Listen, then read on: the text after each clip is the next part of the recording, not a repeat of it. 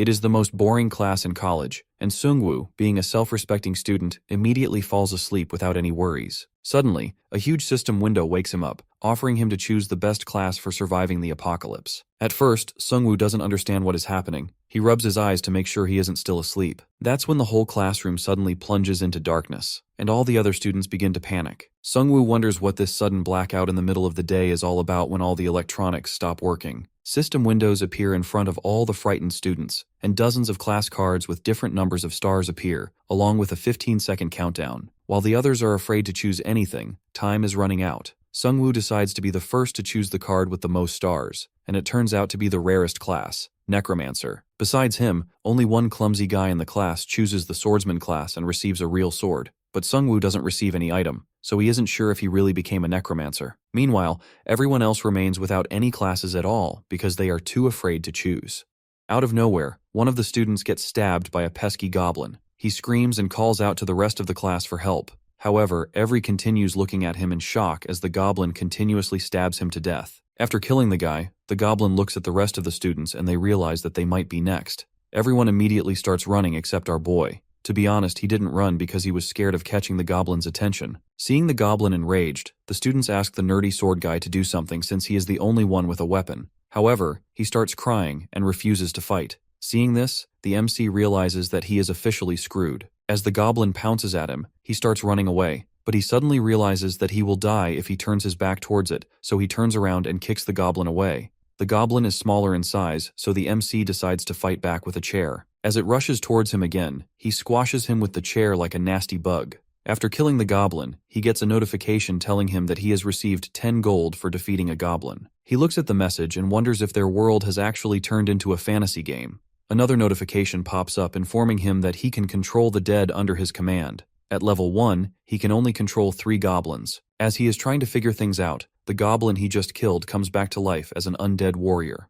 Sungwoo finally realizes that his class allows him to summon the undead. As the undead goblin looks at him with its glowing eyes, 2 more goblins enter the room. The students start to panic again and scream for help. The MC stands in front of the goblins with his undead soldier awaiting his commands. Without thinking much, he orders the goblin to attack the enemy monsters. The skeleton starts moving and uses its blade to slash open the living goblins. However, the monsters start to fight back since it's a 2-on-1 battle. One of them manages to slash the left arm of the undead goblin. The MC realizes that he might have to step in if his goblin loses. The monsters didn't look that difficult to kill since they had a childlike body, however he needed a weapon. He quickly called out to the nerdy kid with a sword and asked him to hand over his weapon. The guy held his weapon tightly and screamed that he wouldn't be giving it away. The Mac told him to fight the monsters if he didn't want him to use his weapons, but the guy was too scared to fight. At this point, he should just toss him to the goblins and steal his sword. To help his undead soldier, the MC grabs a chair and throws it at the monsters. The skeleton soldier uses this opportunity to finish them off with its blade. The MC gains more gold for killing 2 monsters. He stares at the one-armed goblin as it slowly walks towards him with a cute expression. The MC gets a bit weirded out by the skeleton looking him straight in the eyes, so he orders him to look somewhere else. The skeleton lowers its head as if the MC hurt its feelings. Just then, Sungwoo gets another notification reminding him that he can control the undead. He quickly uses his spell to revive the 2 goblins he has just killed. He now has the maximum number of undead soldiers he can summon at his current level. As everyone tries to make sense of their situation, they start hearing cries for help from other departments in their college. The MC realizes that this stuff might not just be attacking their college campus, but the entire country. The outside view looks absolutely devastating. It seems as if the entire city is on fire. Considering their current situation, one of the students opens the door and suggests that they keep moving. Another student tells them to rush to the daysonging lot since he has a car. As they all run towards the stairs, a group of goblins appear from the shadows. The goblin monsters run at the group of students, but before they can attack them, the undead skeletons ambush them. The MC screams at the students to run as his skeletons take care of the goblins. In a panic, the students scatter and run toward different areas of the college. The MC tries to stop them, but then realizes that it is better for them to go alone. He knows that the game followed some sort of rules. He thinks to himself that his best chance of survival is to keep fighting since it allows him to become stronger. He watches as his undead minions continue to fight for him. One of the monsters goes crazy and slashes the head of his undead soldier. With one of his soldiers down, Sungwoo realizes that he might be in trouble. Now the 2 of his skeletons go against the 2 monsters. This time his skeletons manage to kill them and he receives more gold. He also notices that his level has increased. He opens his profile window to check out his stats. Instead of attribute points, he gets a level-up card that gives him a random reward. He knows that it is based on luck, but it is one of the most important parts of the game. He finally chooses the random skill card, and it increases his maximum minion controlling capacity by 1.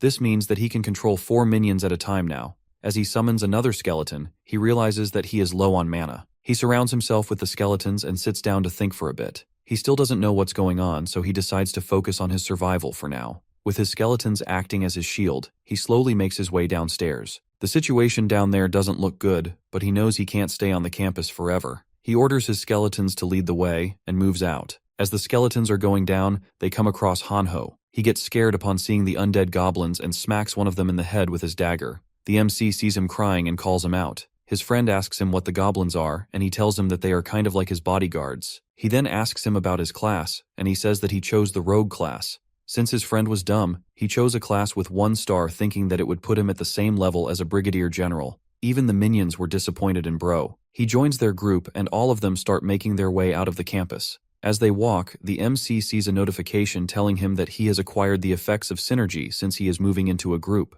The effect requires the group to equip 5 daggers. It gives bonus gold and a chance to land a fatal hit on the enemy. The MC realizes that the buff applied to parties when certain conditions were met. Moreover, his skeleton army could also benefit from the bonuses. This meant that he could trigger this buff without even needing a party. As they slowly go down, they come across some minions and a giant monster who appears to be their boss. As he comes across the goblins, a notification tells him that the monsters are affected by the scent of death, which decreases their stats by 30%.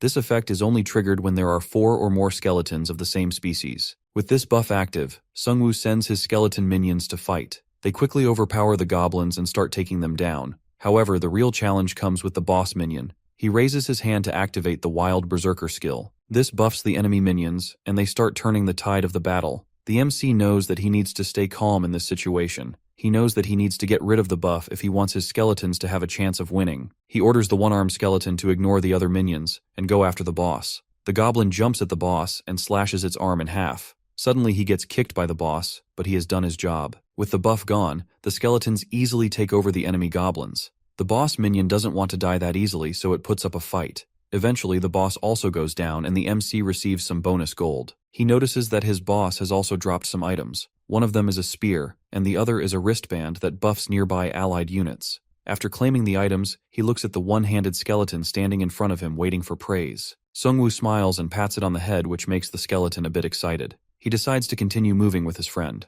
As they walk, here's some people nearby. The MC orders his skeletons to hide so they don't scare the other people. A lot of students gathered in front of the exit gate. A guy tries to calm everyone down and assures them that he has contacted the student council. It appears that the main exit gate of the college is locked, and they can't get out no matter what. The MC already knows the guy. His name is Jin Seok, and he is a bully who also harasses women. He was part of the student council, so he acted like he was the one in charge. The MC wondered if he was trying to show off by pretending to be the leader. He tells Sungwoo and his friend that they need to help them protect the rest of the students since they have weapons. He asks him about his class and brags about killing a goblin. As the MC is cringing at the student council guy, the nerd with a sword runs in and informs them that he hears the sound of goblins near the stairs. The council guy orders everyone to hide in the cafe while they guard the front. Meanwhile, Sungwoo calls out to his friend and shows him the message on the door. It says that the door won't be opened until they defeat the boss in a set amount of time. The boss will only get stronger if it's not defeated in time. The MC realizes that he can't rely on anyone to save them, so they need to kill the boss if they want to get out.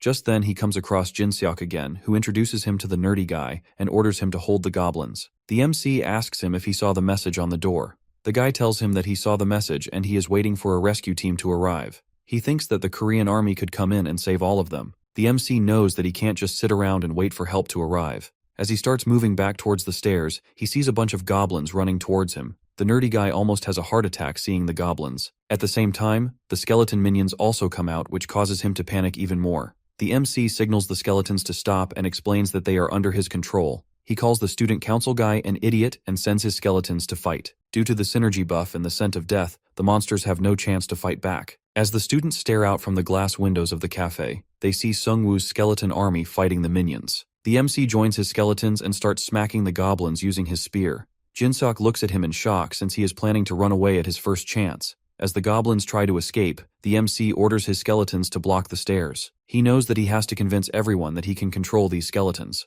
In order to fight the boss, he needs them to team up with him. His bracelet activates the Wild Spirit buff, which increases the speed of all of his minions. These small goblins aren't a threat to him right now, but he knows he might have to fight stronger opponents later on. The students start to notice that the MC is the one controlling the skeletons. As his army cleared through the little goblins, everyone started cheering. The students are starting to trust him now. The MC looks through the dead monsters for any items, but he only gets a notification telling him that he has received a roulette ticket. He wonders how they will give him the ticket since he doesn't have any inventory. They all make their way back to the group. The MC smirks when he sees Jinsok and asks him if he is helpful. Everyone stands in silence for a moment, not knowing what to do. The MC tells them that they cannot leave for now since they can't break the door. He explains that they need to kill the boss first, and he is somewhere in this building. Hearing this, everyone starts to step back since none of them want to go against the boss. The MC tells them that the consequences for failing will be too bad, and they might have to face much stronger monsters. Suddenly, one of the students raises his hand and reveals that he has seen the boss monster.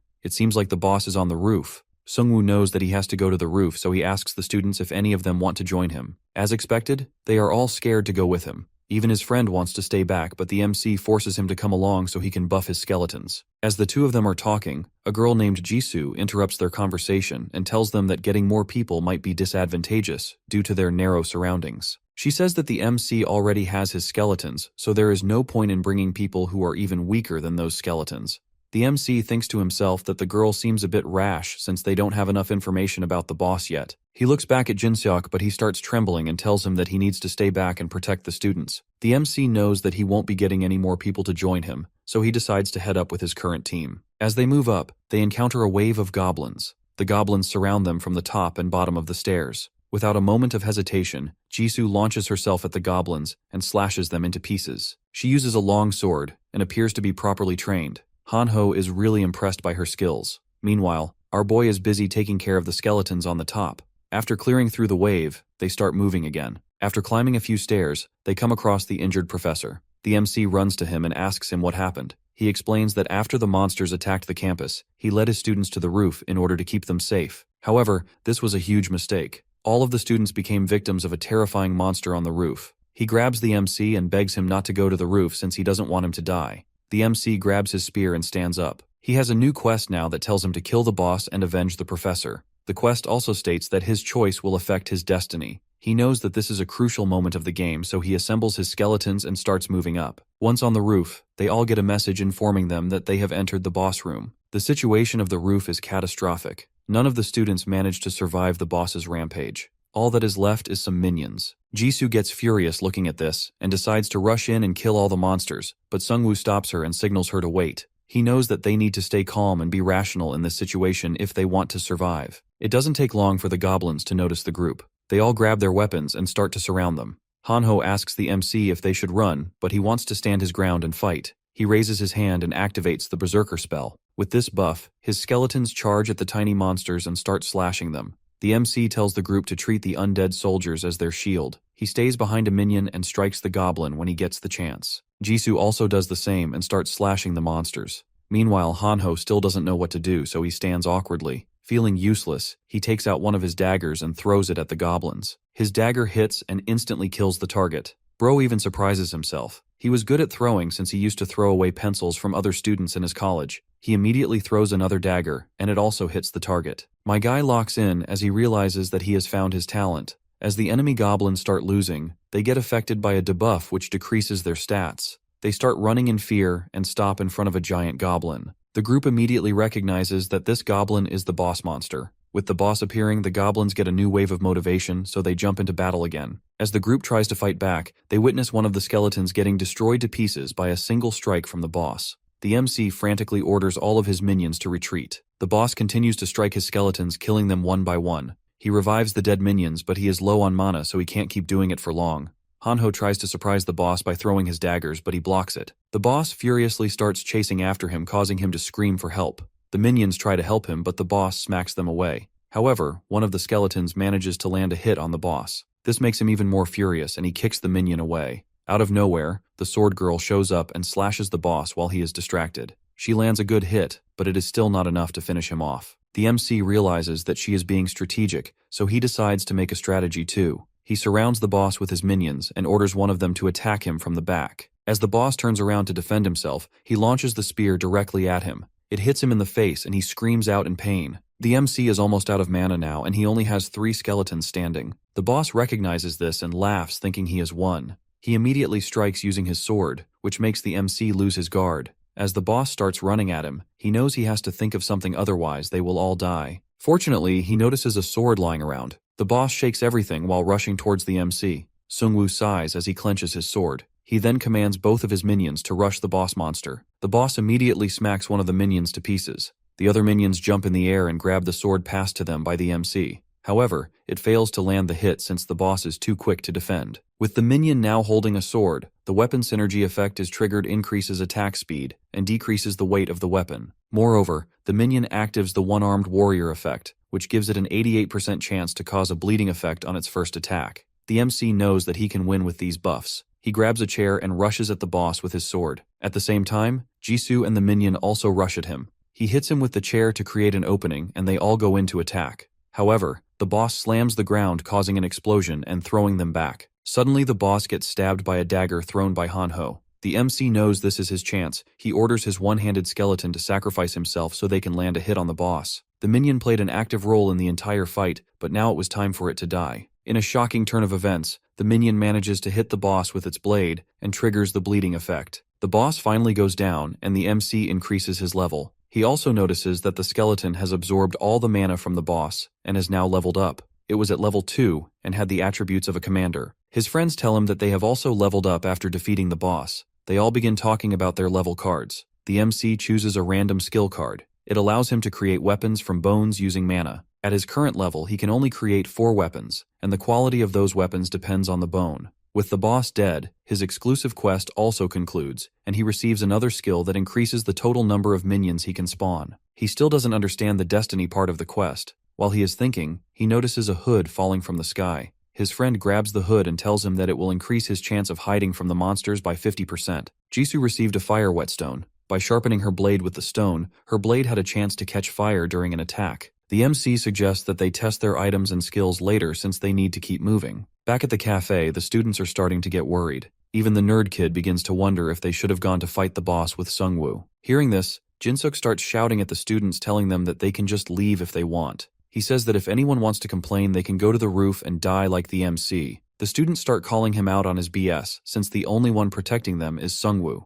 Hearing this, he loses his cool and starts to verbally abuse them. He also tells them that the MC has died, and they have no one to protect them. Just then, a bunch of skeletons show up and scare the crap out of him. The MC returns and asks him if he wants him to die. He opens the exit door in front of him and gets ready to leave the campus. The group, along with the skeletons, glances back at Jinsuk. The MC asks if he has something to say. He feels slightly embarrassed and makes a face but doesn't respond. Behind him, other students start to whisper that he's only pretending to be a strong leader, when in reality, he's still a loser. Ignoring all this, the MC, Hanho, and Jisoo exit the building with their skeleton minions. After inspecting the surroundings and finding it clear, Seungwoo notices a passageway and calls everyone to follow. As they walk further, they find several corpses with smashed heads and a variety of weapons scattered around. After examining the bodies, the MC concludes they were killed by goblins and wonders if any are still lurking on campus. Hanho suddenly gets excited as he notices a bunch of people in the distance. The MC and the rest approach the group. They all have weapons on them, and it looks like they have successfully fought the monsters and survived.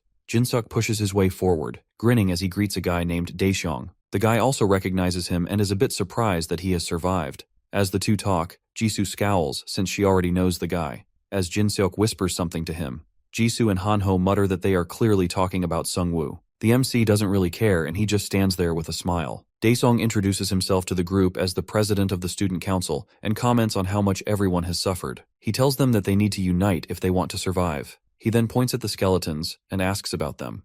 The MC casually explains that the skeletons are part of his class card abilities. With a hint of contempt, the council president asks the MC why he chose creatures that kill people. Seungwoo realizes that he is trying to make him seem dangerous. Daeyoung mentions that if he wants to join their group, he'll have to get rid of all the skeletons. Slightly irritated, the MC asks what would happen if he refused. The student council president dramatically raises his hand and asks the MC if he really wants to let the creepy and strange skeletons join their group. Hanho initially gets mad about the creepy part, but after glancing at the skeletons, he agrees with the council president. Though he still finds them cute, the MC mentions that the skeletons are part of his class, and if he destroys them, he'll lose his weapons. He insists that survival in this new world requires protection, and the skeletons provide that. Daesung smirks and tells him that he shouldn't be worried since they will be protecting him. He asks him for the final time if he wants to join their group. Hearing this, Jisoo gets annoyed and steps forward while holding her sword out. She tells him that they don't even want to join their group, and points out that being on the student council doesn't make him special. Daeseong looks at her and asks if she's from the Department of Social and Physical Education. With a smirk, she responds that it doesn't matter anymore, as the university is destroyed. He suggests that they calm down and think about his offer again. This makes her even angrier. She reminds him how he embezzled student fees by forging checks during a festival, and reveals that she was the one who reported them on the university's website. Hearing this, he finally asks them to go their separate way. As the group begins to leave, he shouts at them, and says that they'll regret not staying together for the synergy effect. Imagine saying this to a guy who can spawn an army of skeletons. After getting away from the student council members, the MC asks Jisoo if she has a personal grudge against Daeseong. She tells him that he is just a bully who comes to school to hit on girls and harass women. Hanho grumbles as he hears that the student council president is a scoundrel. The girl suggests that they focus on getting out of the campus for now. Moreover, they should avoid places filled with people because monsters may be hunting for big groups. Sungwoo thinks for a second and suggests that they take the footpath by the hill since it leads to the main gate but avoids most people. The team climbs a long wooden staircase with the skeletons scanning the area. It feels a bit too quiet. Suddenly, Sungwoo raises his hand, signaling everyone to freeze. At the end of the stairs, they spot a huge orc standing over several fresh corpses. This orc monster looks even bigger than the goblin boss. The MC realizes that this is the next wave of monsters. Without any warning, the monster swings its axe into the ground and charges at them. The MC is used to fighting monsters by now, so he smiles and thinks of it as an opportunity to make new skeletons. The orc goes for the skeletons and smashes them to pieces without warning. After destroying the skeletons, it turns its attention to Jisoo, who awkwardly thrusts her sword forward. The orc's axe crashes into her blade, nearly overwhelming her. As it raises its axe for another strike, one of Sungwoo's skeletons sacrifices itself, shattering to save Jisoo. The MC knows that he can't let the orc get closer, so he commands one of his skeletons to stop it. The one-armed skeleton steps in front of the orc. As the orc tries to hit it, it dodges the attack and lands a blow on his shoulder. The MC calls out to Jisoo and tells her to retreat to stable ground since they can't fight the orc on the stairs. She seems frustrated by how effortlessly the orc broke through her defense.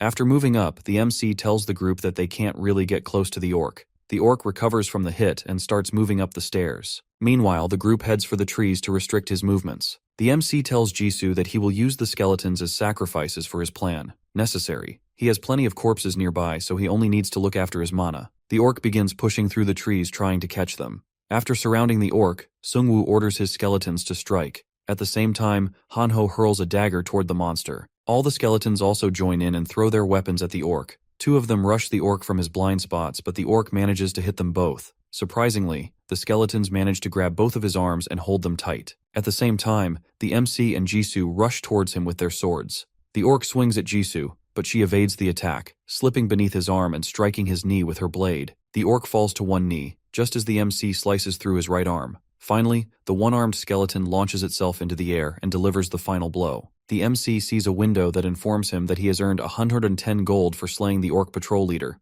Surprised, he realizes they just took down the orc's boss. Jisoo tells him that the orc wasn't as tough as the previous boss they'd faced. He walks towards the corpse and tries to summon it, but the system informs him that his level isn't high enough to raise medium-tier monsters. He summons some normal skeletons and asks Jisoo what card she picked. She recalls choosing the 3-star Tiger Hunter card because she liked its color. Since his mana is recovered, the MC decides to try his new skills. He uses his ability to craft weapons from bones, producing a sword, blunt weapon, spear, and arrow of the lowest grade. Each weapon can be traded for gold. As he holds the axe, he realizes that the weapons are much lighter than he thought. He throws the axe to one of his skeletons and gives each of them a new weapon. This activates a few more weapon synergy buffs for the skeletons. He lends one of his swords to Hanho and instructs him to give it back to the skeleton later. The group starts making their way down the stairs. On their way, Hanho spots something unusual. In front of them is a sealed purple entrance with a message that they must defeat the boss in 8 minutes or face a double power boost to all monsters. The mech is frustrated as he realizes that this is the second time they've encountered such a situation.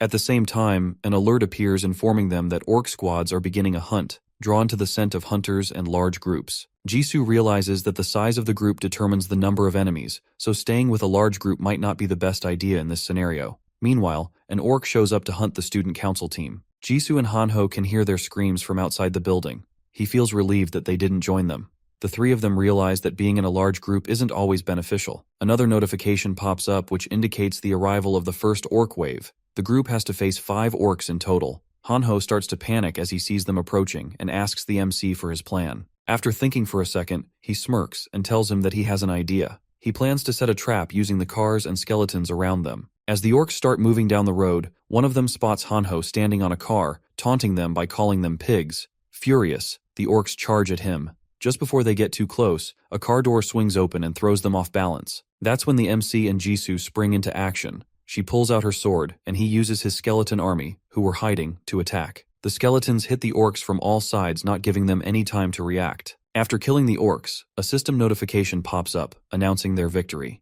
Sungwoo earns 100 gold for defeating the first wave and levels up to 4. He notices that he can now command a total of 7 minions, even though his mana capacity is still low. Meanwhile, Hanho is excited about his new high-speed slash skill. The MC turns to Jisoo and asks her what she got. She explains that she picked strength, raising her power by 2 points and giving her a warm, fiery sensation. The MC tells Hanho to give back his sword and summons 2 more skeletons, getting ready for whatever comes next. He hands the sword over to a skeleton that reaches out for it. As they make their way out of the area, they realize that the entire city is in chaos. While walking, Sungwoo suddenly raises his fist and signals everyone to stop. In front of them, a bunch of orcs are attacking a bus, trying to kill everyone inside. The 3 of them peek out from behind a tree and spot 7 orcs in total. One of the guys inside the bus tries to hit the orcs with a spear, but it's not enough. The MC knows that they might all die at this rate. Jisoo watches as 2 orcs swing their axes for another strike and says that they should help them. She suggests that they attack the orcs from one side of the bus, while the spear guy attacks them from the other side. However, the MC is doubtful if the spear guy will be brave enough to go against the orcs. He tells her that relying on strangers might not be wise in their situation. Just then, he points at a truck and says that they will show the orcs the convenience of civilization. Inside the bus, a blonde guy with a sword and shield shouts at another man holding a spear, criticizing him for not hitting the orcs.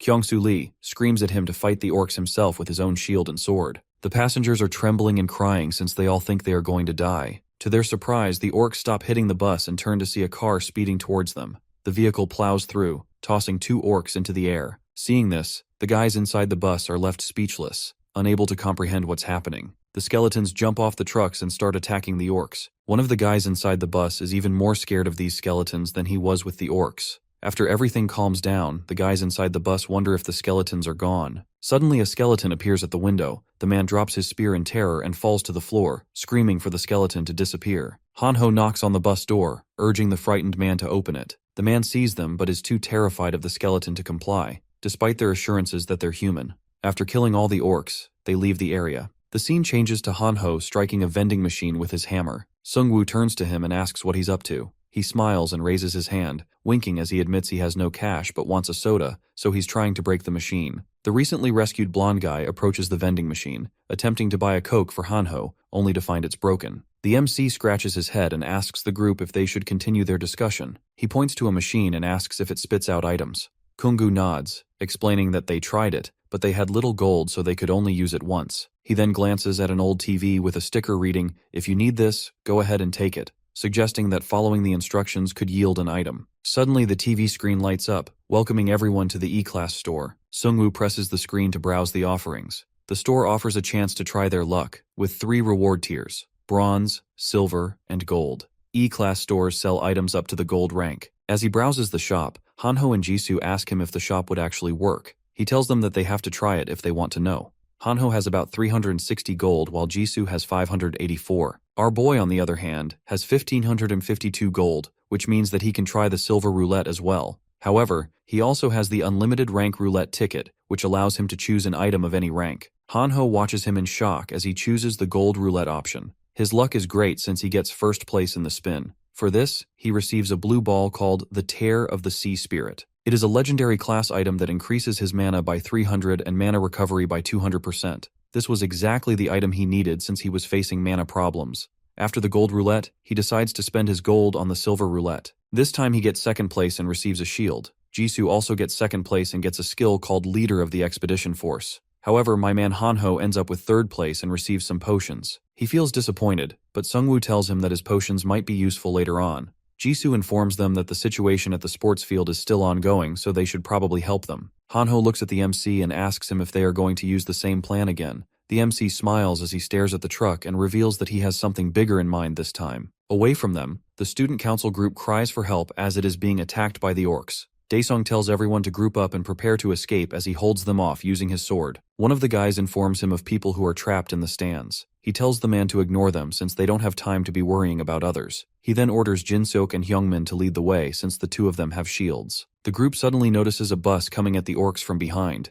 The bus destroys them mercilessly as the man sitting inside laughs like a lunatic. After clearing through the orcs, Hanho leans out of the bus and tells everyone to get inside. The players outside realize that they should have followed them from the start instead of staying behind. Jisoo also jumps out of the bus and comes face to face with an orc. She wants her revenge for the last time. As the orc tries hitting her, she blocks it using her sword. This time, her sword doesn't get pushed back. She kills the orc with her burning sword, and excitedly looks back only to see Sungwoo and his skeletons killing all the other orcs. She notices his incredible strategy of attacking the orcs while keeping his distance. This makes her feel a bit stupid since she only invested points into her physical strength to overpower orcs. As he continues tearing through the orcs, she wonders what he did before all of this. After killing the orcs, he stares at Daesung and asks him what he is doing here since he didn't want to be near his skeletons before. Daesung nervously laughs and asks him if he is going to hold a grudge against him in their current situation. The MC looks at him furiously and tells him that he saw him abandoning people and running away. He explains that he was just retreating and trying to reorganize his team. However, everyone on the bus knows that he is lying. As they are having this conversation, they see a notification about the orc chief being enraged. The MC immediately gets on the bus and tells Daesung that he will only be allowed to get in if he follows his orders. He orders him to hand over his armor first. He complains and asks him how he is supposed to protect his body without his armor. Sungwoo smiles and tells him that he has nothing to worry about since he will be under his protection. After they leave, he gets a system notification telling him that his level has increased to 5, allowing him to control medium-sized monsters. Another system alert informs him that the maximum number of monsters under his control has increased. He feels glad that he now commands 9 monsters. Suddenly, he notices movement behind him and turns to see one of the skeletons wearing all the armor he took from Daesung. He wonders if it's too heavy for him to move. Remembering their past battles, he realizes this skeleton is more reliable than the others. He sighs and tells the skeleton to undress. The skeleton looks at him in despair while he puts on a chainmail over his white t-shirt. Hanho walks in and points at the crowd behind them. He tells him that they might need another bus if they want to keep rescuing more people. The MC tells him that they won't focus on rescuing others anymore. He walks toward the crowd with Jisoo and Hanho by his side, gripping the handrail as the bus sways. He tells the people they need to fight the orcs. A system window appears, declaring that the orc boss has initiated a global destruction operation, meaning the monsters will hunt the survivors until no one remains. Sungwoo looks at the crowd with hopeful eyes, reminding them that according to the game's rules, they cannot evade the orcs forever. They must defeat the boss to escape. A guy in a tracksuit with bandaged fingers raises his hand and tells them that he saw a lot of orcs in the gym. He estimates that there were a total of 100 orcs. This revelation horrifies the crowd, as the system alerts them to a penalty for imperfect teamwork. 3 new system alerts appear. The first states that at least 10 players have a level below 5, resulting in a reduction of movement speed and attack speed. The second notification reports that at least 10 players haven't killed a single monster, which decreases their attack power and gold accumulation.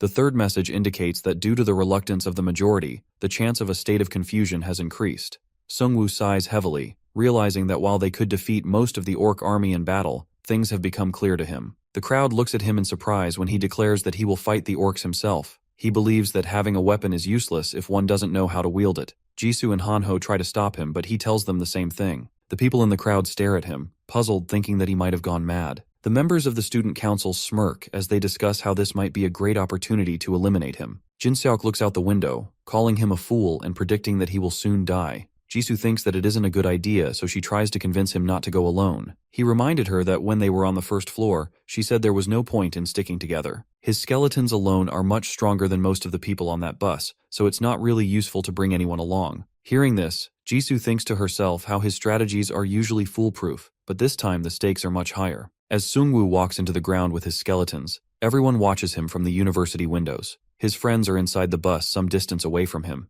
They are here to rescue him if anything goes wrong. Sungwoo freezes in the middle of the field as dark figures of enemies emerge. The orcs descend onto the field with a roar, approaching him. Without warning, they start charging towards him. The MC analyzes the monsters and tries to pick out the orc chief. He doesn't really see any system messages, so he concludes that this must be a mid-level boss. The red orc raises his axe toward him and growls. He steps up to the stands, instructing his minions to move forward.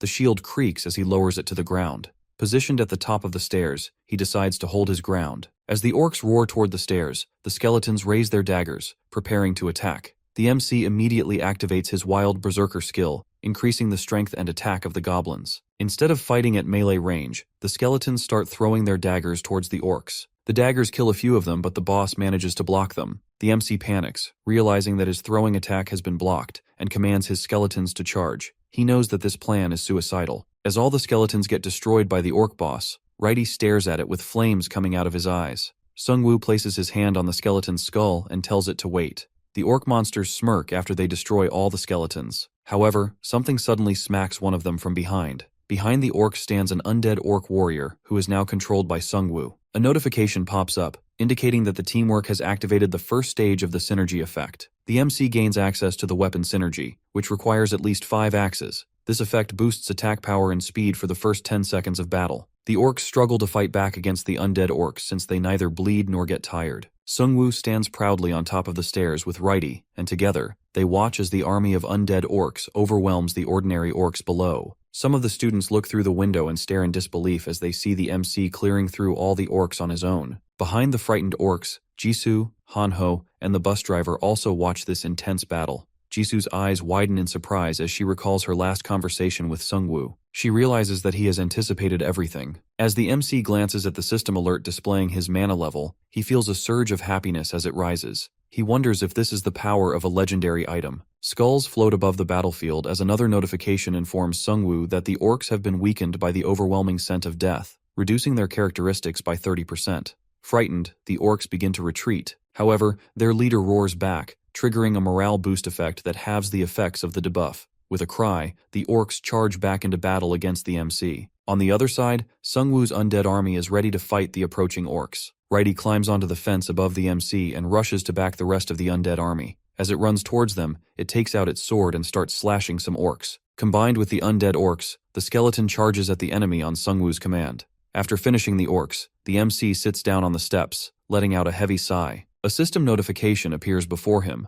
announcing that he has earned a lottery ticket for defeating 100 monsters. This achievement allows him to rank up to infinite status, making him the 21st player in the story to receive this honor. He realizes there are 20 players ahead of him who have already claimed this ticket. Suddenly, he hears the sound of a bus. Someone is trying to drive the bus away and escape. However, they hit the pink wall and it prevents them from leaving. Sungwoo gets annoyed as he sees the student president group being swarmed by the orcs. They were the ones trying to leave with the bus. They cry for help as the orcs try to kidnap them. Frustrated, he faces palms. He is upset that others disobeyed his orders and complicated the situation. As Sungwoo prepares to rescue the group, the other students are urged to join him as well. Even though he prefers to fight alone, he allows them to join him as long as they don't get in the way of his skeletons. He enters the building with 2 of his undead orcs. He can see the bodies of defeated goblins hanging from the ceiling. The inside of the building looks terrifying. The group halts as a glow emerges from the smoke ahead, revealing a monster with glowing eyes. Sungwoo holds the orb in his hands and questions if he is looking at the boss. He orders everyone to get ready since they are about to face the orc boss. The hostages are battered and bloodied, some even with knocked out teeth. The MC is somewhat relieved that no hostage is killed yet,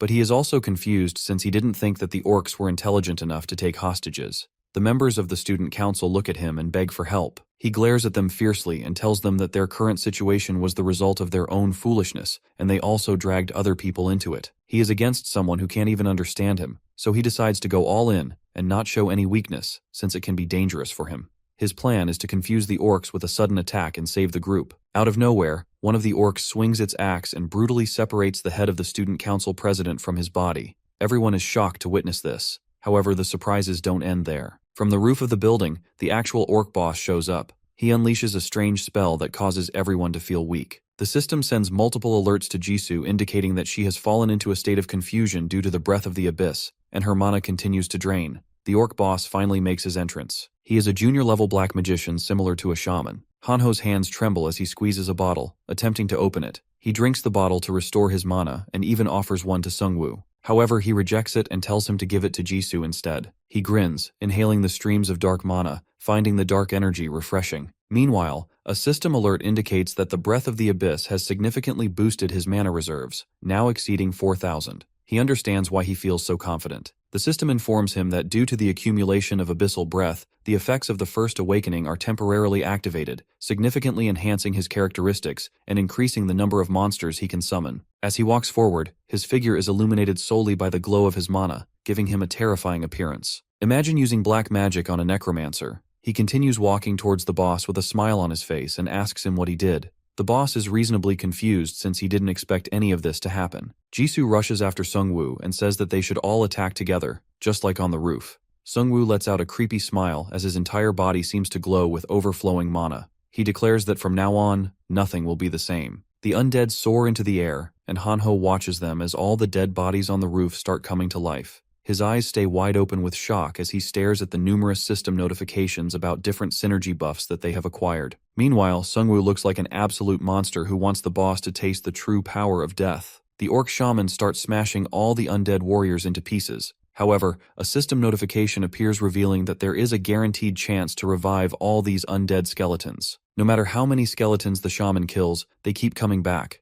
As he kills one skeleton, Sungwoo revives it instantly. The orc shaman starts growing tired. He stares at the MC who now looks like an absolute monster. My man accidentally turned into the boss. He asks the shaman if he finally understands who he is facing at the moment. He stares into his soul with his glowing eyes and tells him that it is the true nature of death. The shaman shrieks in fear as he doesn't know how to defeat the MC. He tries to retreat, but the undead army surrounds him from all sides. Sungwoo sees this and tells him that he is foolish to think that he can escape death. The poor shaman screams as all the skeletons leap at him from all directions. He tries to fight back, but the numbers are highly against him. At last, Righty delivers the final blow and puts him out of his misery. Sungwoo gets 1055 gold for killing the junior black magician. After killing the orc chief, Righty absorbs his mana and increases its rank. Sungwoo realizes that his minions have to defeat the boss in order to gain experience. He then opens up the list of his minions. He has a total of 33 skeletons, one of his which is a level 3 veteran. As he looks at the list, Hanho calls him and tells him that there is something coming out of the boss monster's mouth. As the MC takes a look, he realizes that it's an item.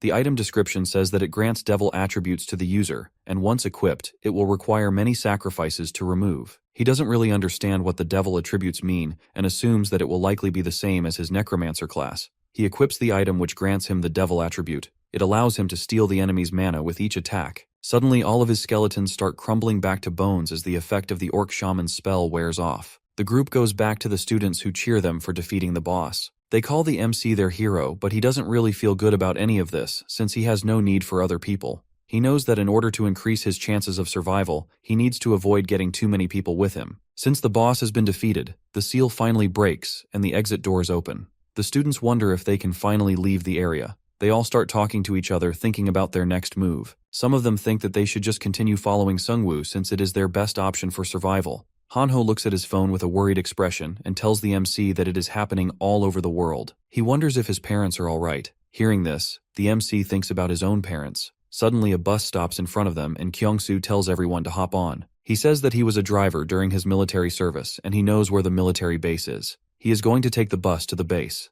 Sungwoo smiles and lies to him that he can't go since his house is nearby. Kyungsoo asks the rest of the students to hop on and reveals that they have brought 2 buses to accommodate everyone. Everyone except the MC's groups gets on the buses. The guy says goodbye to him and drives off. After the students leave, Hanho wonders where they will go next. He asks Jisoo where she lives. She tells him that she used to live in the school dorms since her own family lives on an island. She then asks the MC if she can stick with him even though she won't be of much help to him. He assures her that she will be helpful and lets her stay. Hanho asks him the same question, but the MC jokingly tells him that he needs to cut off one of his hands first to become a one-armed warrior like Righty. Out of nowhere, Jisoo pushes them both to the ground to protect them from something. As the 2 fall down, a giant dragon flies over them. The group looks at the terrifying creature not knowing what it is. Meanwhile, the bus comes to a stop and Kyungsoo notices several dragons following them. A guy screams at him to continue driving, but he tells him that it is more dangerous for them to continue moving right now. The dragons only seem to be chasing the buses which are moving. The system notification informs them that the boss Wyvern Alpha Male has appeared.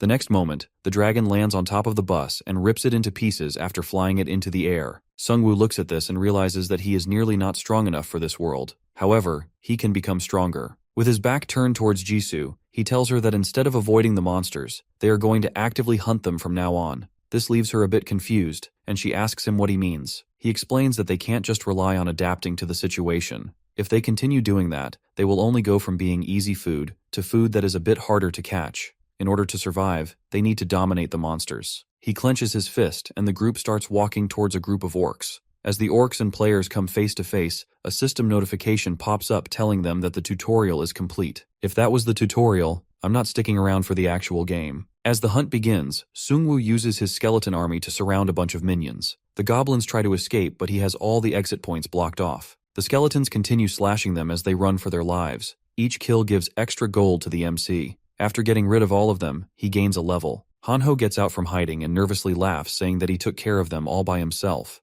The MC sighs and tells him that they are all just small fry. He doesn't think that killing goblins is going to do them any good. He takes a look at the level cards and chooses to increase his strength. After picking the strength card, his body actually feels a bit different. His skeleton army continues to clear goblins out of sight, and he gains more gold. He walks out to see Jisoo standing there with her blade. She smiles at him and tells him that there were 9 goblins in total, and she killed them all by herself. The MC looks at Hanho and asks him to pick up the daggers left behind by the goblins. He stores all the daggers in an icebox. As they prepare to move forward, he tells the group that they are going to ignore goblins from now on. Jisoo asks him if he wants to hunt stronger monsters. He explains that compared to goblins who are only worth 10 gold, a single orc gives about 80 gold. However, he wishes to find a group of monsters that can give them even better rewards. The group continues walking through the empty roads with no one in sight. Suddenly, Hanho notices some military trucks in the distance. There are a lot of dead soldiers piled up in front of the trucks. As they get closer, they notice the soldiers carrying shovels instead of actual weapons. The next moment, a soldier shows up from one of the trucks with a shovel and asks them if they are human. He is scared of the skeletons standing behind the group. Seungwoo waves at him with a smile and assures him that they are human and mean no harm. The soldier calls out to his sergeant and informs him of the people outside. The MC walks to meet the sergeant from outside the window. He apologizes for having to meet them like this, but he can't walk out since his leg is injured. Seungwoo realizes that he has been stabbed by a goblin. Sergeant Kim feels a bit disappointed in himself as he tells him that he got stabbed by a minion who was no bigger than a child. Somehow, they managed to beat the monsters. The MC looks at the sergeant in confusion and asks him why they are not carrying any guns. The sergeant explains that their guns just won't fire. It wasn't a mechanical malfunction, but all of their weapons stopped working after the monsters showed up. They had to resort to fighting with shovels and swords. Looking at the sergeant's condition, Hanho faintly tells Seungwoo that he has some healing potions. Kim moves closer to the window as he sees the bottle and asks them if he can have it. Seungwoo looks away and tells him that they can't simply hand out resources that may be critical to their own survival. Hearing this, the sergeant pokes his head out of the truck and tells him that he can offer him some information. He says that he will tell them everything he saw and heard till now. The MC thinks about it and says that he wants to hear it first before deciding if the information is even worth it. Kim reveals to him that there are wolves roaming around that are as large as bulls. They couldn't even take a single wolf down, and their forces were overwhelmed. Moreover, there is also a QR code. He saw 2 of them so far. One of them is in the station, and the other is in the subway transfer center. The sergeant takes out his phone and tells them to scan the codes as it will install an app on their phones. This is the only way they can communicate with other survivors, since all other means of communication are not functioning. Seungwoo hands over the potion to him as he thinks about the community of survivors. The sergeant then asks them where they are going and says that they are going to rejoin their unit. Seungwoo asks them if he will be safe with his unit. Kim tells him that when the monsters first appeared, their superiors took away their weapons and told them to fight the monsters with shovels, but he is sure that they must have changed their tune by now. The MC tells him that they are heading somewhere else. As Kim prepares to leave, he warns him of the creatures in the sky. The sergeant starts sweating as he hears that there are giant dragons flying around the sky. After parting ways, the MC continues moving with his friends and the skeleton army. They come across their first QR code as they reach the station. Before installing the app, Hanho worryingly asks the MC if the code might install a virus on their phone. My man worrying about a virus in the apocalypse. The app has a message board and a newsfeed that allows the players to share information with each other. The admin of the game also uses it to post updates. Seungwoo looks at a post from the admin and wonders who could be behind all of this. He also looks at the message board, which is empty for now. Jisoo tells him that it costs about 1,000 gold to make a post. Suddenly, they see a new post from player 4884, informing other players that their group is making a safe zone in the H apartment complex of Hwaseong City. The post also has 2 comments, one of which is from another player asking how to contact the group. Looking at the address, Hanho tells them that it is near his own place. Seungwoo asks him if they should go there. He also wonders how the person making the post managed to spend 1,000 gold so easily.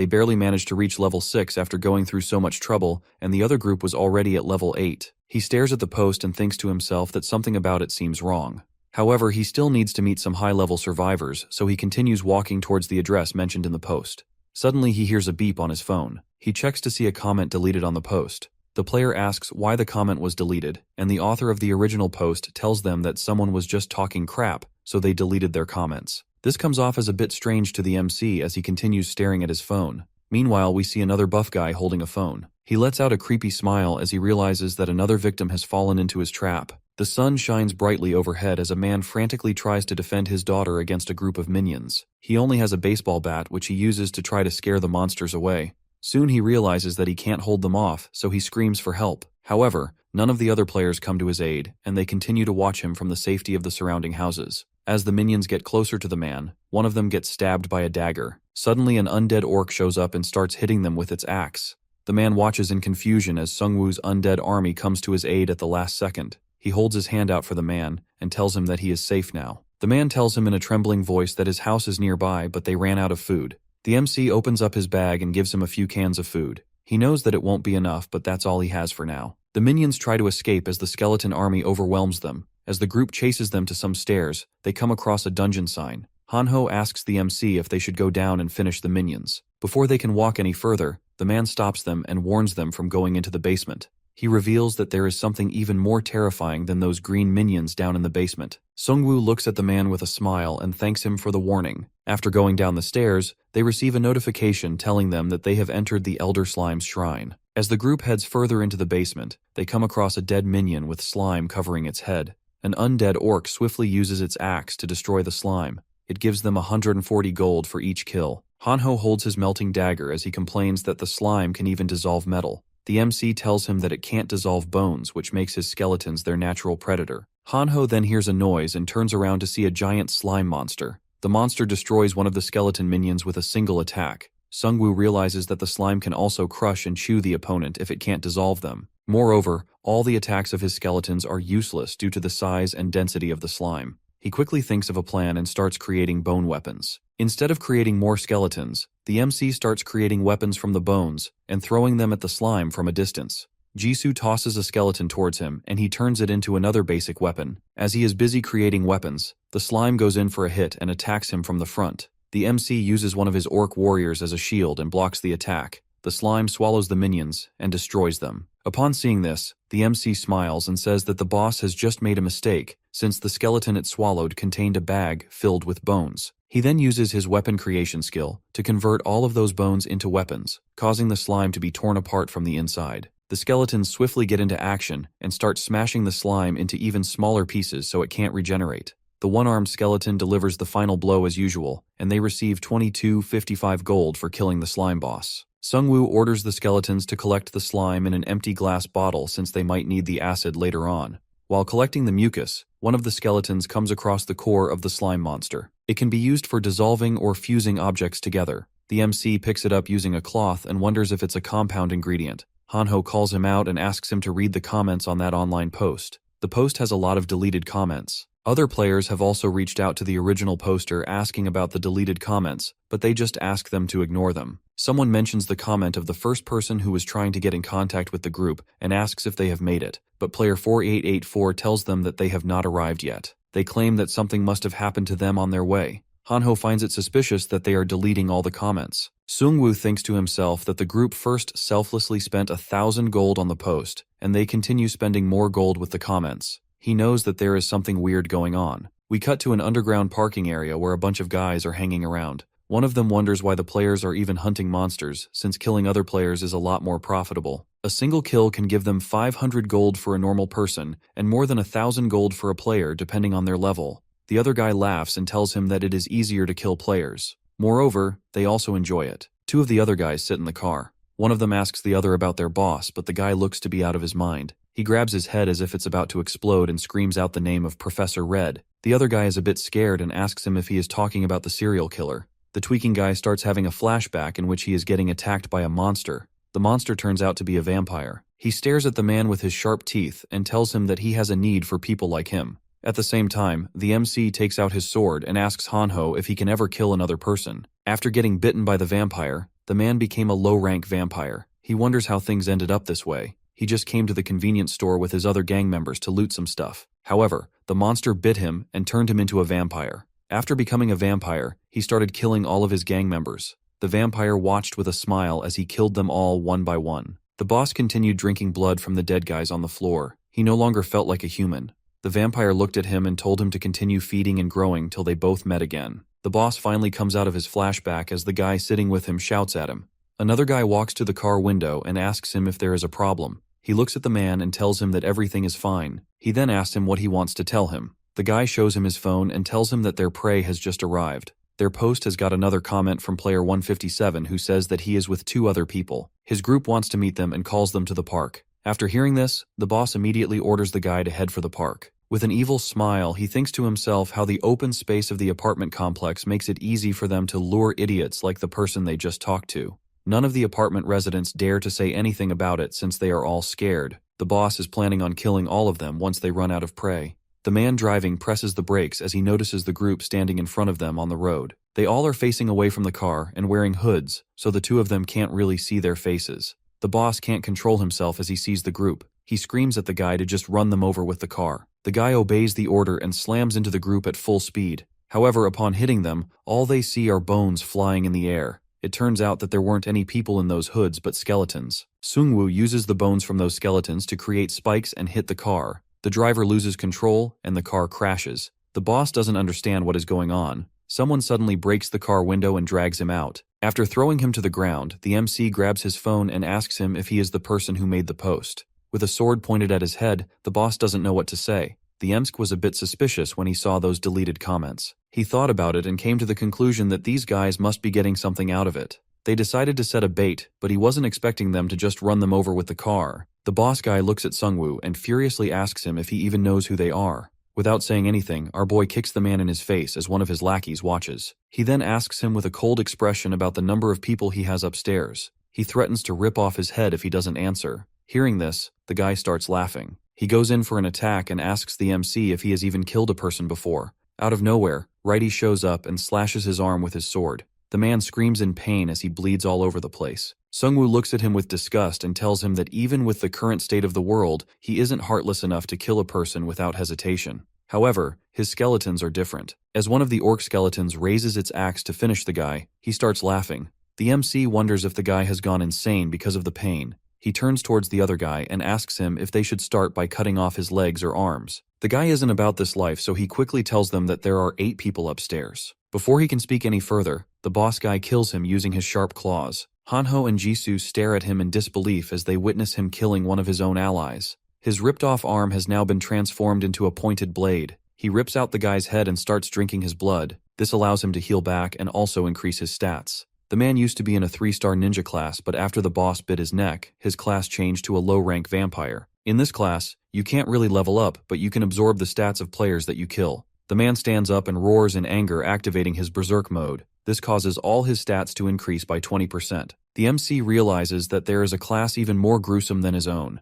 The group gets into a defensive position with the skeletons guarding the front. Sungwoo knows that the vampire could take them out with a single blow if they make one wrong move. He orders his army to attack, but the guy turns out to be much faster than he thought, so he has to order the skeletons to get defensive again. The vampire tears through the skeletons and goes straight for the MC. He knows he has to take him out first since he is the one controlling all the undead. Sungwoo barely manages to put his shield up before the guy attacks him with his sharp pointy arm. The vampire immediately gets slashed by Jisoo from behind, which makes him laugh. He changes his target and starts attacking her. As he is trying to hit her, he gets hit by several daggers from the back. He looks back to see Hanho standing there with a smile and 2 daggers in his hands. He starts shooting daggers at the vampire like a machine gun. This makes him even more annoyed and he changes his target. In the blink of an eye, the vampire launches himself towards Hanho, giving him no time to react. However, his attack gets parried at the last moment by Righty. The vampire manages to dodge the blade, but Sungwoo charges at him from behind with his axe. Again, the vampire manages to read the attack and destroys the axe. The MC immediately puts his shield up to protect himself, but the vampire is too strong. He continues dodging their attacks and says that they are too slow. As he is busy targeting Sungwoo, Jisoo shows up from behind and tries hitting him with her blazing sword attack. He sees it coming and gets out of the way. He laughs, telling her that he saw the attack coming from a mile away. Immediately after, Righty jumps on top of him with his sword and slashes right through his left arm. The vampire screams as his entire arm is cut off. Sungwoo realizes that this is his chance and orders all of the skeletons to attack him. At the same time, the goons under the vampire's command enter the scene. This makes him as he tells them that they arrived at the perfect time. However, his men get scared watching him in his current form. While he is looking away, Jisoo hits him with her sword. Righty and the other skeletons also join in, hitting the vampire at the same time. He tries to fight back, but the MC stabs him in the neck with his sword. He asks if he can also regenerate his head and rips it off. He gets 1,000 gold from killing him since he is considered a level 1 player. The MC is horrified to know that you can gain gold from killing players. He looks at the rest of the goons and asks them if that was the reason why they were killing other players. The group starts shaking in fear as the skeletons surround them. The MC walks over to them and tells them to drop their weapons. They all surrender and immediately drop all of their weapons. After questioning them, one of the guys tells him about their big boss. He reveals that they don't know who it is. It's just that their boss followed his orders, but they weren't aware that he could turn into a monster. Sungwoo wonders if the big boss is the one who created those monsters, and if he did, what is his class? This makes him question if there are classes with even more than 5 stars. He asks the guys about the amount of people they have killed so far. After hearing that they have killed over 21 people, he signals his skeletons to finish them off. They beg for him to spare them since they were only following orders, but he shows no mercy. He knows that if they don't kill these guys now, they might end up killing other people later on. Jisoo is a bit taken aback by what she just saw, but she agrees with him. The post now has a new comment from a guy warning Sungwoo's group from meeting the other group since they are a bunch of murderers. The sergeant reads this comment and gets furious as he realizes that there are now people roaming around killing others in addition to the monsters. He then sees another comment saying that user 157, which is the MC's account, killed all of those murderers after setting a trap with his skeletons. While reading this, the sergeant breaks into a smile. She realizes that this is the same group that he met earlier. One of the soldiers informs him that there is a call, but he ignores him saying that their saviors are doing great things. The scene then shifts to a guy in armor, who looks at the comments and expresses his gratitude for Sungwoo's group, since they are still looking out for others, despite their circumstances. The man then walks out into the bright light and asks his group if they should also start moving. As the MC's group walks down the roads, Hanho informs him of a new post. This post is from a user called the Prosecutor of Yongdong-po. It tells other players that they can comment on this post if they can't afford to make their own posts using 1,000 gold. Jisoo and Sungwoo discuss how people are utilizing the post to comment about their missing family members and talk about synergy effects and monsters. It seems like the post is helping a lot of players who don't have enough gold to make posts. The group finally reaches Hanho's house. He looks at his home with a worried expression and prays that his family is still safe. The MC asks him to calm down and proceed with caution since they don't know the situation around here. They see dead orcs while walking up the stairs, which makes Hanho even more anxious. He starts praying for his parents' safety before he opens the door to his apartment. There is a huge slash mark on the door which scares him. He screams for his mom to open the door. Suddenly the door opens and his parents stand on the other side with worried expressions. After talking to them, he finds out that both of them didn't pick a class card. His dad tells him that the cards didn't quite pique his interest. As they all ate, Sungwoo asked the parents how they managed to stop the orcs. All other apartments had their doors broken down by the orcs, and theirs was the only one that stood. The dad tells them that he used pesticides to keep the orcs out. This shocks everyone, including the MC. The mom proudly tells them that all the orcs ran away when her husband sprayed them with pesticides. Hanho almost spills his drink while listening to this.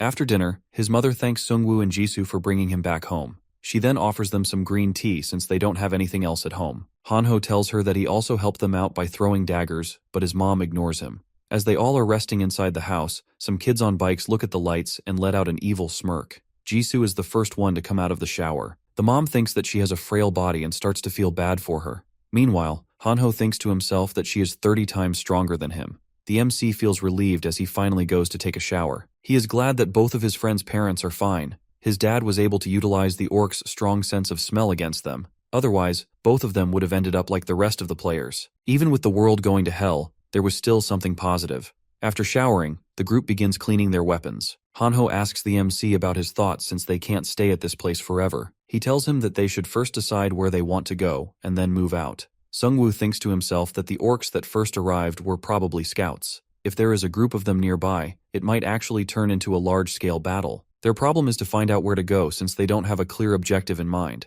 As he is thinking, Hanho puts his phone up and screams at him to take a look. He tells him that the guy who posted to allow other players to comment has just made another post. In this post, the player claims that they have set up a safety zone inside Yongdongpo Station with the help of his 3-star class friend. However, in order to maintain the zone, they need gold or rations. Jisoo looks at the post and asks if they can trust the person. Hanho thinks that the guy genuinely has other people's best interests at heart. On the other hand, Sungwoo is still unsure about this guy. He tells them that he now knows why he made that other post yesterday. Even though they might not be lying about the safety zone, they still spent 1,000 gold to open a new message board for survivors, so it seems unlikely that they are doing all this out of the goodness of their hearts. He tells them to look at the comments, which are filled with praises for the player. Sungwoo thinks that he did this just to gain a favorable reputation among the players. It seems like they are going to form a huge group soon. If that happens, they won't need to do anything, and all the resources they need will simply walk to them. Hanho can't believe that the guy did all of this for his own benefit.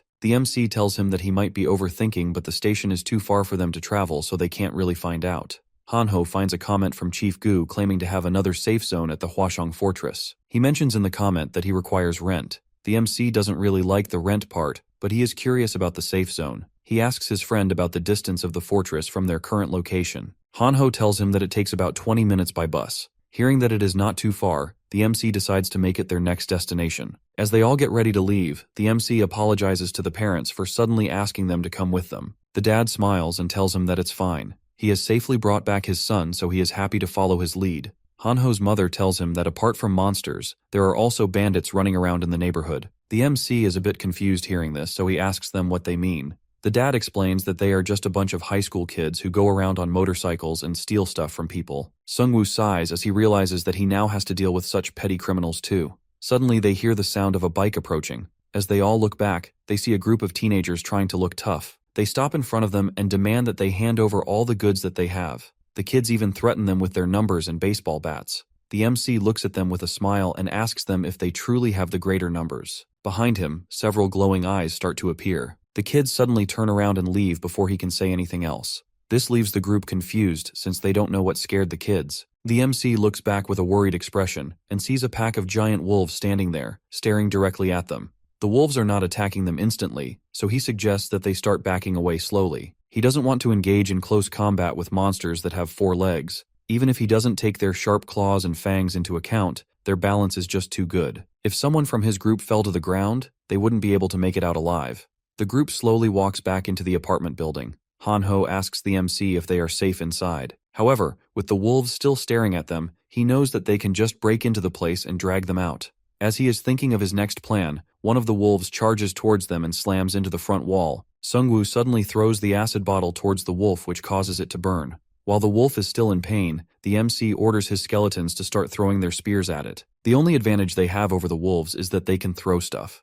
As another wolf tries to get inside, the MC orders one of his orc skeletons to rush at him. The wolf easily destroys the skeleton by biting its head, but suddenly the green acid starts coming out of its mouth. The MC laughs as he reveals that the skeleton is carrying that slime mucus. To seal the deal, Righty jumps from the first floor of the building and stabs the wolf right in the head. The MC gains 240 gold for killing the wolf. The other wolf is terrified as it sees the skeletons approaching it with their spears. It doesn't take long for them to kill all the remaining wolves. Sungwoo gains some experience and reaches level 7. Jisoo looks down and tells him that they just feel more and more like a burden to him. The MC tells her that it's not true since the situation just wasn't favorable for them. He looks at her and thinks to himself that even though her class is Tiger Hunter, he should see her as a specialized class since she is only focused on increasing her physical strength. On the other hand, Hanho doesn't seem to be getting any stronger. He tries to take the wolf under his control, but it doesn't work since his level is still too low. He suggests that they keep moving since there may be more monsters nearby. Somewhere else, a military helicopter is being chased by flying dragons. The captain screams at the pilot to go faster, but the pilot tells him that they are flying at their maximum speed. He hurls insults at Sergeant Kim for not describing these dragons in more detail in his report. The pilot reminds him that he was the one who disregarded his reports since he was only a sergeant. Suddenly, a notification pops up that the field boss Wyvern has appeared. The dragon grabs the helicopter by its claws and destroys it like it's nothing. It then lands on top of a huge building and lets out a loud roar. Sungwoo and the group witness this, and they are terrified. Hanho thought that the military helicopter might be able to do something against the monsters, but he was wrong. His dad notices that the dragons are planning to sleep on top of the building. They are too close to the safe zone, but they can't move while that thing is still around. Sungwoo tells them that they will eventually leave and suggests that they take some rest. At night, the dragons fall asleep on the buildings while the group rests on the ground. Suddenly, the MC notices a flash followed by a system notification similar to the one they saw at the start of this apocalypse. It is the second phase of card selection. Hanho screams at his parents and tells them not to make the same mistake as him by picking a low-star card. His dad assures him that he won't make any mistakes since he has been playing cards for 20 years. As Sungwoo looks around to analyze the cards, he notices that only 15 seconds remain. Since he has already picked a card, this card will act as a secondary class card in addition to his current class. One of the cards suddenly disappears in front of his eyes. He realizes that other people are also picking up the cards. Hanho carefully looks at the card trying to find one with the most amount of stars.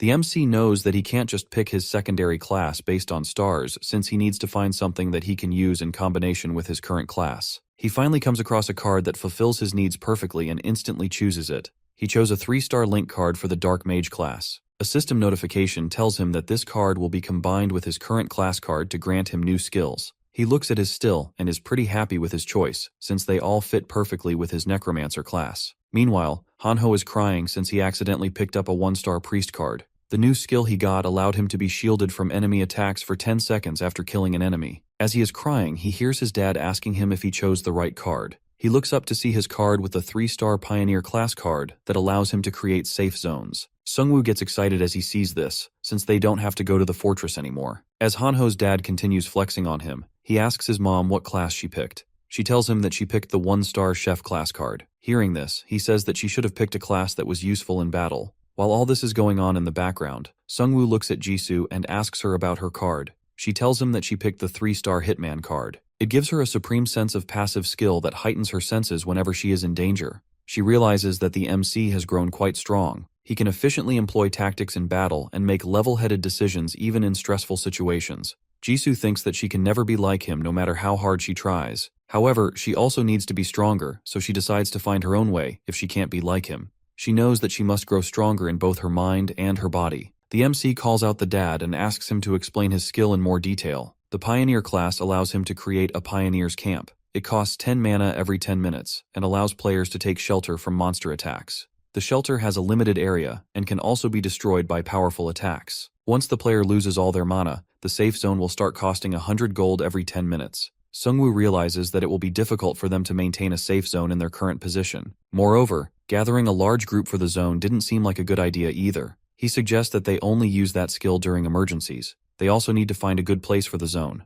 Hanho asks him if they won't be going to the fortress anymore. The MC takes a look outside and tells him that it won't be necessary anymore. He believes that all the existing groups will try to abuse their power, so it is better for them not to meet them. As he looks out the window, he notices the dragon moving. The dragons finally fly off and they can leave the building. The MC asks Hanho to look for the location of the stores in the forum. Sungwoo currently has over 24k gold. He knows that he has to spend this gold in order to get stronger since they never know when they might run into those high-level monsters again. Hanho still can't find the location of the stores after going through the entire forum. Suddenly the group hears the sound of motorcycle engines. The kids are out again now that the dragons have left. Hanho tells the MC that it's probably those kids they ran into yesterday. He smiles and says that they should ask the kids about the stores since they are always going around stealing gold from people. They must also have a place to spend it. The kids talk about the store as they walk. They were unlucky last time, but they are hopeful to get good items in their next try. 90% of gamblers quit before hitting it big. The kids finally make it back to their hideout, but it looks empty. They quietly unlock a room to see all their friends hiding.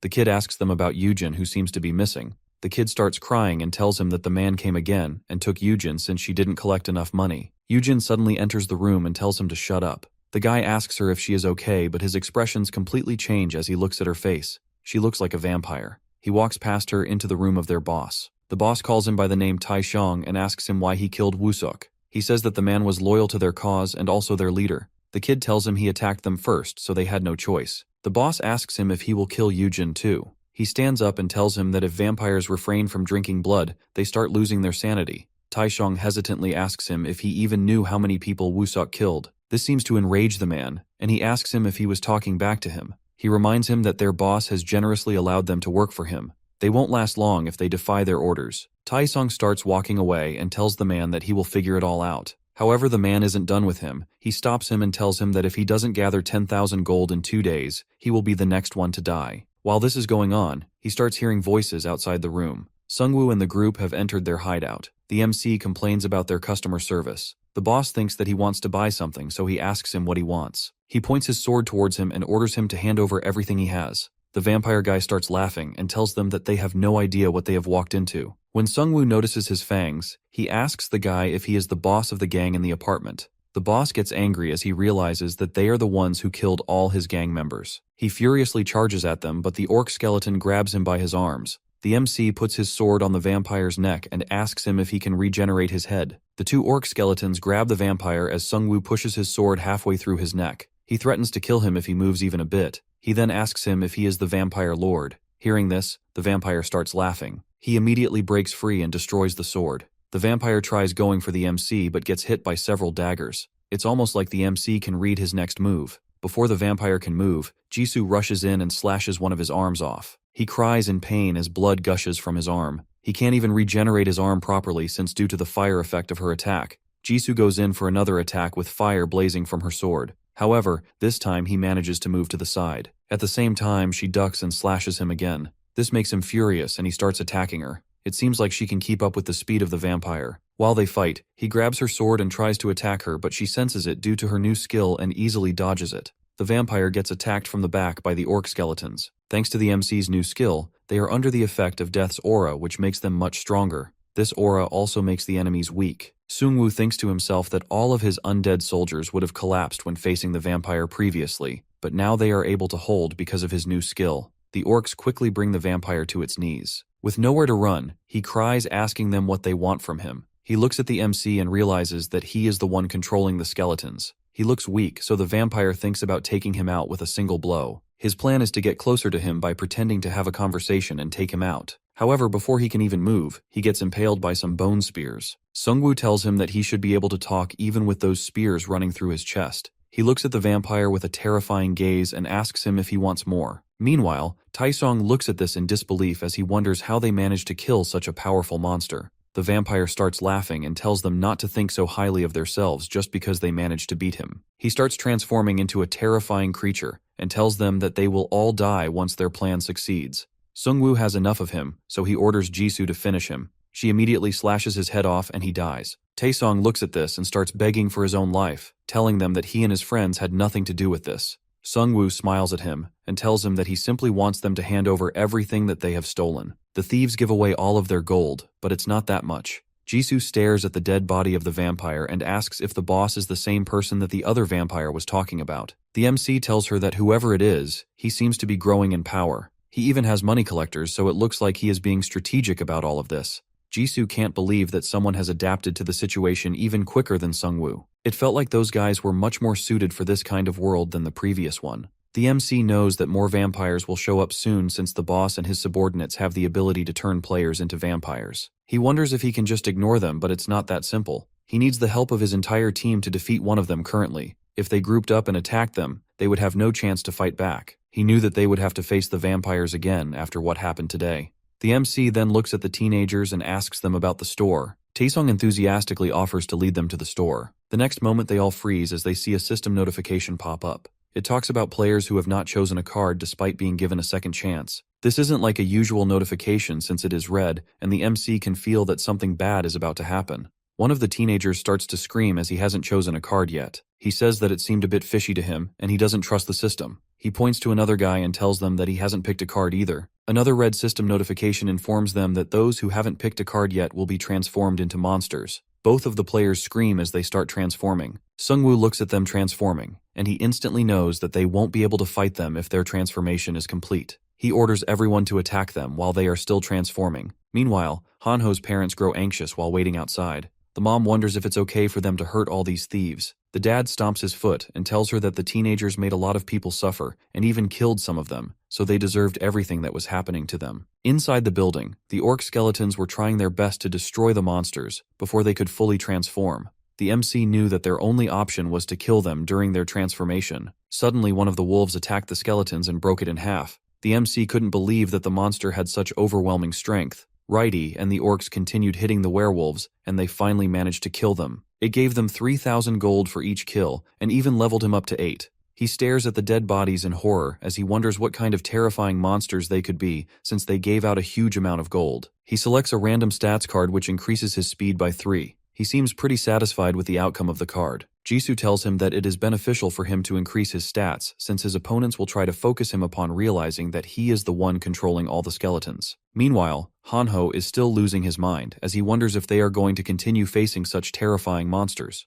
Hearing this, the MC tells him that he has a plan of his own. He will try to turn the monsters into his minions. He still hasn't tried it on humans since it might give him a bad name among other players. However, things are different now. There are a lot of other players who still haven't chosen a card. All of them will be transformed into monsters soon, and if he wants to fight them, he needs to stop caring about his reputation. As he turns the skeletons into his minions, he thinks to himself that they might even be able to go toe-to-toe against the vampires. Taishong watches in disbelief as his friend turns into a skeleton soldier for the MC. Sungwoo looks at him with a cold expression and asks him for the location of the store. Taesung explains to him that the store is located in a used car complex, and the people in charge of that place do all kinds of bad things. His group only goes around stealing, but the people there work directly under the vampires and hunt people for them. Hearing this, Sungwoo orders him to take him to those people. They walk into the car complex while surrounded by orcs and werewolf skeletons. The MC knows that something is off since he can't really see any guards in this place. Suddenly they hear a loud noise and he orders everyone to hide. They all watch as a bear monster fights a vampire. The vampire seems to be losing as the bear hits him with his iron chains. Sungwoo notices the chain and wonders if the vampires are holding the monster captive. He soon realizes that it was probably a human that they had kidnapped. They turned into monsters since they couldn't choose a card. When the fight seems to be over, the vampire gets up and rushes at the bear again. The bear is injured, but he slams the vampire back. The MC realizes that this is actually good. If he plays his cards right, he can put the bear monster under his control. As the two of them roar and go back to fighting, the MC orders his werewolf skeletons to attack them. One of them manages to stab the vampire, but the bear fights back. He tries grabbing the werewolf, but the other one comes in and slashes it using its sharp claws. The MC receives 3,500 gold for killing the bear. He has reached his maximum capacity, so he needs to destroy one of his skeletons to put the bear under his control. He destroys one of the orcs and replaces it with a powerful bear. The bear is huge and seems to be the maximum size for a mid-level minion. Suddenly Hanho notices their school bus parked among the other cars. The group realizes that the vampires have captured the students. Sungwoo realizes that if all the students on the bus were caught,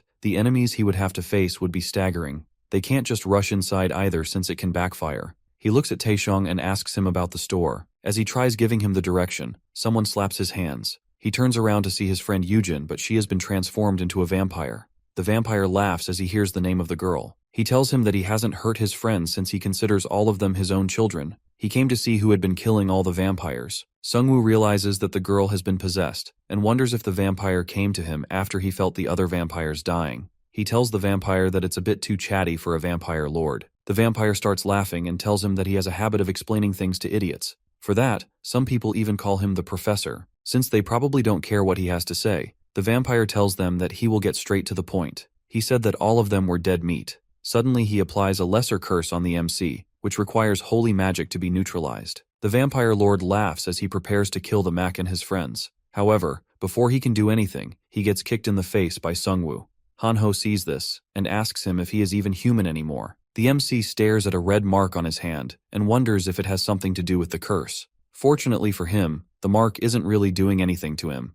Hanho shows up in his priest outfit, and reaches his hand out to him like an angel. The MC looks at him, and thinks that the country's standards have really fallen since someone like his friend can become a priest.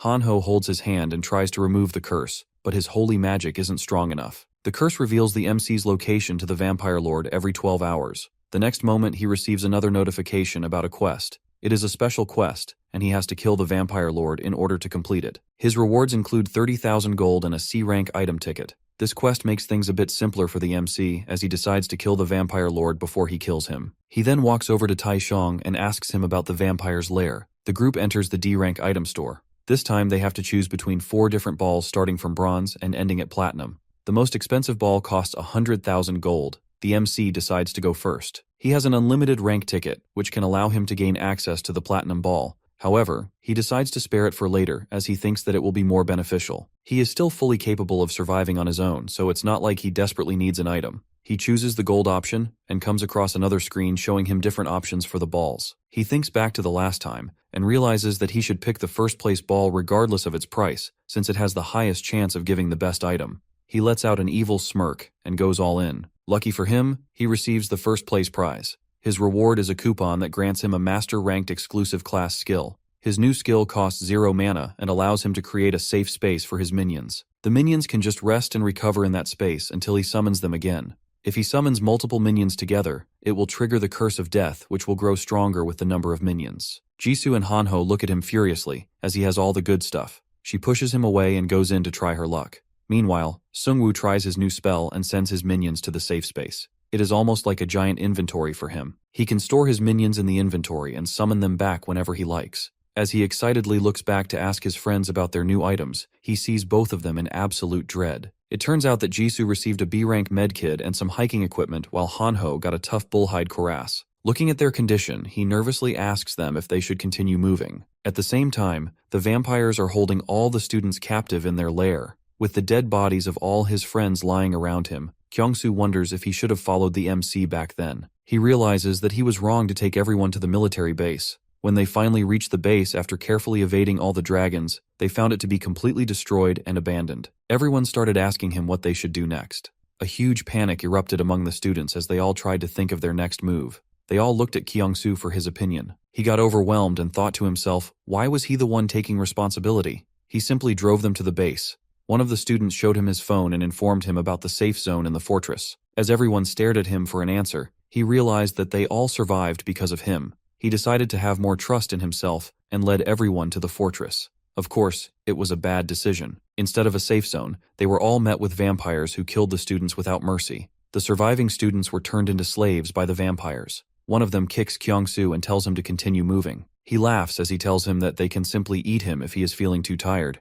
As the vampires talk about eating them up, he stares at them hopelessly. He knows that he will get killed just like the rest of his friends. As the vampires line up all the students, they notice a skeleton standing in front of them. It looks no larger than a minion and is pointing its sword towards them. The vampires laugh as they think that it is just another type of monster. One of them leaps and tries to tear it apart, but he gets impaled by multiple spears. Suddenly, Seungwoo's entire army shows up. Kyungsoo lights up as he realizes that the MC is here to help. When he walks in front of him, he realizes that he looks a lot stronger than he did last time. He wonders why there is a huge gap between them, when both of them are just college students. The vampires try getting up and prepare for another attack, but one of them instantly gets mutilated by the skeleton bear. The MC confidently stands among his army as he orders them to kill all of the vampires except one since he wants to interrogate them. Kyungsoo stares at the group in disbelief as he realizes that they are a lot stronger than he thought. It wasn't just the MC, Jisoo also looked much better now. The last remaining vampire begs for mercy as the orc skeletons hold him in place.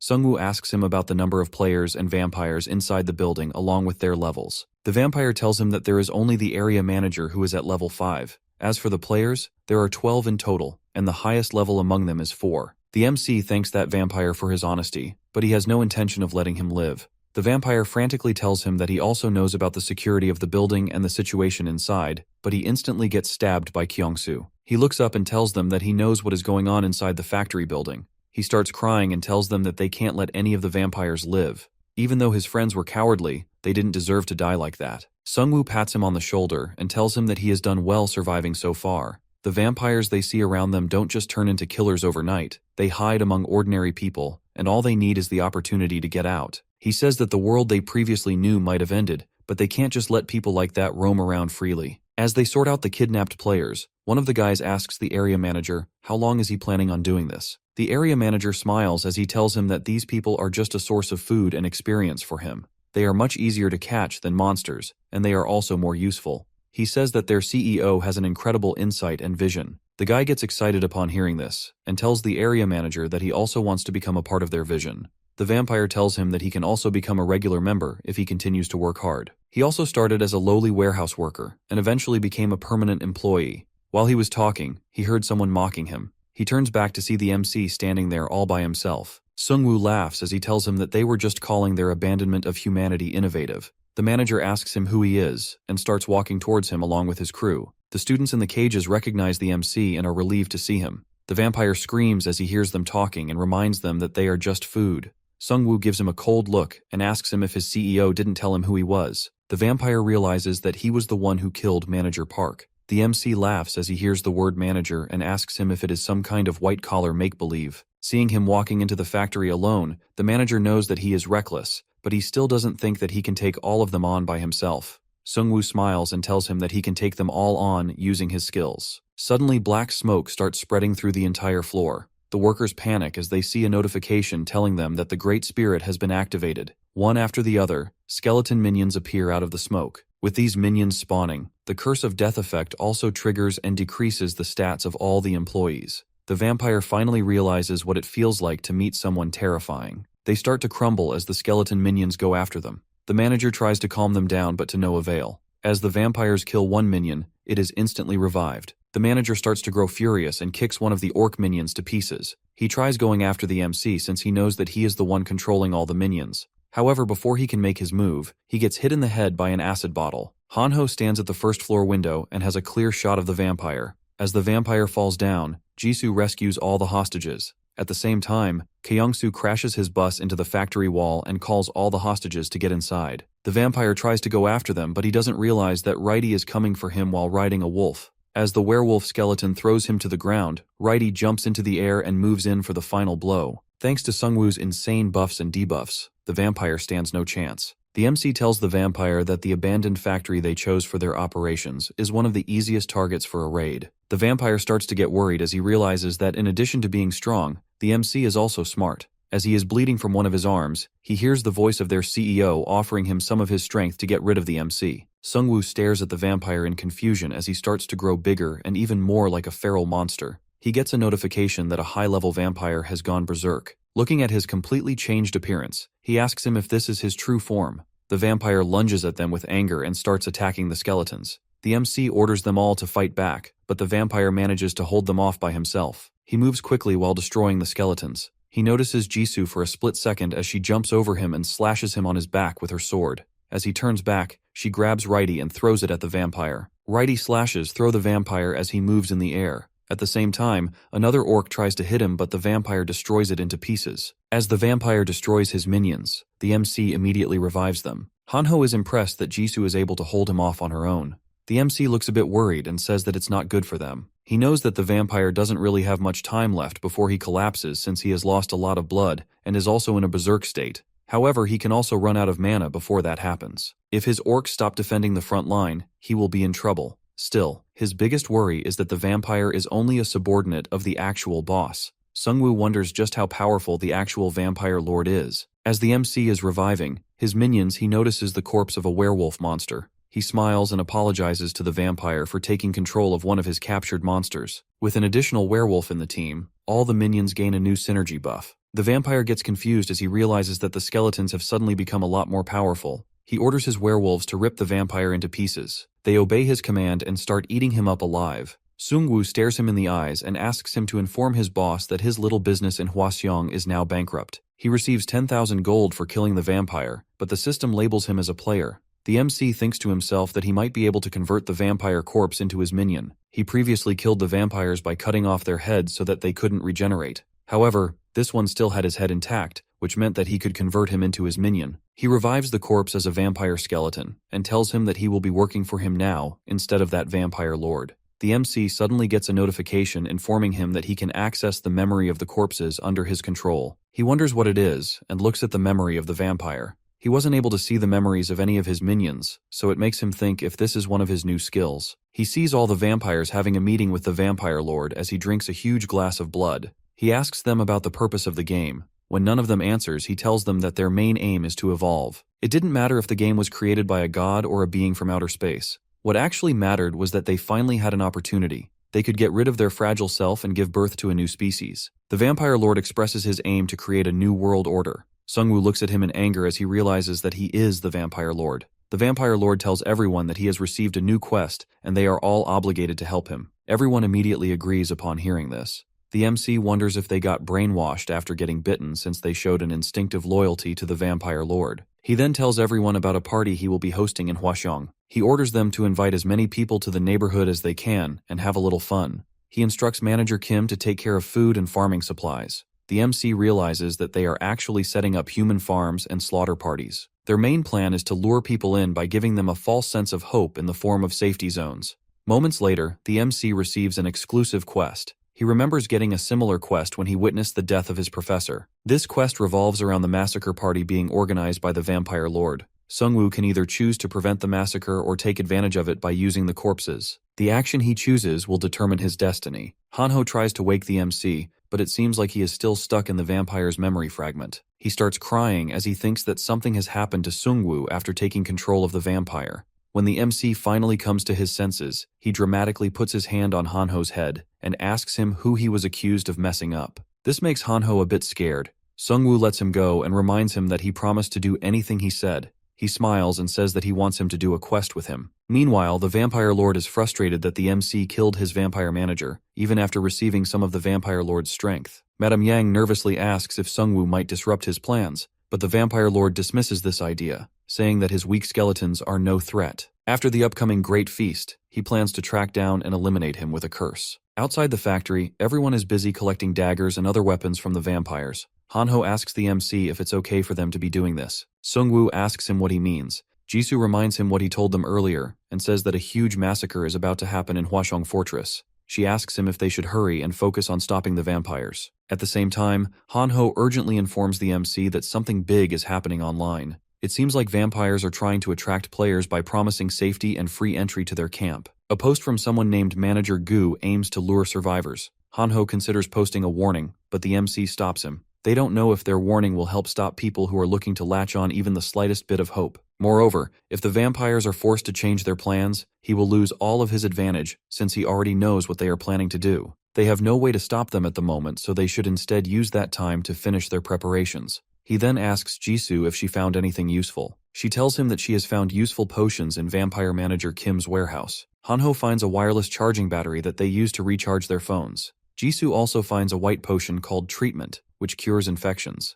Sungwoo immediately uses it on Taishong's friend, partially restoring her to normal. Taesong and his friends thank him deeply. The MC knows that the girl has been having a tough time until now. Even though the potion didn't heal her completely, it was still pretty effective. He turns to Taishong and warns him to watch over his friend in case the vampire lord possesses her again. He says that he will have to kill her if that happens.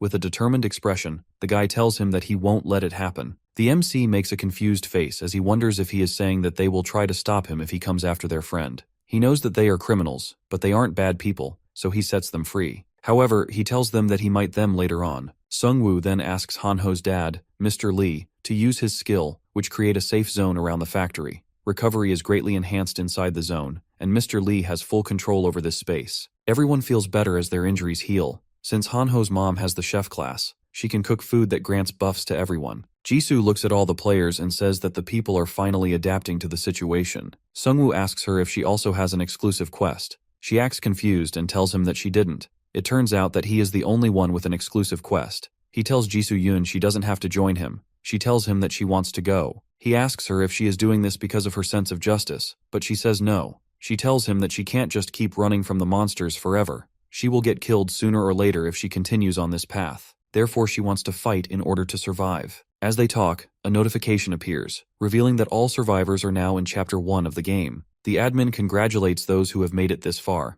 acknowledging the many lives lost, and explaining that those unable to adapt have turned into werebeasts. The real challenges are just beginning, as survivors must now fight both monsters and other humans. Only the bold will survive. The message includes 4 key warnings. The event will last 7 days, and no one can leave the Suwon and Hwashong Fortress areas during this time. Players will earn double the gold. Each second-round player who defeats a werebeast has a chance to receive a random combo card. Lastly, a boss monster will appear in each region, with powerful items as rewards for defeating them. These items cannot be found in shops. Sungwoo looks at the screen and realizes that they can't go to other regions anymore. Jisoo stands there with a determined expression and tells him that they must stay here and fight instead of running away. Hanho feels frustrated since Sungwoo is forcing him to join his dangerous quest. The MC tells him that Jisoo has been with them from the start, even though she is fully capable of surviving on her own. On the other hand, he's too weak to survive even a day alone. Changing the subject, Hanho mentions that people are responding to his recent post on the community forum. Most of the comments are varied, but one stands out from the prosecutor of Yeongdeung-po, a person who created a safe base with a level 3 pioneer skill and formed a guild called Independence.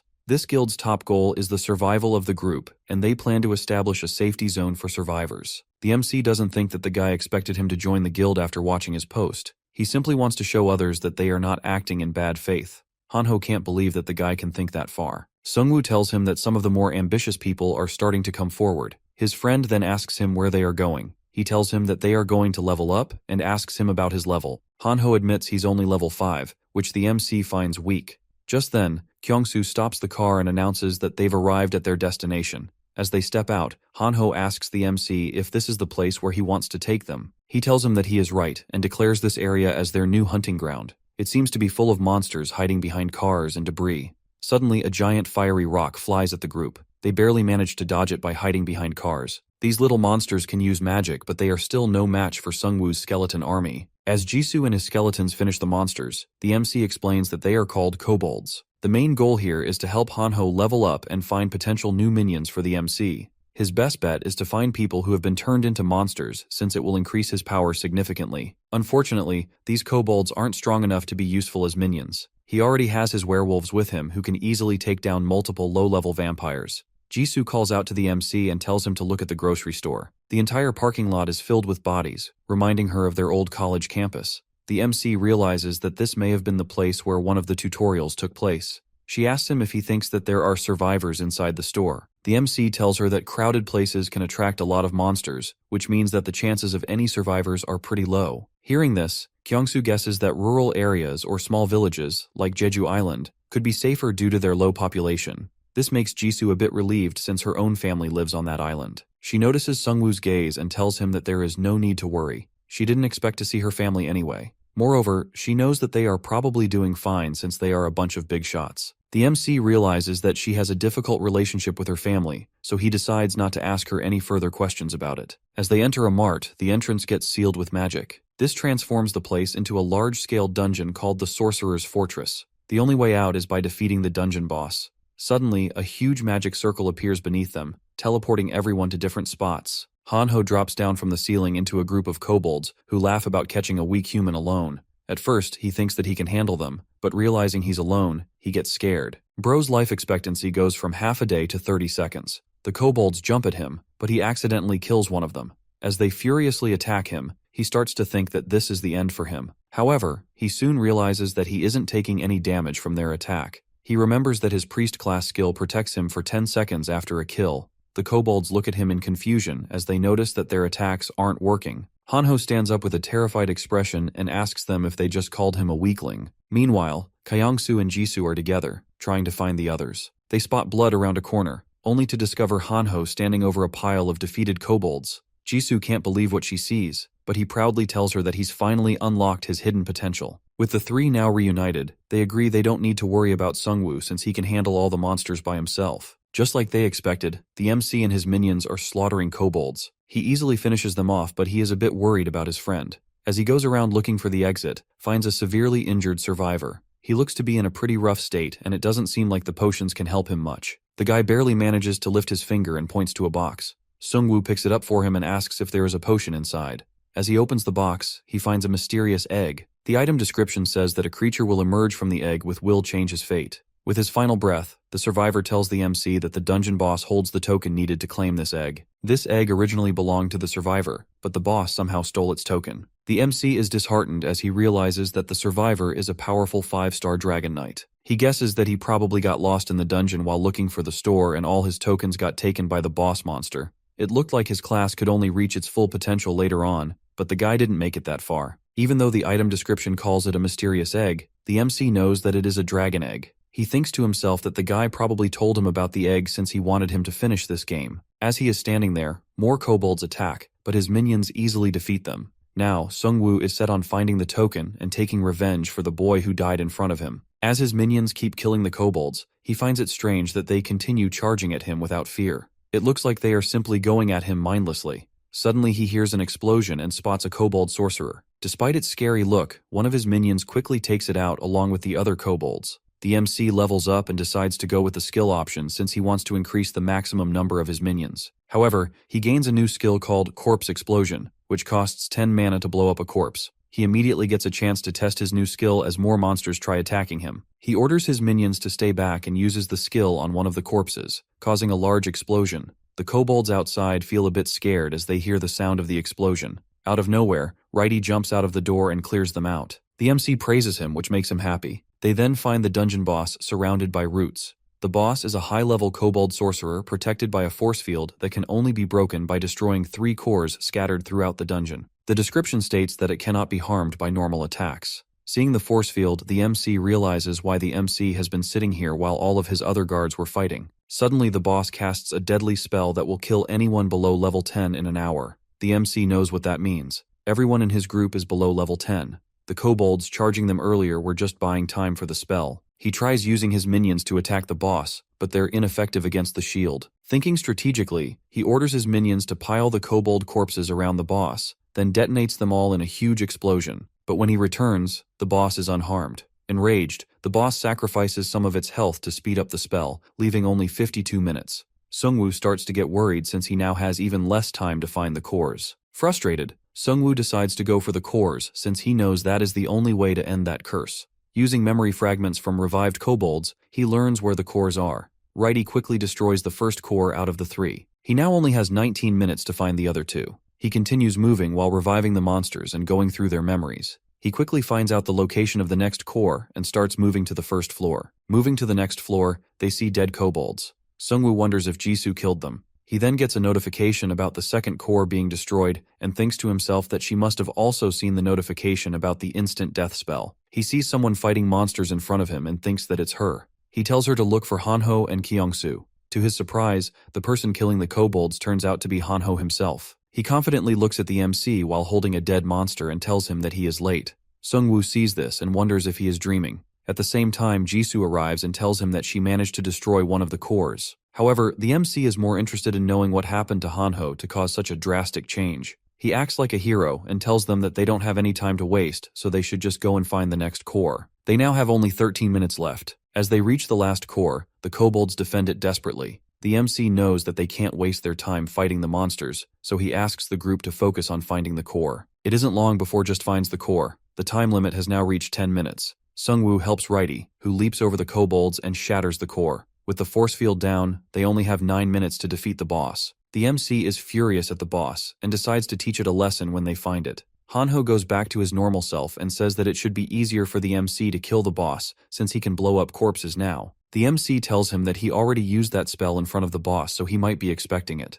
Hanho gives him the idea of blowing up the whole building, and it makes him think. He orders everyone to regroup and head for the boss room since they don't have much time left. They reach the boss in time, and a fireball from one of Seungwoo's kobold sorcerers disrupts the instant death spell. The MC looks at the boss in anger and asks if it has anything else up its sleeve. Enraged, the boss transforms into a fallen tree spirit. It lets out a roar and starts attacking the group. It smashes through his minions effortlessly. The boss attempts to strike the group, but they dodge at the last moment. Jisoo uses her fire sword to burn a branch, though it regenerates quickly. The MC tells her to get out of the way and orders his werewolf minion to throw dead kobolds at the boss. He detonates the bodies as they reach closer to the boss, injuring its face. Looking at the smoke, the MC thinks that it was enough to kill the boss, but it appears that the boss has regenerated. Suddenly, a fireball from a kobold sorcerer hits the boss from behind. The group bombards the boss with fire attacks, but even that is not enough since it keeps regenerating. Seungwoo tells them to keep attacking the boss. Suddenly, a notification pops up, telling them that the boss has lost all of its mana and will now be giving away its health.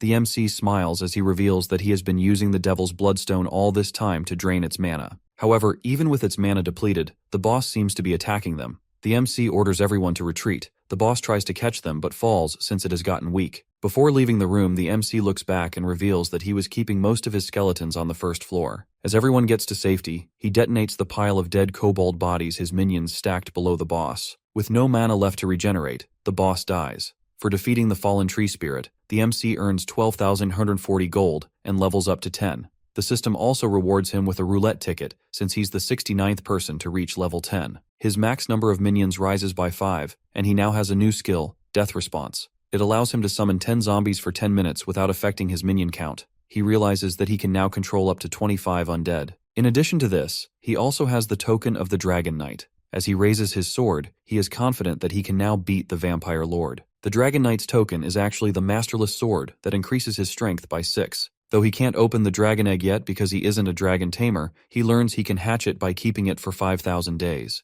He can also reduce that time by killing powerful monsters using that sword. The MC realizes that he will have to wait 13 years to use the dragon egg. Jisoo tells him that it must be the penalty for not having the right class for the sword. Sungwoo tells them that he can prove himself to the sword by killing monsters, which means the more monsters he hunts, the less time it will take for the egg to hatch. However, the sword also gives him strength, so he is quite happy to keep it. Hanho tells him that his phone is ringing. He receives a message from Taeseong, who was sent to Haegung Square to spy on the vampires. He reports that many people are there, but no vampires have appeared yet. The MC is relieved that he is still doing okay. While back at the factory, he ordered him to blend in with the rest of the survivors and keep an eye on the vampires. He also advised him to send him a private message if anything happens. Taesong happily accepted the job since he had been spending time with vampires all along. It seems like he still hasn't seen any vampires in the supposed safe zone. Just then, one of his orc skeletons informs him that they found 2 dead werewolves. The MC wonders if the tree spirit killed them. He revives them and adds them to his army. He now has 5 werewolves and his minion count is at 15. Now that he is fully equipped, the MC decides to head toward Hwaseong to eliminate the vampires. Meanwhile, survivors grow anxious since those who invited them are nowhere to be seen. From a nearby building, vampires watch as they wait for the right time to start killing the survivor. The vampire master enters the room and tells them that it's time for them to get ready. One of the vampires asks him if they are going to feast on the survivors, but the vampire master smirks and tells him that they are going to kill the guys who attacked the factory. The other vampires are confused since they thought they were going to party first. The vampire master tells them that the plan has changed since the guy is nearby. He wants him dead before he can disrupt their plans. The vampire master tells the others that the order is directly from the vampire lord, so they shouldn't hold back. Taesong spots the vampires heading out and immediately informs the MC through his phone. The vampires reach the elementary school as they go out looking for the MC. He is still under the vampire's curse, so they can track his location. They talk about how stupid he is to let his guard down. As they move further, they come across the body of a dire wolf. Looking at the claw marks, they find out that it was probably killed by one of his werewolf minions. They then notice a blood trail and start to follow it. The vampire master wonders how their area manager lost to a loser like this. They think that the MC is some kind of idiot who doesn't know that blood can attract monsters. One of the vampires sees that the blood trail leads to the auditorium. Upon finding the location of the MC, the vampire lord orders all of the other vampires to kill him as soon as possible. They know that he can control minions, but the vampire still thinks that he can beat him. He is expecting him to have 5 werewolf skeletons in his army. He is the vampire master and serves directly under the vampire lord. He thinks that he can easily handle 2 of them himself. Given their numbers, he is confident in their odds of winning. He leads the vampires inside and spots the MC with his minions. The vampires notice that he only has a few skeletons with him. This makes them even more confident, and they start to chase after him. As the MC runs, he leads all of them to a dead end. He stops and tells them that it will be their final resting place. The vampires start to get worried as they realize that something is wrong. He mentions that they were counting his skeletons and tells them that they don't know all of his skills. Hearing this, one of the vampires tries to mock him and asks if he has hidden a few more of his skeletons in the area. Sungwoo grins and tells him that he doesn't just command a pile of bones, he commands an army of them. With this, he summons the rest of his minions from the void and uses death response to bring in zombies. The vampires almost lose their minds when they see the zombies. Meanwhile, Sungwoo sits back and relaxes as his minions do the trick. Righty commands the skeletons to give them a small power boost, and the zombies start tearing through the vampires. The vampires almost feel suffocated due to the amount of debuffs. Sungwoo teaches them what happens when you try to fight an army of undead. One female vampire charges at the MC but is struck by kobold sorcerer's fireballs, and Righty finishes her off. The MC earns 2,000 gold for this kill. With the rest of the vampires dead, only the vampire master remains.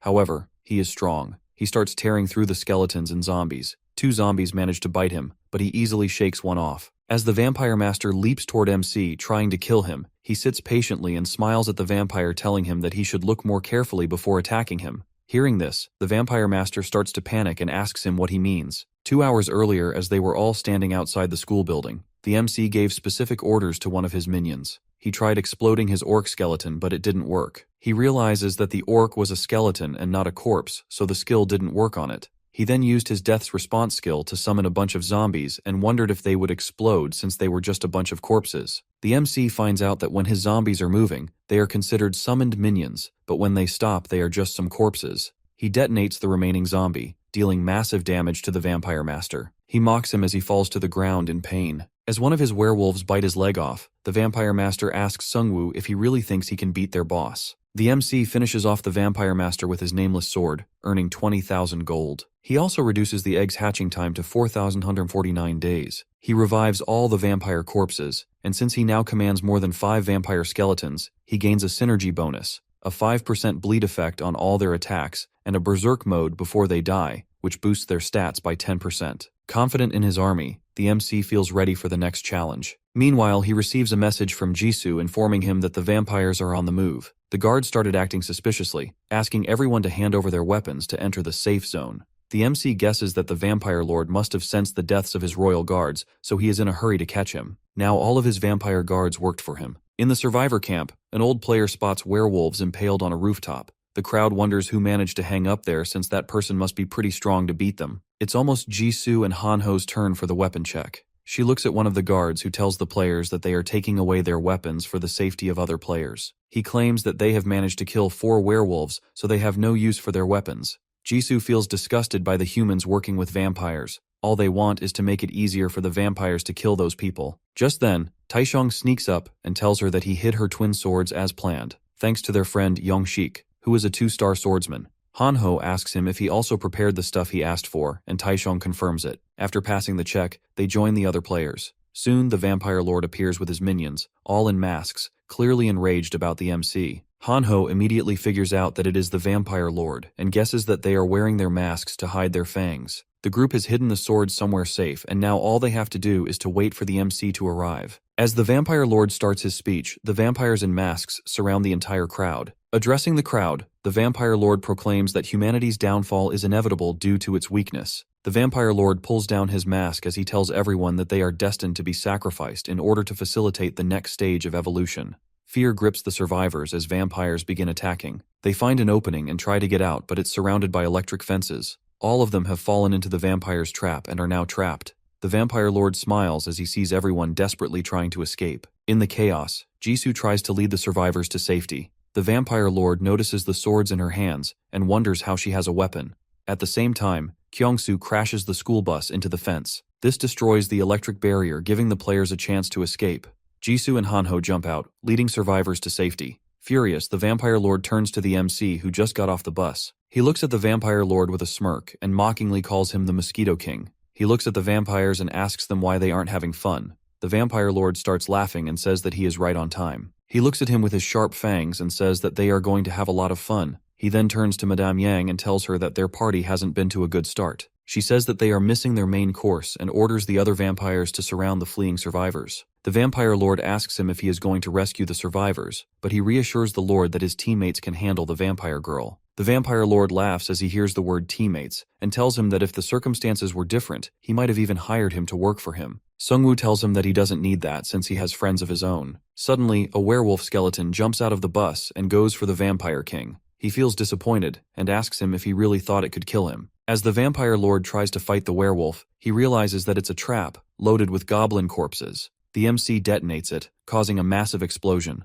All the vampires start to get worried as they see their boss on the ground. They tell themselves that he won't be defeated that easily. They see the MC going inside the bus and chase after him, but all they find inside is a bunch of monster bodies. Sungwoo escapes through a hole just as he detonates the bus, taking out a large number of vampires. Meanwhile, Madame Yang is hunting the survivors with human collaborators. The humans following her hear the explosion and wonder if something has happened to the vampire lord. She assures them that he is too powerful and can't be killed by the MC. She tells them to focus on hunting the survivors instead. However, as she looks back, she sees both of them dead on the ground. She senses a deadly presence behind her and narrowly dodges an attack from Jisoo. She looks at the vampire girl with fire in her eyes as she prepares to take her on by herself. Hanho and Taesong manage to lead the survivors to a safe place. Everything seems to be going well for them thanks to Sungwoo's plan. Hanho has his daggers with him just in case, but they hope that they don't need to use them. Unfortunately for them, a vampire appears from behind. The vampire lord had stationed him there to guard the perimeter. The vampire mocks them for getting caught and asks them if they will help him to level up.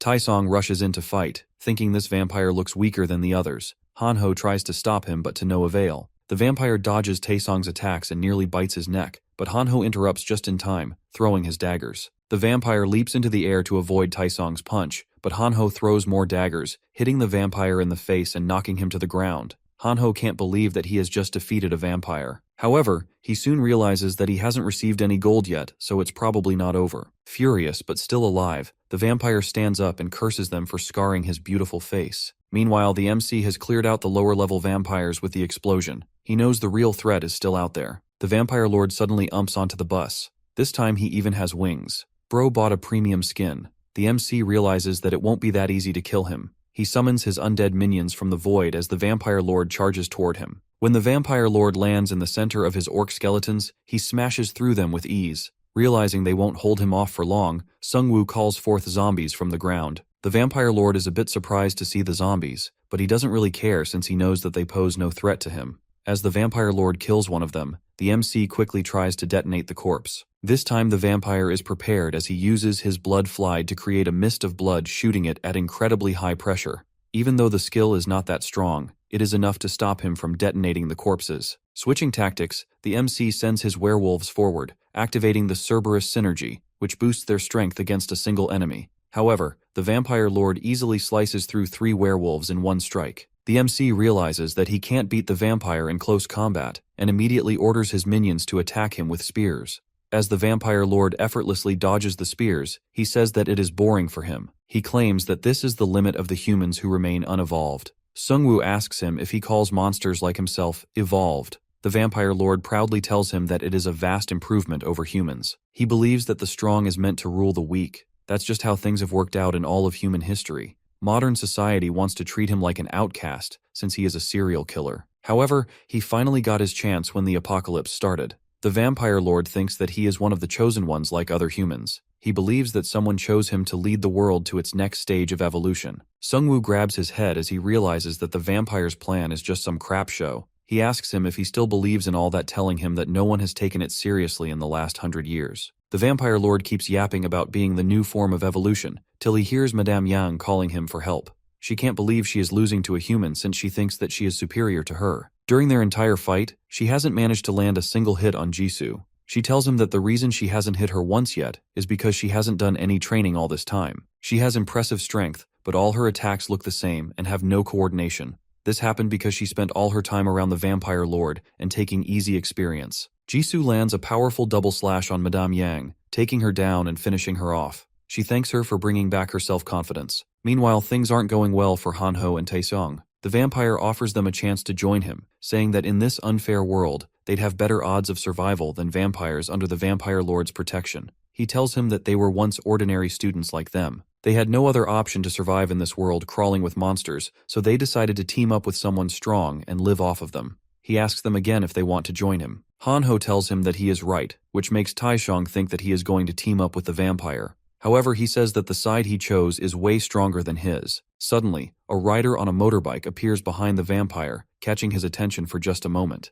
Seizing the opportunity, Hanho throws a dagger. The vampire dodges, and the dagger hits the rider in his chest. Fortunately, he is unharmed because he has a minion sitting in front of him. Turns out, it was all part of Hanho's plan, and his real target was the goblin. He turns into his Gigachad form and stands confidently in front of the vampire. The vampire starts to tremble as he sees him in this form. He tries to hit him with full force, but it doesn't affect him. The vampire feels like he is hitting a metallic wall. Hanho towers over him and hits him with rapid stabs using his high-speed slash skill. Taesung and Kyungsu also join the fight, attacking the vampire together. The vampire tries to strike Taesung, but Hanho blocks the attack with his body. He tells the vampire that he has been boosting his agility all this time to evade his enemies, so he has no chance to run away. He acts as a punching bag for the vampire while the other two try to finish him off. The vampire senses that their individual attacks aren't strong enough, but when combined, they can actually knock him out. Moreover, they also have a fast-moving tank to protect him. While hitting the vampire with his dagger, Hanho realizes that he is losing his power. The vampire also figures out that his skill must have a time limit. Right then, a goblin gets thrown at Hanho, which he kills with his knife, reactivating his skill. One of the guys is assigned to throw goblins at him from a safe distance. Hanho taunts the vampire, telling him that he can keep powering up as many times as he wants since they have plenty of goblins on standby. He reminds him how he said that living with the strongest was the best way to survive. He says that he was completely wrong. True survival happens through friendships with people you can trust. Bro is about to defeat a vampire with the power of friendship. He hits a weird pose and says that they survive with love and peace. The vampire trembles in fear and claims that he is losing since they are ganging up on him. He is not wrong though. Meanwhile, the vampire lord grows furious at his elite vampire's failure as he watches them die one by one. Sungwoo tells the vampire lord it's his turn next and that he already knows all his weaknesses. First, the vampire lord can't use weapons. Initially, he thought that they had no use for weapons since they had sharp claws, but after controlling some vampires as his minions, he came to know that it was a penalty for their class. Considering the type of weapons, it is a huge disadvantage for them.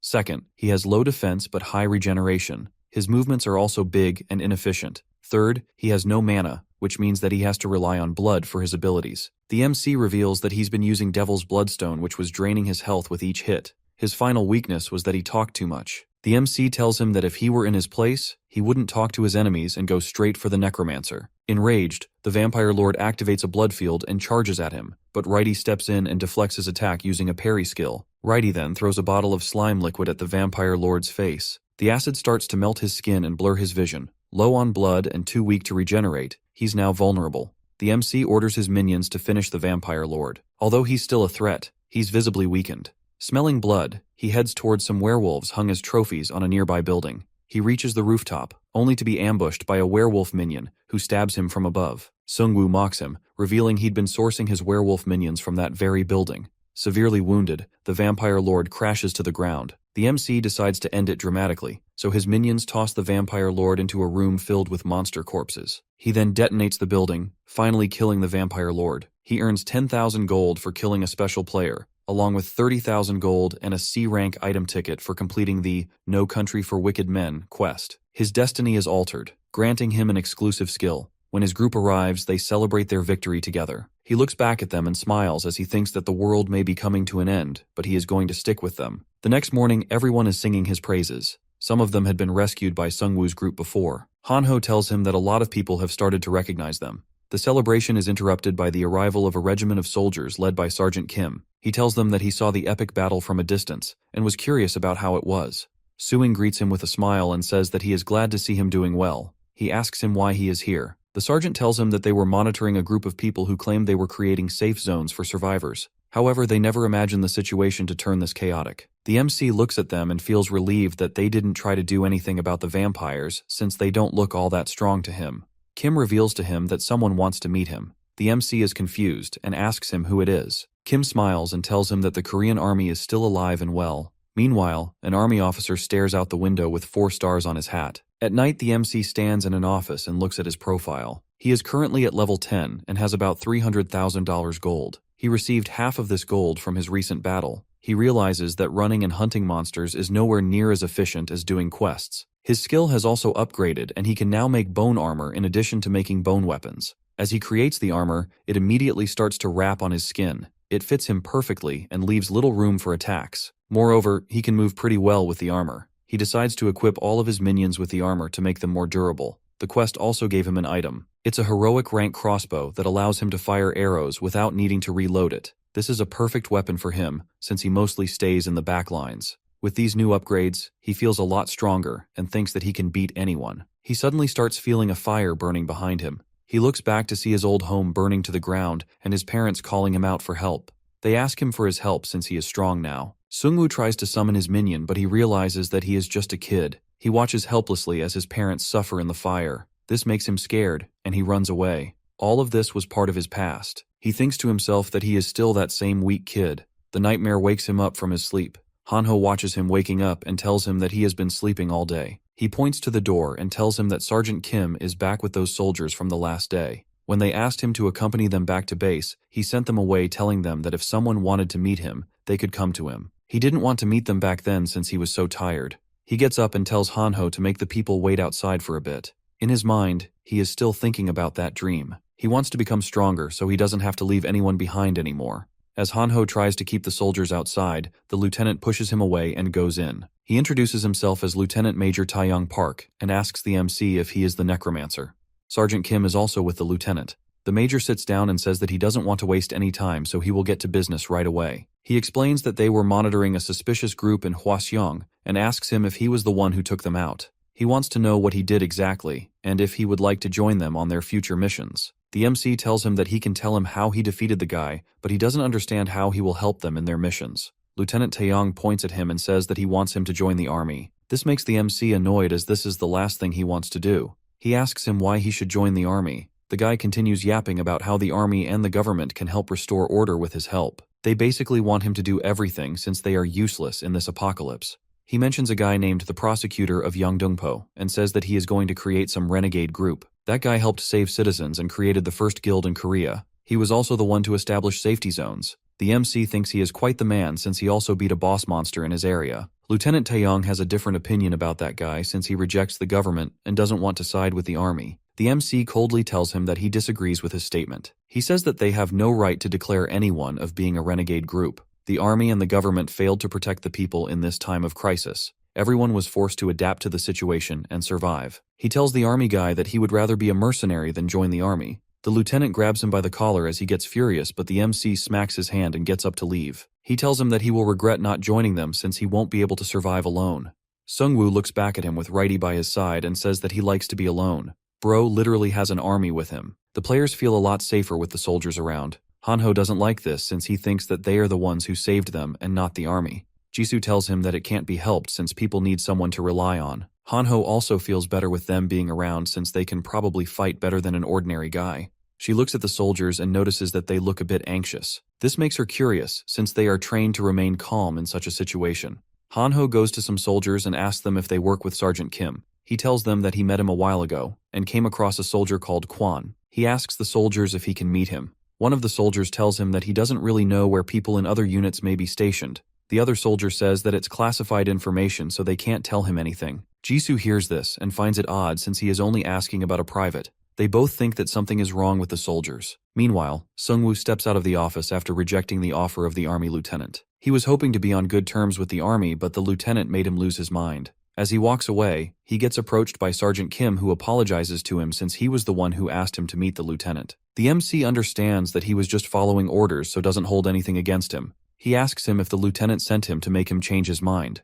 As Kim nervously laughs, Sungwoo sighs and says that the army must really need him. The sergeant tells him that they do need him, but the way the battalion commander talked to him was not right. He then gets closer to him and says that he wants to show him something top secret. As the two of them move through the underground parking lot, the MC wonders what the secret could be. The sergeant raises his hand and signals him to stop since there are several soldiers ahead. He tells him that they can get executed if they are found out. However, the soldiers are all demoralized, so he thinks they can sneak past them. This makes the MC even more curious about the secret since the sergeant is willing to put his life on the line. The two of them move down some stairs and enter a room. Here the sergeant shows him a glowing crystal stored in a box. He explains that it is called the Prophecy Stone. There are several of them scattered throughout the world, and whoever touches them can see a vision of the future. If someone finds the stone, it puts them at a huge advantage compared to other players. Sungwoo finally touches the stone and starts to experience a vision. He is floating in the air almost as if he is in a dream. Suddenly a skeleton wyvern flies past him. As he looks below, all he can see are corpses. It seems like the entire city has been turned into undead minions. As he looks through the skeletons, he notices himself and Jisoo standing among them. Hanho, like always, is below, among the less important minions. The MC realizes that the one responsible for all of this is the Lich King, who stands on top of the minion army. As he is watching the Lich King, he suddenly turns towards him and burns him into ashes. The MC is sent back to his own body, and a system notification informs him that the events will occur on January 1st. He starts to tremble and grabs his arm. The sergeant tells him that he saw an army of skeletons in his vision, and it made him think of him. Sungwoo receives an exclusive quest where he has to seize the Grim Reaper's scythe. He needs to be level 15 in order to find out the location of the scythe, and if he can't do it before January, he will be overpowered by the Lich King, thus making the vision true. He faces palms as he realizes that he has another quest because of the sergeant. He only has 2 months left to reach level 15 and to find the scythe. He did look badass in the vision he saw, but he doesn't want to live that future. He asks the sergeant about the boss monster of their area. He has been avoiding them since it was a bit risky to find them, but now he has no time to be cautious. Moreover, they are the quickest way to level up. Sergeant Kim tells him that he does know of a boss monster, and it is the greatest source of frustration for the lieutenant. His biggest aim was to clear the area of any monsters and to re-establish stability. However, that is impossible without players like him. Hearing this, the MC agrees to help him defeat the boss monster, but he says that he isn't doing it for free. He wants to be paid for his service. The soldiers go back to the commander and tell him that the MC is demanding over 100,000 gold to join them. This makes him enraged, and he asks how he dared to make such a demand. One of the soldiers tells him that they don't really have anyone as powerful as him. He has seen him fighting vampires by himself, and it looked shocking. The commander thinks for a second and asks him if he thinks that Sergeant Kang could beat him. The soldier tells him that Sergeant Kang might be strong, but the MC has an entire army with him. The commander really doesn't want to agree to his demands, but the soldier explains that no matter what they try, they can't beat him since he is even more powerful than a battalion. As the lieutenant starts thinking again, Sergeant Kim arrives and tells him that hiring the MC would be more tea than worth it. He assures him that he is true to his words. The army troops bring in about 60,000 gold per day, so they have to pay the MC almost 2 days' worth of gold. The commander knows that it is too much, but he has no other choice since they have to secure the strategic points. One of those points is the 0-1 fighter wing. A terrifying monster has taken control of the airstrip, which prevents the army from using their planes. They tried sending in dozens of men, but none of them stood a chance against the monster. If they can get rid of the monster, they will be able to travel by air. Keeping all of this in mind, the commander finally agrees to the demands of the MC. However, he promises to make him pay someday. As one of the soldiers hands him the agreed amount of gold, he asks him to proceed with the mission as soon as possible. Sungwoo can't leave the area for 5 days because of the event. He asks the soldier if it's okay for him to beat the monster within those 5 days. The soldier tells him that they need to repair the airport and also access damages, so he has to do it in 3 days. He also introduces him to Sergeant First Class Kang, who is a survivor of the team who was sent to take out the monster. The sergeant looks at the MC and says that he will be his assistant even though his rank is higher than him. He asks him his level, expecting it to be lower than his own. However, Sungwoo confidently tells him that he is level 10. This shocks the sergeant and he asks him if he has been using some sort of cheats. He says that he has been hunting orcs non-stop, but his level is still not that high. The MC coldly tells him that he just needs to hunt stronger monsters. The sergeant is clearly getting mad. He tells him that the boss inside the airport is on a whole different level. The MC thanks him for the advice and tells him to try to level up in the next 3 days. Meanwhile, the survivors are looking for him since they trust his protection. Kyungsoo looks at them and realizes that there are even more people to protect now. He wonders what they are going to do with all these people. He has instructed Hanho's dad to only deploy the safe zone when there is a danger, since it costs gold to maintain. The mother asks him what they should do now. He tells her they will create their own town with the remaining survivors. Everyone that survived must have some kind of abilities that they can put to use. The people well suited for everyday tasks can be builders. People who are good at fighting can act as hunters. Their main goal is to increase their gold and military strength. Hanho's parents start clapping for him as they hear his plan. He tells them that it wasn't his idea and he was simply instructed by the MC. He feels like he doesn't deserve their praise since he failed the people who put their trust in him. Seeing him like this, Hanho's dad gave him some words of wisdom and told him that he tried his best to lead those people, and this is something that requires courage to do. Meanwhile, the MC and his group stand among flames and a pile of monster corpses. Hanho looks around and says that it looks like a slaughter. The MC tells him that he is not wrong since they have gotten quite strong. The monsters who try to attack them get killed on the spot. Those who try to call for help have to face his minions. Those who try to attack in a large group get blown by his explosions, and if there are still any of them left, he finishes them off with his crossbow. As the group walks inside the building, they come across a marker with a hammer sign on it. The MC wonders what it means and decides to go inside the room. Inside, he finds various crafting tools and gets a notification informing him that he can combine 3 of his items. The combination will cost him 100,000 gold. The MC is in disbelief as he realizes that he can combine his legendary items. He wonders how powerful the resulting item will be. The MC has the Tear of the Sea Spirit, which he got from the store, and the Devil's Bloodstone, which he received after killing the Orc Chief. He also has the Slime Core from the Slime Boss. He thinks to himself that he should collect items that can be combined together. Hanho reminds him that the resulting item will be something random. He hopes that it will turn into an item that he can use. Sungwoo tells him that he is lucky, so it probably won't happen. The system notifies him that the combination process will cost $100,000 gold, and there is a 2% chance that he can lose his items. He proceeds with the process anyway. The items finish combining, and the MC receives a new item. This item is called the Chaos Crystal. It grants the player the Chaos attribute, which increases their mana and mana regeneration, while also giving them the ability to steal health and mana with their attacks. Sungwoo wonders if the Chaos attribute is different from the Devil's attribute which he previously had. He was expecting to get an item above legendary rank, but this was also an upgrade. Previously, he had to drain all of the mana from the enemy before he could absorb their health, but now he can steal them both at the same time. Both of his friends congratulate him on his new item. As Jisoo steps forward towards the crafting machine, she also gets a notification that she can craft 2 of her items. It will cost her 15,000 gold. After combining, she receives a blade that has an on-off ignition function. The blade also causes burns when she hits an enemy. She looks quite satisfied with her new item. Hanho looks at the 2 of them and slams the crafting table in anger, asking about his combined item. However, he doesn't get a notification. Sungwoo feels bad for him and tells him that he will buy him something from the store. When they reach the old car complex, they find out that the store is entirely destroyed. Hanho starts crying and asks them who did it. The MC looks at the broken screen and tells them that it wasn't the job of a monster. There is some writing engraved on the wall warning them of a new species that is going to replace them. The writing looks like claw marks, but it's too perfect to be written by a monster.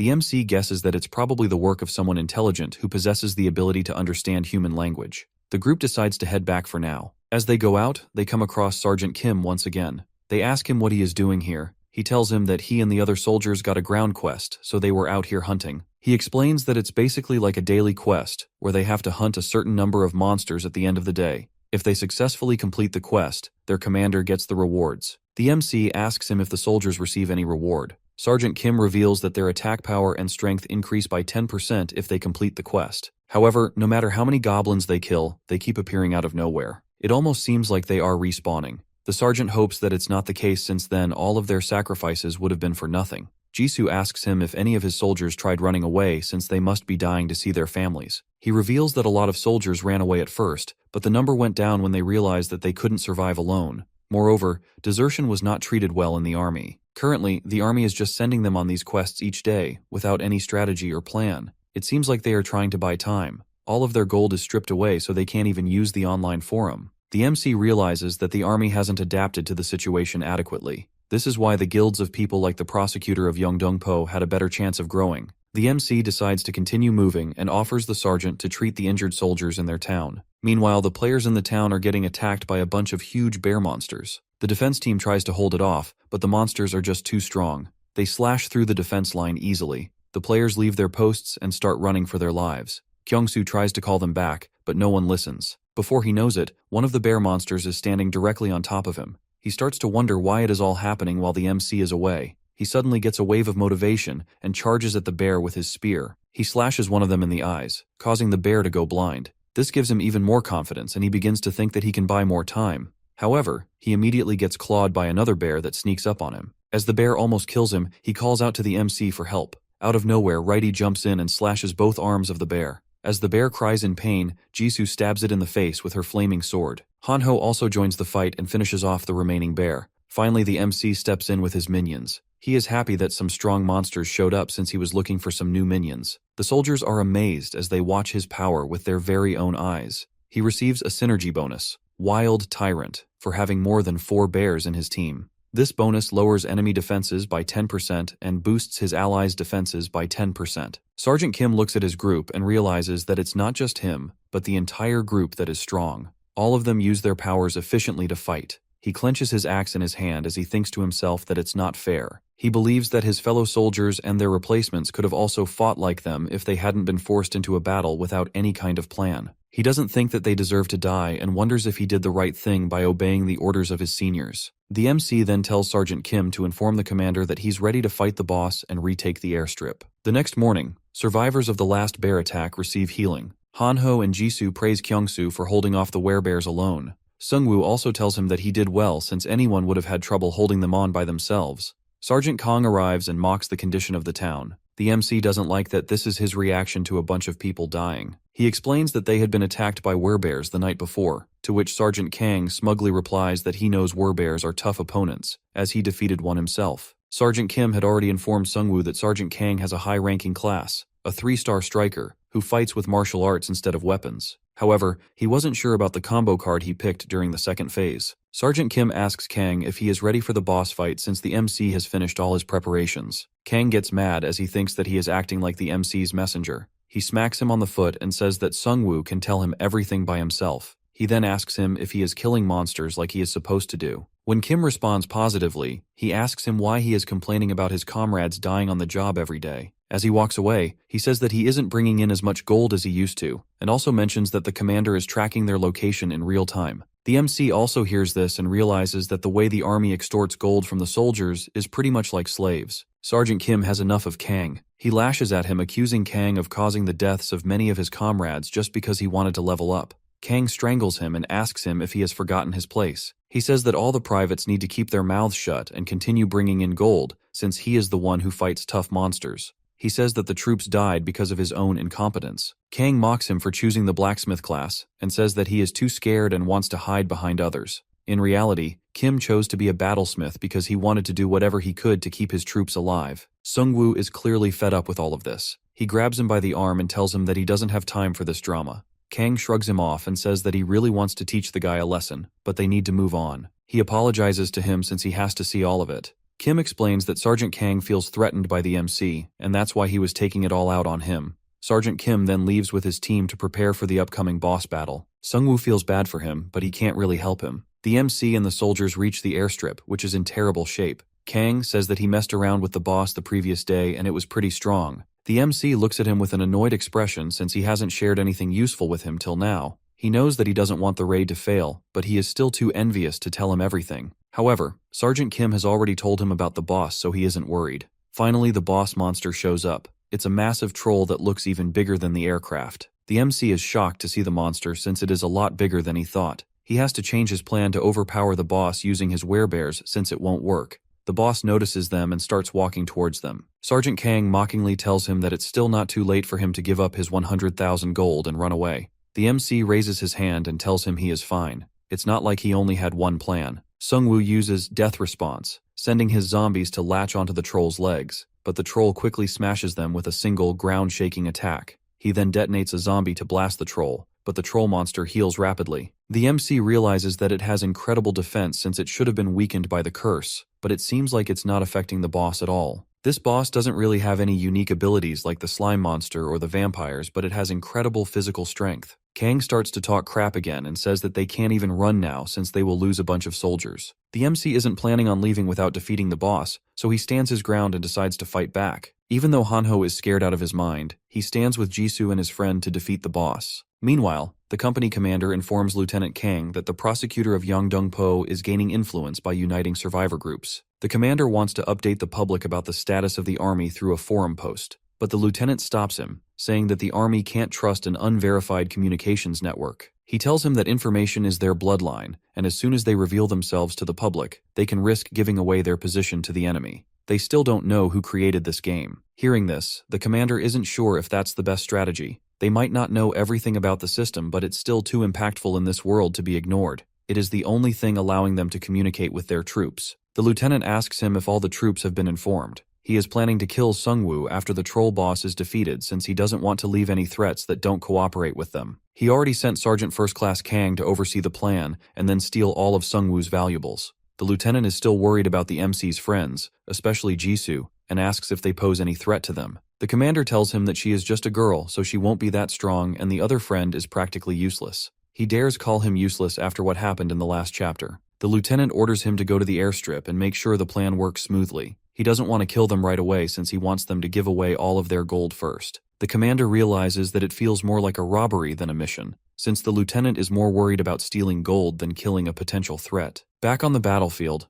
Hanho tanks all of the troll's attacks with his invincibility skill, barely feeling the impact. As the troll tires, Jisoo stabs him from behind, leaving her sword embedded with an invincible rope attached. Hanho then circles the troll with the rope, surprising Kang, who thought that the MC's friends were just leeching off him. After seeing them in action, he wonders if Sungwoo got famous by taking credit for their achievements. Hanho's invincibility is about to expire, but Sergeant Kim has a fresh supply of goblins ready to recharge him. Hanho throws a knife to take out some goblins, which reactivates his force field. Sergeant Kang is in disbelief to see that he is killing goblins while fighting the boss, but he soon realizes that his skill requires him to kill monsters in order to stay in effect. He looks at Jisoo and thinks that she isn't trained for human combat. He believes that he can still take her out since fighting humans, and monsters is a completely different thing. However, he didn't expect himself to end up in a situation like this. He wonders if he should just kill the MC right now. As Sungwoo stares down the monster, he has a flashback of their plan. Hanho and Jisoo suggested tying down the monster's feet using a rope. He thought it was too dangerous, and said that it was better for his minions to do this job. Jisoo told him that if his minions were killed, their entire plan would fail. Moreover, the two of them were quicker than the minions, so they had a better chance of tying him up. The MC still was skeptical about the plan's safety, and told them that he needed time to think. Jisoo told him that he wasn't their babysitter, so he didn't have to think about them so much. They were partners, and he needed to trust them. Back in the boss fight, the MC watches as the two of them successfully tie down the boss monster, causing it to collapse. He tells them that he is impressed by their growth. Now, it's his turn. He uses his Great Spirit skill to summon all of his minions from his inventory. Sergeant Kang is terrified upon seeing this and wonders if this is the true power of a necromancer. One of his minions hands him the Dragon Knight's masterless sword, and he charges the boss. With the boss tied down, they all start attacking him non-stop. The boss manages to eat one of the orc skeletons as it tries to hit him, but the MC immediately detonates the skeleton's bag full of corpses, causing a massive explosion in the boss's mouth. He then steps up and strikes the boss's head with the masterless sword, finishing it off. For killing the boss, he earns 220,000 gold and levels up to 11, boosting all his stats by 2 points and receiving a special item chest. By killing the boss with the masterless sword, he reduces the egg's hatching time by 98 days, leaving 4,950 days until it hatches. As his level-up skill, he selects the Great Bone Weapons card, allowing him to create more weapon types from bones. Sergeant Kang can't believe that the boss is dead. The MC looks at him and tells him that he has fulfilled his contract. He says that he will be keeping the corpse of the boss since his only mission is to kill it. Kang wonders if he will be able to kill him if he attacks him now. He has 20 soldiers behind him, so he is feeling confident. He plans to get closer to him and break his neck in one go. Sungwoo smiles since he already knows what the sergeant is thinking. He tells him that it's too late for that. Realizing that he has been exposed, Kang tries to hit him up front. His attack causes a huge explosion, but the MC manages to block it using his shield. Kang is in disbelief to see that his surprise attack failed. He orders the soldiers to take care of the minions while he fights the MC. He thinks that the MC will be too weak to fight without his skeletons. As he attacks him again, Sungwoo defends it with his shield and it breaks. He tries to hit him back with the sword, but Kang kicks his arm, throwing the sword away. He laughs as he thinks that the MC is out of weapons. Suddenly he gets slashed in the face with a dagger. He quickly retreats, but the attack leaves a cut on his face. He asks the MC how he managed to obtain the dagger when he clearly didn't have anything a second ago.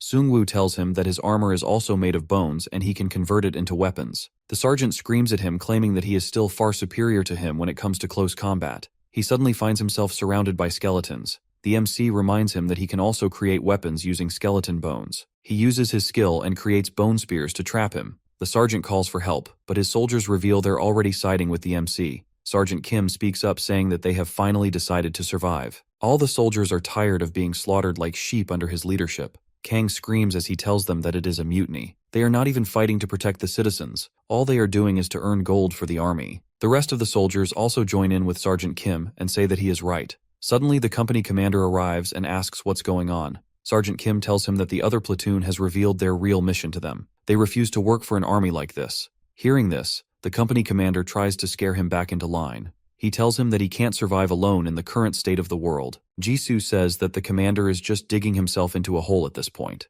The commander continues screaming at the soldiers and tells them that they will be penalized if they leave the army. Kim looks at Sungwoo's group and thinks to himself that they only ended up becoming slaves because they feared being penalized. However, with the MC and his friends on their side, they had nothing to fear. Sergeant Kang can't hold his rage anymore and takes out a syringe. The commander tries to stop him, but he injects the drug that transforms him into a ferocious tiger-like beast. Now crazed and stronger, he kills the company commander. Kang then looks at the MC and tries going after him, but he has to go through Jisoo first. She attacks his head, which gives him a chance to counter, but she quickly ducks thanks to her supreme sense skill. Using her flaming sword, she manages to stab his paw. Kang is strong enough in his current form to grab her with one arm and throw her away. She starts to spit out blood due to the injuries. The were-tiger suddenly sees a notification for a new synergy effect. It turns out that the MC has summoned more than 3 of his canine skeletons. He is furious to see his friend getting injured and discards the idea of keeping him alive. He orders all of his skeletons to tear him apart. Meanwhile, the lieutenant gets excited as he sees Sergeant Kim returning back from the mission. He learns from Sergeant Kim that they defeated the boss, but that the company commander and Sergeant Kang are dead. Hearing this, he nervously asks him what they did to the MC. At the same time, Sungwoo walks into the room with the were-tiger as his new minion and says that he wants to talk to him about the mission. As Kim goes back to the soldiers, they are confused since he was supposed to be on the mission. They all get terrified as they see the minions following him and say that it is treason. Kim smiles as he tells everyone that they are free now. Meanwhile, the MC throws the lieutenant in front of the commander. The commander tells him that he is disappointed since he failed to prevent the treason when he had the chance. The MC realizes why the soldiers follow him since he leads them to their death, and if anyone disobeys, they simply label it as treason. The commander disagrees with him and says that it is a legitimate mission. The only reason they survived is because they took swift action and also found a new way to boost their low morale. The MC asks him if he is referring to the game's synergy effect, which he previously declared as his enemy. He orders his troops to fight for him and makes them suffer if they disobey. The commander slams the cup on his table and claims that it helped their troops to survive. He reveals that when the apocalypse first began, they sacrificed a lot of their men to drive the monsters away. As a result, they received a special synergy effect. The commander explains that this synergy forces the soldiers to follow him. Each day, the soldiers must complete a group quest for a slight boost. but anyone who disobeys or tries to leave becomes a target for nearby monsters. All other units in their area were wiped out, but they managed to survive since they kept sending troops into battle. The MC tells him that he is just in a battle against non-intelligent and unorganized monsters. He compares the world to a survival game where humans are just pieces on a board controlled by a higher power. Then Sungwoo directly asks why he ordered his troops to kill him. The commander admits that is a threat, and he can't allow groups like his to grow and challenge the government. The MC realizes the commander doesn't even care about offending him and seems confident he can handle him with a crossbow. He tells the commander to release his soldiers from their forced allegiance and hand over all his gold. At first, the commander gets angry, insisting everything belongs to the military. But when the MC clarifies that he's not here to negotiate and will take what he wants by force, the commander backs down. He hands over 45,000 gold. The MC is a bit disappointed since he expected to be getting a lot more gold from him. Before leaving, he asks the commander about the werebeast vial. The commander hesitates but eventually reveals he bought the vial from wandering peddlers. The MC recalls seeing a slogan at a destroyed shop that matches the commander's story. This makes him believe that they were the ones who destroyed the store. He prepares to leave and reminds the commander that he will be keeping in touch with Sergeant Kim to make sure he keeps his word. As he and his minions begin to leave the room, the commander stops them and tries a surprise attack with a crossbow. The MC deflects it with his bone shield and tells him that he was already expecting something like this. The lieutenant orders the other soldiers to take him down, but the MC finishes them off using a bone spear. As he goes for the commander, he warns him about a powerful bomb called Abyss Concentrate, which he got from the peddlers. He tells him that they will both die if he presses the button. The MC casually tells him to press the button since he wonders what the Abyss effect will feel like. The commander panics as he realizes that his last resort is not working. Suddenly, a skeleton breaks the window and grabs the remote, crushing the commander's hand. The MC then orders the were-tiger to finish him off. After beheading the commander, he realizes that he is only at level 3. All he cared about was collecting gold, and surprisingly, he didn't have enough gold at the end. As the MC is thinking, he comes across a locker. As he opens it, he finds some leftover supplies, including the werebeast vials, which can temporarily transform a person into a monster. Meanwhile, outside, Hanho is trying to heal Jisoo using his new skill. He asks her why she isn't using healing potions, since those would be more efficient, but she tells him that they have a lot of injured soldiers who need treatment. Moreover, he also needs to practice his skills to level it up. He looks back at the minions and feels a bit disappointed since they don't respect him. Just then, Righty pats him on the back, which reignites his trust in humanity. The MC walks outside and asks her if she is feeling okay. She assures him that she's fine and apologizes for rushing into battle. She thought that she could match the were-tiger's power as she was a tiger hunter. Sungwoo tells her that she lost because she didn't choose her character class skill. However, it is a good thing since she is not limited to fighting only one kind of beast. He is glad Hanho's priest class is developing since it will be essential against the upcoming Lich King and his undead army. He can use his healing and the force field for close combat and his daggers when he's fighting from a distance. This makes him realize that he might even surpass him someday if he continues to get stronger. Hanho stares at his robe with the most innocent expression possible and says that it looks a lot cooler than his own. Sungwoo reveals he got this new item, the Shadow King's robe, from a chest after defeating the troll boss. This legendary robe reduces damage and lets the wearer hide in shadows until they attack, or someone uses a detection skill. Hanho feels a bit left out, never having received a legendary item himself. Just then, Sergeant Kim shows up and informs the MC that some soldiers have decided to leave to find their families. However, they decided to go to the town with them. Most of his brave and responsible soldiers died in the battle early on, and he doesn't really have enough expectations from the remaining soldiers. The MC tells everyone to head back and resume their preparations. With only 3 days left in Season 1, he knows that he has to continue hunting. The town has started to look a lot more organized with players stationed for doing specific tasks. The MC continues to level up, but his speed isn't that fast. He realizes that it might take him forever to reach level 15 if he continues at the same pace. He can easily overpower orcs now, but with his current stats, he has no way of facing the Lich King. He knows he needs to reach level 15 soon to unlock the Grim Reaper's scythe. As the chapter ends, players are notified that the main story's first chapter is over. The double gold event has ended, and the restriction on traveling between areas is now lifted. A main story guide appears, congratulating players for surviving up to Chapter 2. It explains that they'll soon discover the game's purpose and urges them to get stronger to face this new world. 3 more messages pop up, informing players that this event will last 20 days, that powerful raid bosses will spawn worldwide with valuable rewards, and that these bosses can attack safe zones. Lastly, it announces that angels and demons will be introduced later, and players can start searching for clues about these creatures scattered throughout the world. The MC realizes 2 key points in this update: the raid bosses, which can be a great source of experience for him, and the arrival of angels or demons. He lacks info on these creatures though. Hanho suddenly asks him to check the app on his smartphone. He says that Korea's server rankings are now published. Sungwoo is ranked 3rd in the Korean server, while a mysterious player named Gangseok Han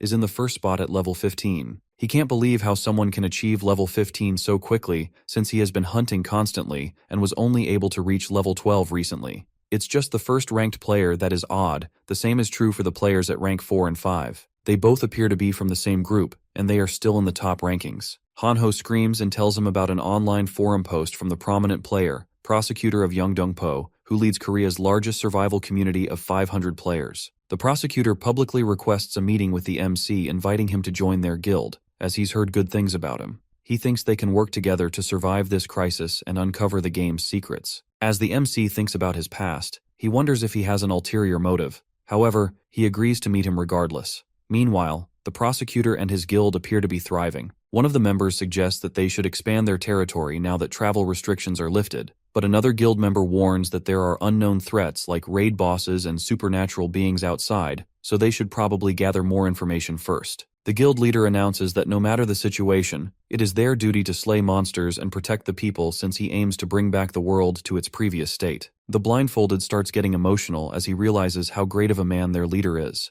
The girl informs them that she tried to track down the players who were the top ranked in the forum, but she couldn't find any trace of the first guy. However, she did send a message to the Necromancer on behalf of their guild. The blindfolded guy screams as he hears the word Necromancer. Is this Hanho's twin brother? He says that the Necromancer is known for not doing any mission unless he gets paid. The girl continues staring at her phone screen and tells him that he doesn't always demand payment for everything, and when he does, it's mostly reasonable. She tells him everything that he did for the people, and says that he has a pretty good reputation online. The guild leader tells them that it is the very reason he wants to meet the Necromancer. His group only consists of 3 people, but he managed to get to level 12, which is incredible. He wants to meet him in order to make sure that he doesn't pose a threat to their future. As he is talking, the girl tells him that the Necromancer has posted a reply. He has agreed to meet with him. The leader immediately orders his team to start preparations for the meeting. Hanho asks the MC why he wants to meet the prosecutor since he was against it in the past. Sungwoo tells him that he will have to meet him eventually since he might be able to provide him with some information on how to level up.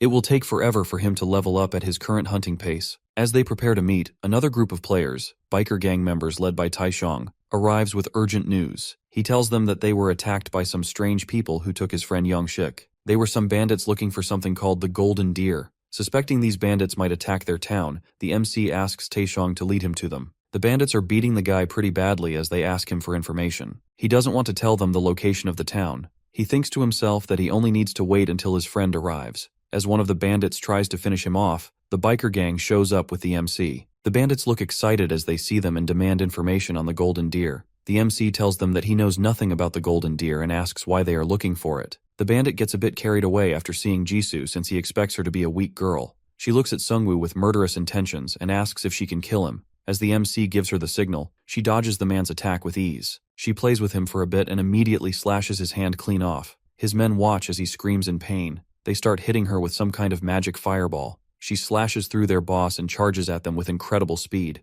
Hanho also joins in with his final form and asks them how they dare aim a crossbow at a lady. The bandit tries to take Youngshik hostage, but the MC sneaks up on him and kills him. He receives 8,000 gold for killing the bandit while the rest of his friends run away. Seeing the robe in action, Hanho feels a bit jealous once again. Sungwoo assures him that he will let him borrow it later. Taesung tends to his injured friend and asks him what's so special about the Golden Deer. He reveals that it can give the player some specific item. Jisoo suddenly notices a golden deer in the distance. They get a hidden quest to capture the deer, which will allow them access to a hidden stage. The MC uses his zombies to try and catch the deer, but it's too fast for them. He then sends his werewolves to go after him. He chases after the deer as it heads for an alleyway. The deer stops as it encounters a werewolf. The werewolf looks back and tries to intimidate them, but seeing 3 undead werewolves in front of it, the monster decides to run away. With nowhere else to run, the golden deer is easily captured. The group earns a ticket to a hidden stage. However, the MC is worried about something else. The werewolf ran away after seeing them, which was a rational decision considering their numbers. However, the other werewolves they faced all acted like mindless animals. He wonders how it's even possible, but it's time for their meeting, so he decides to shrug it off. Everyone in the group excitedly waits for the prosecutor. Suddenly, Taishong notices some helicopters in the sky. The MC realizes that the leader wants to make a grand entrance to show off his status as the head of Korea's top guild. The prosecutor gets out of the helicopter and greets the MC with a smile. He He reveals that his real name is Jung-hoon Choi. As both of them shake hands, the blindfolded guy takes a picture of them saying that this moment will go down in history. The MC starts to figure out the dynamic of the entire guild, since everyone seems to blindly follow their leader. He wonders if there is something else at play. The players in the town are also drawn by his appearance and his charisma. This makes Sungwoo even more suspicious, since the townspeople have never met the guy before, and are still acting like they love him. He has seen something similar in the eyes of the vampires who were willing to sacrifice themselves for their lord. He wonders if he is just overthinking. As he invites Jung-hoon inside, he tells the MC that his town looks peaceful. The MC replies by saying that it's not that great compared to his town. The prosecutor reveals to him that they have more than 30,000 people in that town, and he isn't even considering the entire area. They will soon exceed 40,000 people. Hearing this, the MC asks if having more people is beneficial for him since he gets more workers. Jung-hoon doesn't like this, and says that he only wants to save as many lives as possible. Moreover, most of the people in the town are not really helpful, since they are either too old or too young. No more than a quarter of the people can actually pull their own weight. Sungwoo realizes that the guy is probably the head of a family of 30,000 people. The prosecutor reveals that he always had his eye on him, but he didn't really want to recruit him to his guild. However, his mind changed after looking at the rankings. He found out that his improvement was not the result of mere luck. He starts opening up a bit and says that having a lot of people trust him makes him a bit anxious. The MC tells him that it doesn't seem like the kind of thing he would tell to a total stranger. The prosecutor explains that he lost his parents when the apocalypse first started. Even though he managed to survive by getting stronger, he still had some resentment towards the game. He reveals his plan to get back against the game someday for what it did, and to do that he needs people like him. The MC asks him if he wants him to join his guild, but the guy pulls out a box and says that he also wants something else. He shows him a prophecy stone. When Sungwoo touches it, he sees a vision of the world tree on the Yui Island, destroying everything around it. The roots spread throughout the island, killing everyone in sight. After going back, he reads a description saying that this future will occur if he fails to stop the fallen ones. The prosecutor explains to him that the world tree is going to destroy their entire world. They both need to work together if they want to prevent this from happening. It has already planted its roots in the Yui Island, and there happens to be a raid boss in the area. The MC realizes that he is assembling a raid party, and that's why he needs him. He doesn't really have a choice since the fate of the world is at stake. Sungwoo wonders if he should mention the Lich King's future to Jung-hoon, but he decides against it, as he realizes that it probably won't happen if he manages to get the Reaper's scythe. He agrees to work with him but tells him that he won't be joining his guild. He also mentions that they equally share all rewards gathered from the raid. As they both shake on the conditions, Hanho bursts into the room and tells them that there is an emergency. He reveals that a group of raiders is heading towards their town. The prosecutor steps forward as he hears this and says that his guild got the opportunity to show their strength before they started working together. Jung-hoon assembles the Crusaders team, and they all stand to face the bandits approaching them. The leader stops in front of them while smoking a cigar. The prosecutor calls out to the MC and tells him that it would be helpful for both of them if they knew each other's classes. Since he already knows Sungwoo's class, he reveals to him that he is the Crusader commander. He receives powerful synergy by forming an order of knights. So basically, he gets stronger with more people on his side. The bandit leader asks one of his guys if the person they are looking for is the guy in the armor. The guy tells him that they are after the man in the cape and the girl standing with him. The leader smirks and explains to them that they are looking for the people who killed his men who raided the town. He came back to take revenge for them, but he still didn't expect to find a town with so many people. He gets excited as he wonders how much gold he can receive by killing all the players. The prosecutor knows that the bandits have already killed a lot of people, so he finds no reason to show mercy. He immediately orders his knights to charge into battle. It seems like the bandits have come well prepared as they try to hit the knights using ranged attacks.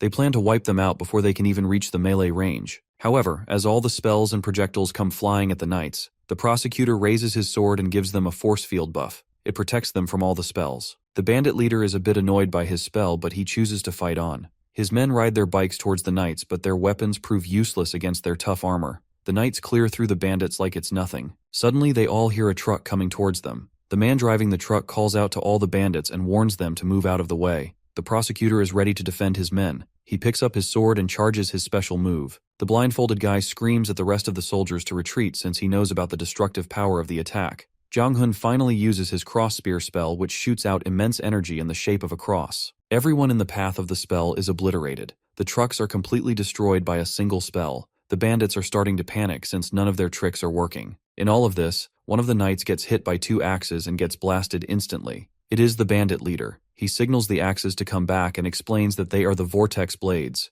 No armor is strong enough to block them. The MC watches this and gets a bit worried since the weapon looks extremely powerful. He knows that these aren't ordinary blades. As all the knights are crumbling, the prosecutor steps forward with a smile and challenges the bandit leader for a fight. The leader feels insulted and tells him that his vortex axes are legendary rank items. Instead of dodging them, the prosecutor stands firmly in front of the attack. A huge explosion shocks the entire scene as the blades hit him. However, when the smoke clears, we see the blades completely shattered on the ground. The prosecutor mocks the leader and asks him if this is what he calls a legendary item. He uses his sword to smash the blades in half, which leaves the leader crumbling. The prosecutor receives a defense boost based on the number of knights in his party, which puts his defense among the best in the world. The MC realizes that he is basically like a walking fortress. The prosecutor raises his sword again and applies a healing buff on all the knights. A yellow light surrounds all of them, and they start to regain their strength. This is also one of his spells. He can heal his allies for the amount of damage he blocked. As long as he is standing, the knights are invincible. With the knights back in battle, he orders them to charge at the enemy. Meanwhile, Kyungsoo and the rest of the survivors are hiding in the building. Hanho's dad becomes a bit curious and suggests that they see what is going on outside. Kyungsoo is hesitant, but he eventually agrees, and the two of them go outside to witness the battle. A huge smoke has engulfed the battlefield. All the knights are on the ground, and it seems like the tide of battle has completely shifted. The bandit leader knew he couldn't win against the knights, so he unleashed a poison cloud that he received from the wandering salesman. It was called the Abyss Concentrate. The prosecutor held his breath as he stood in the poison. His shield was useless against it since he couldn't block poison. He wanted to make a show in front of the MC, but he realizes that he actually has to try his best if he wants to win. As he is thinking, he hears Sungwoo's footsteps behind him. He turns back to see the MC with a huge smile on his face. He inhales the poison and says that he is a good match for the bandits. Seeing him walking effortlessly in the poison, the bandit leader gets annoyed and throws a bottle towards him. However, this has the opposite effect on him since he seems to be enjoying the poison. Bro forgot he was going against a necromancer. Sungwoo takes on his awakened form and tells him that they are a good match for each other. The MC laughs as he inhales the Abyss Concentrate.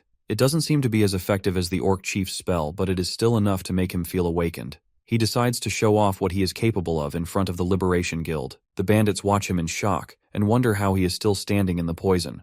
One of them thinks that the poison is defective, so he takes off his mask, but it instantly kills him. Meanwhile, Sungwoo only seems to be getting stronger with each breath. He activates his death response skill and summons a bunch of zombies. The bandits quickly realize that they are up against a necromancer. The MC wants to show them his real power, so he summons all the skeletons too. The bandits run for their lives as they see the werebeasts turned into skeletons. However, the MC isn't going to let them get away this easy. He uses his corpses to blow them up. Kyungsoo watches this from a distance. The MC and his talent amaze him. Hanho's mom also gets out and asks them what they are doing. The bandit leader hears them and immediately calls out all the other bandits to take them hostage, since he can't see any other way out. Kyungsoo tries to protect them, but suddenly Jisoo shows up. She stands in front of them and acts like a shield. The bandits see a girl in front of them and charge at her excitedly since they think that she will be an easy target. Unfortunately for her, they can't be any more wrong. Jisoo slashes them with her flaming blade, and the bandit leader finally realizes that she is an absolute monster. He starts to panic and suddenly feels a blade in his stomach. The MC stabs him with his blade and takes the second ticket to the hidden stage. He now has both of the tickets and can activate the stage. The prosecutor asks him what it is, but before he can even figure it out, he automatically gets sent to the hidden stage. The prosecutor tries walking into the portal, but he receives a message that he can't enter. He wonders where the golden portal leads. Meanwhile, the camera guy is still taking pictures and capturing the MC. The prosecutor gets annoyed by him and tells him that he can't take any more pictures. He tells him that there are a lot of wicked people outside, so they need to be careful about what information they release to the public. The camera guy agrees with his words and assures him that he will be more careful about what he documents. Meanwhile, Jisoo is worried about the MC. The prosecutor asks her if she knows where he is. She says that she has an idea but refuses to tell him despite being affected by his likability aura. He realizes that she is suspicious of him, but she still doesn't reject him straight away, so he tries again. He explains that he might be in danger, so he just wants to know his location to help him. As Hanho begins talking, Jisoo shuts his face immediately. The prosecutor asks her if she is just going to stand around like a puppet and leave her friend in danger. She looks back at him and reveals that the MC is in the hidden stage. They are both teammates, so she trusts him to handle it on his own. The prosecutor starts to compliment her fighting skills and offers her a membership in his guild. He tells her that she will also receive a huge boost to her abilities if she joins. However, Jisoo rejects his offer and tells him that she already has a team that she can trust. As she drags Hanho away, the blindfolded guy looks at her with a fuming expression, since she talked rudely to his leader. By now, the prosecutor has also realized that it's not easy to persuade these people. Meanwhile, the MC finds himself in a golden city. A notification tells him that he will receive a special reward for clearing the stage, and if he dies, his body will just be transported back to his original location. As he tries to figure out where he is, he notices a golden minion staring at him. A few moments later, some other minions also show up. These don't seem like normal goblins, since they are not scared of him. He immediately summons Righty and orders it to teach the minions a lesson. Outside the gate, the Liberation Guild is trying to heal their injured members. Normal recovery potions aren't working, so they're using antidotes. Hearing about the antidote, the prosecutor realizes that they are dealing with a curse rather than a poison. He asks the girl what she thinks about the item. She tells him that it sounds like black magic, but she still doesn't know how the bandits managed to get their hands on it. She guesses that they probably got it from a special store. The prosecutor guild is puzzled as to why this strong curse had no effect on Sungwoo. The blindfolded guy uses his 3-star scout class and informs them that the MC was actually empowered by the curse during the fight. The increase in his stats was not that much, but he received other awakening abilities. Moreover, his mana regeneration and vitality increased at an abnormal rate. This makes the prosecutor even more confused, since it leaves even more questions unanswered. Manhwa asks him if he made a deal with him to share all the rewards of the raid. He tells her that he had no choice, since it was the only way he could convince him to join their party. Hearing this, she requests him to allow her to write the contract. She thinks he is young, so she can take advantage of him by drafting a contract that is favorable to them. The prosecutor allows her to draft the contract but reminds her not to do anything that would make him leave the party. He then asks them what they think about the prophecy stones. Both of them describe it as a fearful experience. He notices that while others have been frightened by glimpses of the world's end through the prophecy stone, the MC seems unfazed. He then asks her to check if he has ever encountered the prophecy stone before. Inside the secret stage, Sungwoo's minions are causing havoc. He revives golden orcs and realizes that they're stronger than typical monsters, but they're still no match for him. With no one to protect, he's free to fight at full strength. He doesn't have to think about his next move, and he can do whatever he likes. All he needs to do is to kill all the monsters in front of him. He doesn't have to worry himself about his reputation or his teammates. He is truly a one-man army. As he ventures deeper, he briefly feels himself slipping mentally but refocuses when he hears his name. He looks around and sees all of his skeleton minions surrounding him. Even with them being around, he feels a bit lonely. He soon arrives at a crossroads and is presented with two choices. There is a larger treasure chest on the left and a smaller one on the right. He knows that the bigger chest will carry greater risk, but it will also bring him a greater reward. With this logic in mind, he steps towards the bigger treasure despite its risks. As he walks towards the chest, he doesn't encounter a single monster, which makes him feel a bit suspicious. He orders his minions to attack. Upon getting hit, the chest transforms into a mimic boss monster. The mimic's teeth are powerful, and its bite is highly damaging. The MC thinks it must be slow due to its lack of limbs. He is confident that he can win against the boss easily due to his weakness. However, the boss suddenly attacks and easily pushes his minions back. Sungwoo is caught in the impact and starts coughing up blood.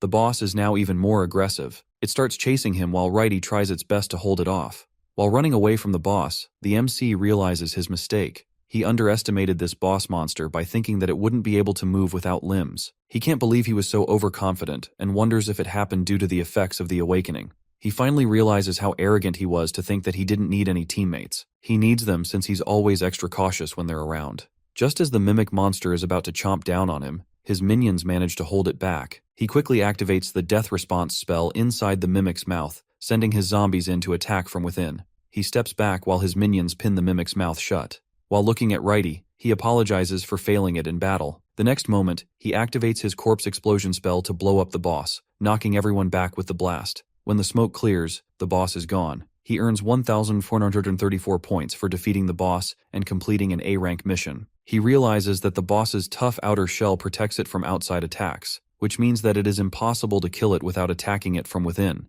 It was also the reason he couldn't recover his health when Righty was attacking the boss. Sungwoo learns a valuable lesson from this fight and decides not to make the same mistake twice. Even though the entire world has turned into a game, he can still die. After healing up, he heads to the next room, which turns out to be a reward room with lockers he can open using his newly earned points. The items inside these lockers are rare and can boost a player's stats and experience. None of these items are available in normal stores. He thinks for a moment and chooses an oath parchment, which lets him form a pact with another player. Both parties must fulfill the conditions of the pact or face death. He also selects 3 C-rank items, an upgrade stone, a strength vial, and an experience card. As a reward for clearing the hidden stage, he levels up to 13, boosting all his stats, and receives 150,000 gold. He uses an agility card to gain 3 points, figuring it could have helped him dodge the boss's attacks. After getting everything he needs, he exits through the same golden portal. He meets up with the prosecutor, who tells him that he was surprised to see him disappearing all of a sudden. The MC apologizes for wasting his time, but the prosecutor tells him that it was all worth it. He shows him a crate with some potions as a gift. He also suggests they post a photo and their alliance contract online to give people hope, explaining that heroes like him inspire others. Sungwoo agrees, despite knowing that this might make him a target. However, he also needs to maintain a positive image, so he thinks it will be fine. After taking the picture, the prosecutor gets back on his helicopter and leaves. Han-ho looks at all the potions he left for them and can't help but be impressed. He thinks that the prosecutor is a good guy, but the MC still has his doubts. Jisoo suggests that they should start to train and get stronger since they have joined the raiding party. The next morning, they attract a group of goblins and orcs with a foul-smelling bait called rancid wolf meat, which was actually a failed recipe of Han-ho's mom. As the monsters charge in, the MC detonates the ones that die, creating a huge explosion. This allows them to hunt at an exceptionally faster rate. Meanwhile, Han-ho's dad sets up a sentry post with his new skill, creating a safe zone around the town. They don't really have to worry about monsters attacking the town now. As they are talking, Taesung arrives with his biker gang and says that he has some urgent news for the boss.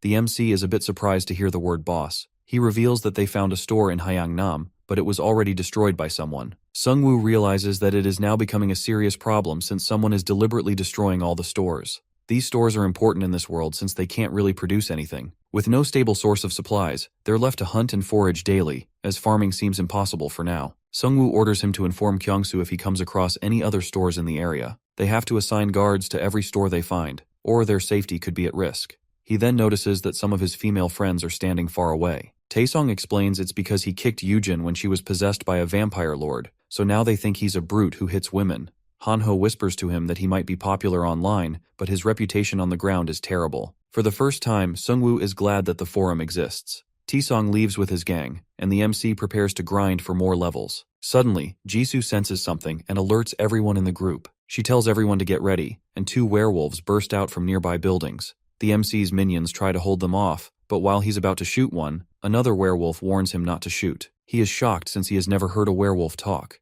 As they continue fighting the monsters, one of them grabs Han-ho's bag and starts devouring the rancid wolf meat they've been carrying. While the werewolves are distracted eating, Sungwoo's minions surround them. He aims his crossbow at them and demands a reason not to shoot this time. 2 of the werewolves look to their leader and ask what they should do. The leader wolf tells them to calm down and says that they still have a chance. Sungwoo wonders what the wolf is talking about since they are completely outnumbered and don't seem to have any chance of escaping. The leader wolf suddenly attacks the weakest orcs nearby, giving his companions a chance to escape.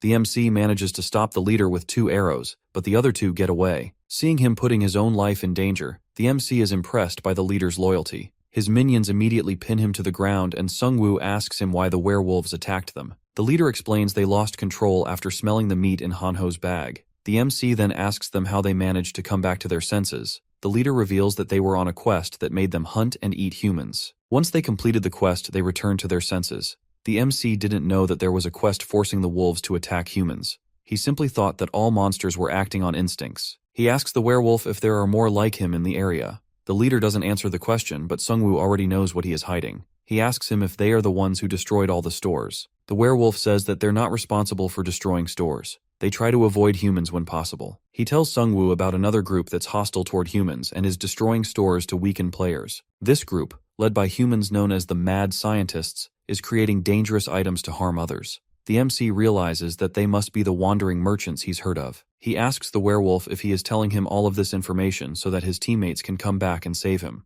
However, the leader says that he already instructed the wolves to run away and never look back in a situation like this. When Sungwoo finally puts his sword on the monster's neck, he is expecting him to beg for his life, but the werewolf does the opposite. He says that he has been waiting for this moment for quite some time. He admits that when the class selection event happened, he distrusted the system and didn't choose a class for himself or his family. However, his son loved games and chose a class card, only to become the first human the werewolf devoured. The leader says he wanted to die the moment he regained his senses. Sungwoo knows that he can't let him live no matter how bad he feels. In his final moments, the werewolf tells him how unfair the game is. He only made the choices he did because he was trying to survive, and all of them ended up being the wrong ones. Sungwoo finally ends his suffering, and Han-ho feels bad for him knowing that they are all rational beings just trying to protect each other. The MC tells him that they shouldn't let their guard down. Even the looters they killed earlier must have had their own families. He tells him to prepare because they're going after the 2 werewolves who escaped. Jisoo asks him what they would do once they find them since they seem like kids. He tells her that he isn't planning on doing anything to them, he just needs to learn more about the werebeasts' territory.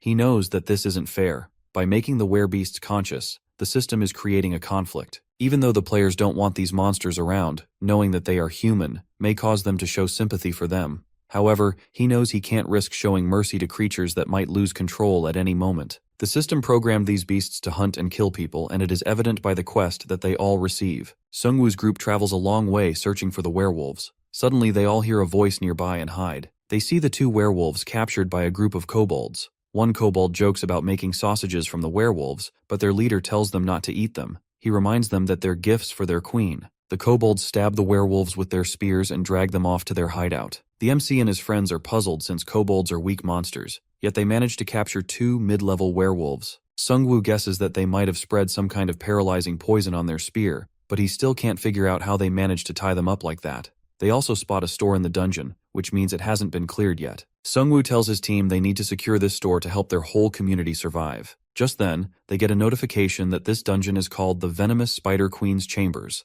a deadly area where 124 players have already lost their lives. There's a 50% bonus reward for clearing it. Hanho gets nervous since they didn't bring any goblins with them, and this dungeon favors monsters. As they go deeper, they find people trapped in spiderwebs calling for help. Jisoo uses her flaming blade to cut down the webs, freeing the trapped players. One of the rescued players thanks them, but suddenly several spiders burst out of his mouth and kill him. Sungwoo tells everyone to step back and blows up the bodies. He tells everyone to stay alert and keep an eye on the ceiling since the spiders appear to be coming from all directions. The explosion attracts more spiders and kobolds towards them. They begin swarming the group. However, Hanho suddenly throws his knife and kills one of them. This activates his Super Saiyan form. Fired up, he activates his Berserk mode and starts crushing the spiders and kobolds with a huge smile on his face. This scares all the monsters who think that he is the demon and start running away. My boy gets a bit too carried away with his power and starts to replay Sungwoo's monologue all over again. He also thinks that he doesn't need his teammates anymore since he can fight everyone by himself. He is now a priest bandit. The kobolds try a new tactic, ordering the spiders to trap Hanho with webs from all directions. Sungwoo realizes that this is how they manage to tie the werewolves.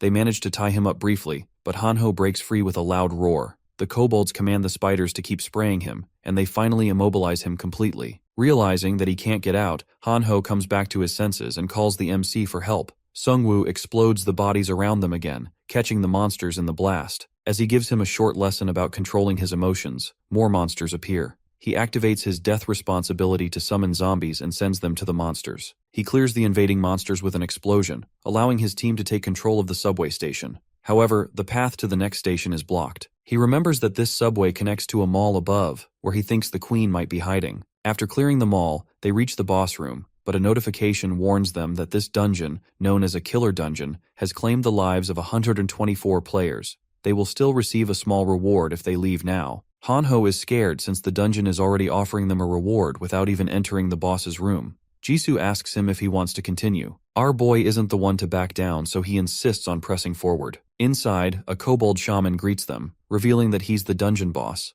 Sungwoo expected the boss monster to be a spider queen, so he is a bit surprised. Hanho is also shocked since this shaman can speak fluent human language. The shaman laughs and explains that it's because he's eaten 20 human brains. The MC realizes that the game lets monsters grow stronger by killing humans. The shaman taunts them, saying he'll soon have 23 human brains. Suddenly the ground shakes and the venomous spider queen appears, joining forces with the shaman. It appears that this dungeon has two monsters. The two monsters merge, with the shaman acting as the brain and the spider queen as the body. Sungwoo immediately activates his death's response spell and releases all of his zombies. He is planning on using the zombies for explosions and then finishing them off with his skeletons. However, the Spider Queen traps his zombies in her steel webs. She tosses them away instead of finishing them. The shaman laughs and tells him that he already knew he was going to blow them up. This makes the MC worried since the kobold seems to have acquired the intelligence of the humans he ate. He watches as the Spider Queen blocks Hanho's dagger throw. The kobold exclaims that he is acting as the brain while the queen is acting as the body. She will protect him at all costs. As the Spider Queen attacks with webs, Jisoo burns through them with her flaming sword. She smiles and tells him that the queen spider is as flammable as the others. The kobold shaman uses water magic to douse the fire and keeps Jisoo at a distance. At the same time, the MC orders his minions to form a barrier and instructs Hanho to guard Jisoo. He tells Hanho that he has a plan in mind. As the Spider Queen crushes his minions, he uses his Necromancer powers to resurrect all the corpses from above. As all the corpses are falling down, he tells them that their nest was practically made for him. Decorating your house with corpses is not a good idea when you are fighting a Necromancer. The awakened minions swarm the boss, but the Spider Queen slashes through them with her legs. One minion manages to strike her leg, making her angry enough to spray poison. However, the poison doesn't affect the undead since they're just bones. The shaman quickly realizes this, and tells the queen to stop using poison. It appears that she is losing control since she is not listening to the shaman anymore. Sungwoo knows that the shaman is smart enough to figure it out. The queen takes down the first wave of skeletons. The MC resurrects even more from the bodies lying around. He knows that he can't let the fight go on for much longer since he is losing his mana. Most monsters simply fight till they are exhausted, and then surrender. However, this boss is different since the kobold knows what he is doing. The kobold shaman becomes frustrated with the endless waves of resurrected minions, so he and the Spider Queen go straight for the MC. The Spider Queen lunges at him, but he blocks her with a bone shield. His current stats are much higher than an orc monster. He may not be able to keep up with a boss monster's strength, but he knows that he can hold off if he focuses all of his energy on his defense. The Spider Queen breaks his shield again and one of her strikes hits him. He is sent back, but he holds his ground. He expected the boss monster to do some damage to him, but as long as they can't kill him in one blow, he is okay. His minions can continue to heal his health and mana with their attacks. All he needs to do is to endure the pain and hold on. The queen suddenly stops attacking him. Sungwoo mocks them and asks if they are already tired from the fight. The kobold starts to brag about his intelligence and says that he won't continue a fight with no end. The queen gathers up all the nearby corpses, and the shaman burns them with his fireball skill. He is doing this so the MC won't be able to summon more skeletons using these corpses. Sungwoo realizes that the shaman is much smarter than he thought. His minions charge at the shaman, but he creates a force field using an air blast, keeping them away. Feeling confident that he is running out of minions, the shaman drops his guard, only for Jisoo Yoon to sneak up from behind and try to strike him. However, the Spider Queen is ready. She blocks her attack with her legs and protects the shaman. The kobold asks her if she is trying to surprise him. He takes a look at everyone in front of him and realizes that someone is missing. Suddenly, Hanho appears with the zombies and tells him that he and Jisoo are working on a secret weapon just for him. The shaman mocks Hanho for being stupid and says that the zombies can't even come to hear them. As the shaman orders the queen to attack, he realizes that she isn't in her senses.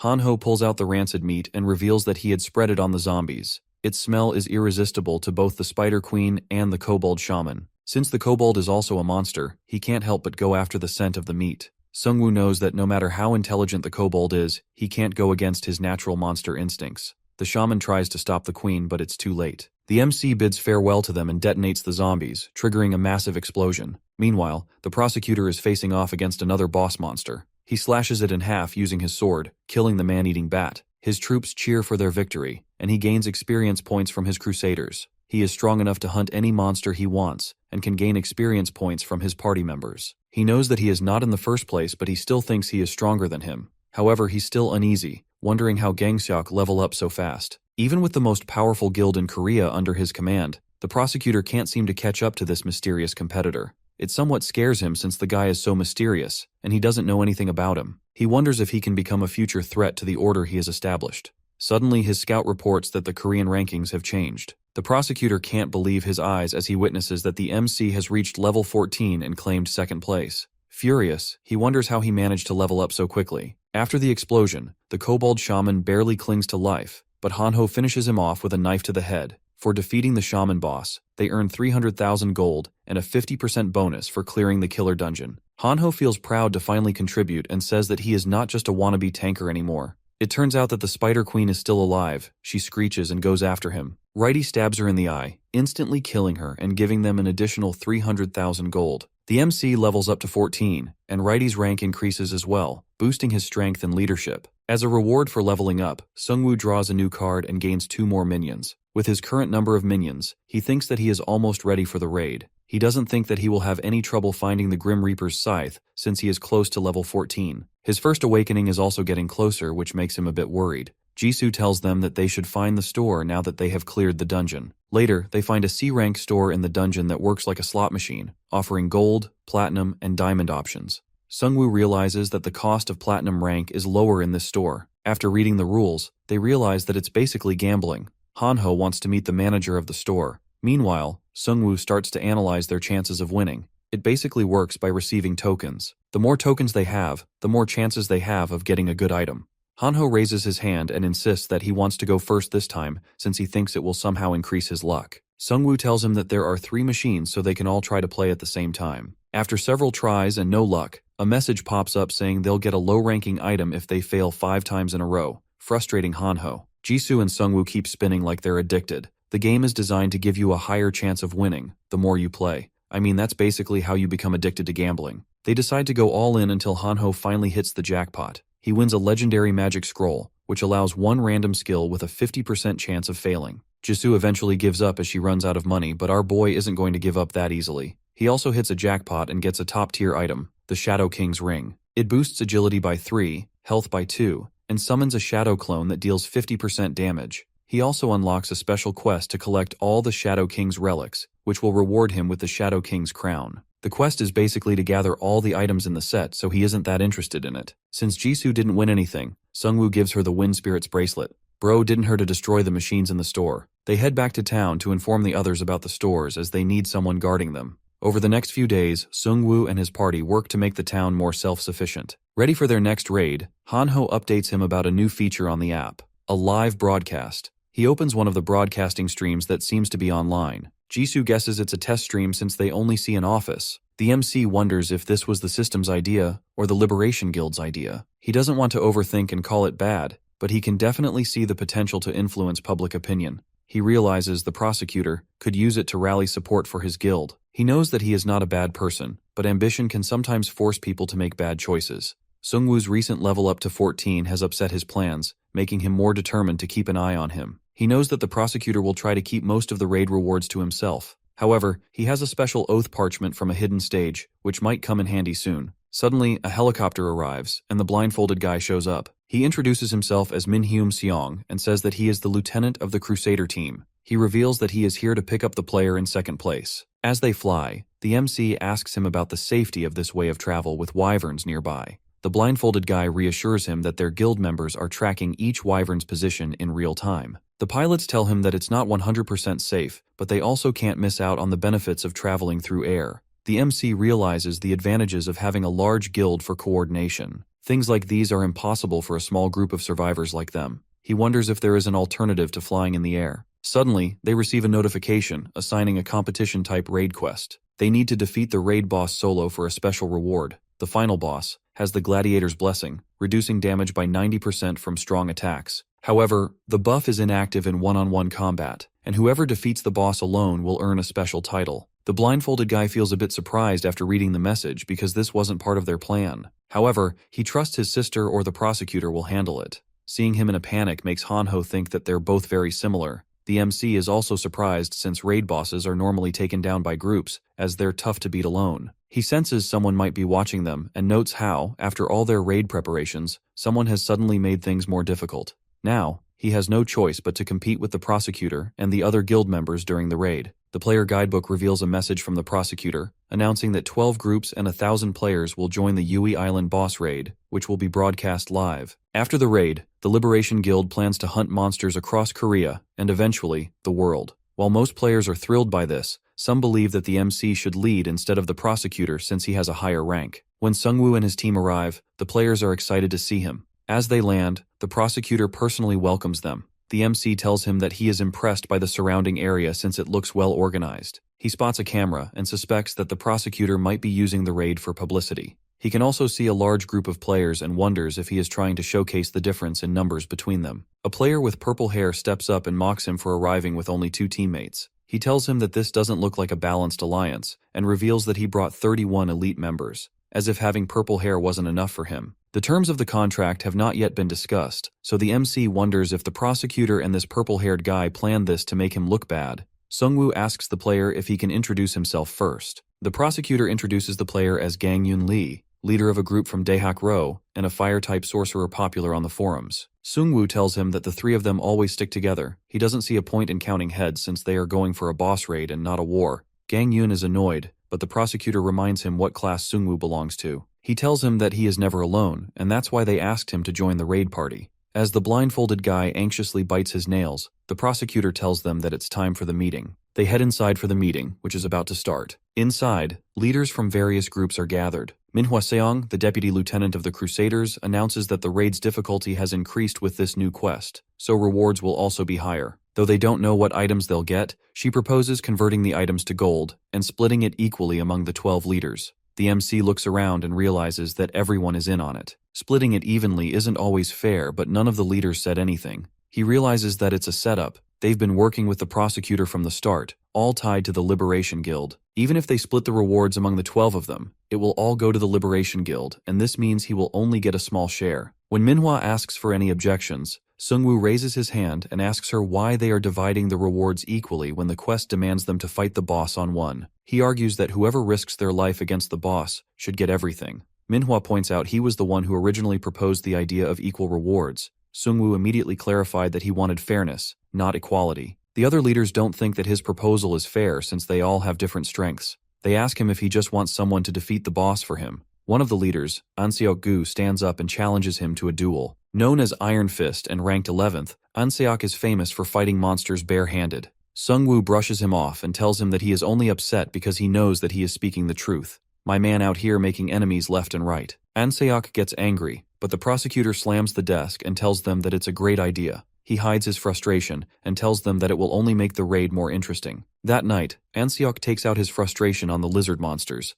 As he continues fighting, more and more monsters start showing up. However, instead of backing down, he decides to go all in. Suddenly, fireballs rain down, causing an explosion that wipes them out. The purple-haired guy appears and advises Anseok to be careful. He tells him that they will be in big trouble if he dies. The island has become a perfect habitat for the lizard monsters. Anseok, however, is confident that he can finish off all the monsters. Gang Yoon mentions they also need to stop the fallen ones, who plan to plant the World Tree seed. Anseok asks him if he knows who they are, but he tells him that he has no idea if they are players or monsters. He says that this is why it is crucial for them to take control of the island first. The leader is pretty confident that the prosecutor can take care of things since he is the type of guy to keep his promises. A few moments later, they see a helicopter heading toward Uedo Park. Anseok thinks that they are going after the prosecutor, but the purple-haired guy tells him that the MC is headed in that same direction. They fear that he might even reach the boss before the prosecutor. Following Seong-woo is Myung-soo Yang, an archer who was a rising talent even before the world ended.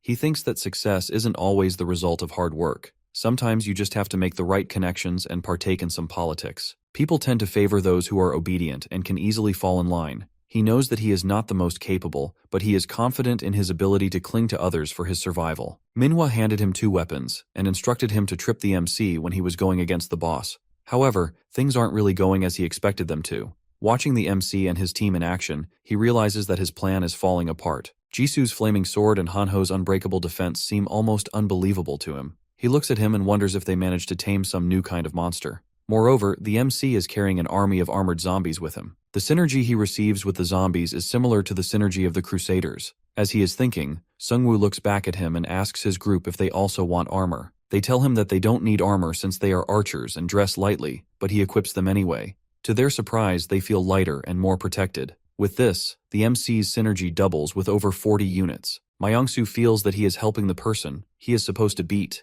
He hopes that this doesn't affect his performance review. Myung-soo goes back to his bootlicking mode and points out that the place up ahead is Uedo Station. Just past that is a park where the boss room is located. The MC feels uneasy as they get closer because the water level is rising. The archer warns him that many lizardmen are waiting to ambush them in the water, so it would be wise to team up with others. He smiles as he thinks to himself that even the Necromancer may not be able to handle these waters. Seungwoo ignores his advice, instructing Hanho and Jisoo to step back while his werebear minions toss the lizardmen into the water. The MC detonates their corpses, killing all the monsters hiding in the water. This earns him a lot of gold, and the nearby archers watch in amazement. Once the smoke clears, the MC tells them that the path ahead is clear. Soon, a helicopter arrives and a cameraman starts recording him. Hanho sees the helicopter and realizes it's supposed to film the Guildmaster's exploits. The camera guy can't contain his excitement as he films the MC and his skeletons. He thinks to himself that this is the footage that the prosecutor would want to be captured since it would boost the morale of other survivors. Bro is too innocent for this world. The viewers cheer for the MC as they witness him clearing through all the monsters. However, the cameraman's assistant tells him that he has received a call from the Crusader team. As he takes the phone, he hears the voice of Manhwa, who angrily demands that he turn back or face consequences. The cameraman doesn't understand what is wrong, since she gave him permission to film the other teams. She screams at him that she only allowed it so that the players won't think they are being biased. Scared for his own life, the cameraman immediately turns around and heads to film the other teams. The MC and his friends suspect that other teams must also be making good progress, which is why the helicopter is moving away. The three of them eventually reach the boss's room. Even though it's a park, Jisoo notes that it looks more like a jungle. Suddenly, the ground begins to shake like an earthquake, and a powerful beam of light shoots up from the northern forest. They get a notification that the raid boss, Lizardman Warlord, has appeared, and it has a defense against concentrated attacks, reducing their effect by 90%. The Warlord is searching for a worthy challenger for a one-on-one fight. The group notices helicopters rushing toward the boss. The MC realizes that the prosecutor was waiting for them to locate the boss so he could swoop in for the rewards. The prosecutor is even more competitive than he expected. The Crusader team is going straight for the boss without clearing the nearby monsters. Even though it's not stated in the contract that they have to travel by land, he finds it hard to trust someone who is this competitive. Hanho asks what they'll do next, and the MC tells him that they'll have to fight through the monsters. As his minions start clearing the way, he notices a green light appearing on his clothes. He knows exactly what it is. It's the C-rank card from the hidden dungeon, which lights up when the player has obtained enough experience to level up with the card. The MC is thrilled as he can finally level up to 15 and unlock his first awakening. He decides to use the experience card, which causes him to disappear into a different realm. It feels similar to when he touched the prophecy stone. However, his actual body seems to be floating in space. There he sees a bright light and a system message saying he is the one who holds the reins of death and must find the Grim Reaper's scythe. The quest, Who is the Master of Death Part 2, appears. He will receive the first stage of awakening if he manages to seize the Grim Reaper's scythe. If he fails, he risks becoming the Lich King's minion. The choice he makes will affect his destiny. The figure in the light seems to want to communicate, but the MC can't understand its words. He wonders if the system is trying to speak to him directly. For some reason, the being feels both calming and strangely familiar. He has a feeling that it won't harm him. Suddenly, a message informs him that he'll witness death directly. However, as he tries to grasp the light, it vanishes, and he awakens back in the real world. Hanho tells him he was gone for about 10 seconds, which makes him realize that it was a real experience, and not just a vision. He knows that he'll witness a death soon, and he hopes it won't be one of his friends. The message leaves him with even more questions than before. Suddenly, they hear a loud explosion from the direction of the boss. The MC realizes that he doesn't have time to stand around and think about what he needs to do. He can't really complete the quest at the moment, so the best thing for him is to focus on the boss. He signals his team to head for the boss, telling Myongsu to retreat and regroup. They hurry toward the boss room, only to see that the Crusader team's helicopter has been hit and crashed. The blindfolded guy crawls out of the wreckage and wonders what happened. Their helicopter was attacked in the air, but they can't figure out what hit it. There is a huge spear impaled on the front. The prosecutor emerges from the flames and instructs all of his teammates to fall back into formation. He used his blind faith zone skill during the crash, saving everyone but the pilot. He tells everyone that they should take their revenge on the monsters. With more lizardmen approaching, the Crusaders prepare for battle as 17,555 people watch the livestream. The knights skillfully start killing all the monsters in their path. As they are fighting, he looks at the prosecutor, who appears to be charging his cross spear attack. He cuts down waves of lizardmen with his spell and warns his team to brace for the second wave of monsters. Suddenly they hear a loud noise in the trees. Manhwa realizes that the Lizardman Warlord has appeared. The prosecutor orders the crossbowmen to fire, but most of the arrows bounce off without damaging the boss, since more than one person is attacking it. He immediately orders them to stop. He didn't expect them to do that much damage to the boss, but it seems like their attack barely even left a scratch. Moreover, it's useless to hit him with such attacks, since it can regenerate rapidly. The boss suddenly charges towards the knights. He swings his blade, slicing two of them in half.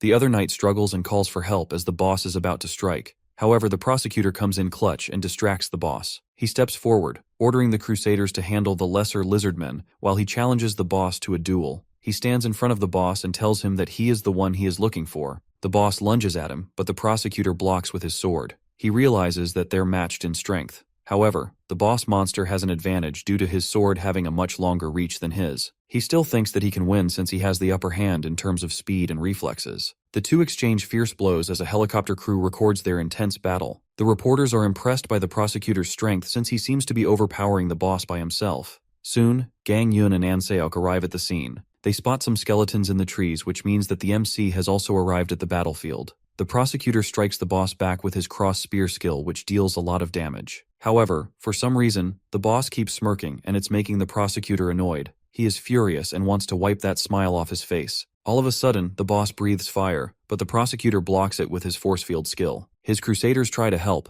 but he tells them to stay back. He knows that it is too dangerous since the boss managed to destroy his force field in one attack. The warlord then sheds his skin, revealing his true form, the Wandering Drake. Another notification pops up, announcing the second phase of the boss fight. The prosecutor is shocked to see the true form of the boss monster and wonders if he was hiding his true identity all this time. I mean, bro was smiling during the entire fight, so he did give him a hint. The Drake lunges at the prosecutor. The force of just one blocked attack nearly shatters his bones. The next moment, the Drake's tail sword strikes, leaving him severely wounded. The crowd watches in shock as the prosecutor falls down. Manhwa, fearing the worst, starts to cry as she believes the prosecutor is close to death. Just as the Drake closes in, a corpse explodes near him. Sungwoo's minions join the fight, smashing the Drake's head with bone weapons, while werebears pummel him with their fists. As the Drake roars and tries to rise, the MC stabs him in the head with the masterless sword. Everyone starts to cheer as they realize that the Necromancer is overpowering the Drake. They all are watching the broadcast from their home.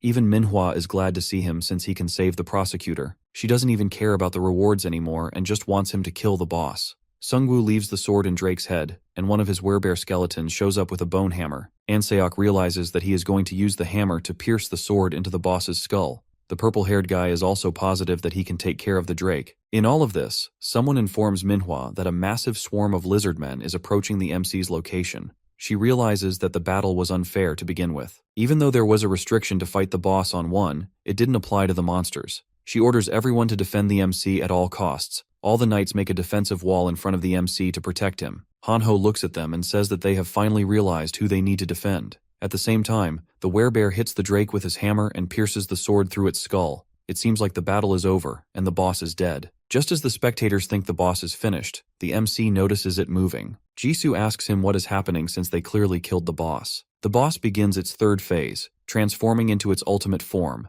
the young host of the seed. A system message announces that the raid isn't over, and no one can leave until the boss is defeated. The MC is frustrated that the system always changes things up to confuse them. It's almost like someone is toying with them. The knights are having trouble holding the lizard monsters, but the MC trusts his friends to deal with them. The real problem is the massive boss monster standing in front of him. He yells at everyone to get out of the way since the boss is about to breathe out fire. The attack is so strong that it even obliterates its own lizard men. Sungwoo tries a corpse explosion, but it doesn't affect the boss. His werebears instantly turn to ash, and he can't think of a good strategy to fight back. He decides to try and distract the boss for now. With his forces dwindling, he revives fallen lizardmen to fight and tells everyone to retreat and spread out. He tells them that they can't fight the boss and lizardmen at the same time. They need to deal with the lizard monsters first. Realizing that the raid has failed, they all retreat. As they are moving back, Hanho notices the prosecutor who appears to be badly injured. As he tries to help him get to safety, the boss appears behind him and tries to attack. Just then, Righty slashes the boss, blocking its next move. The MC jumps out of the shadows and stabs the boss in the eye, but the boss retaliates, slicing off one of his arms. It turns out that he was using a shadow clone. The real Sungwoo grabs Hanho and starts to run.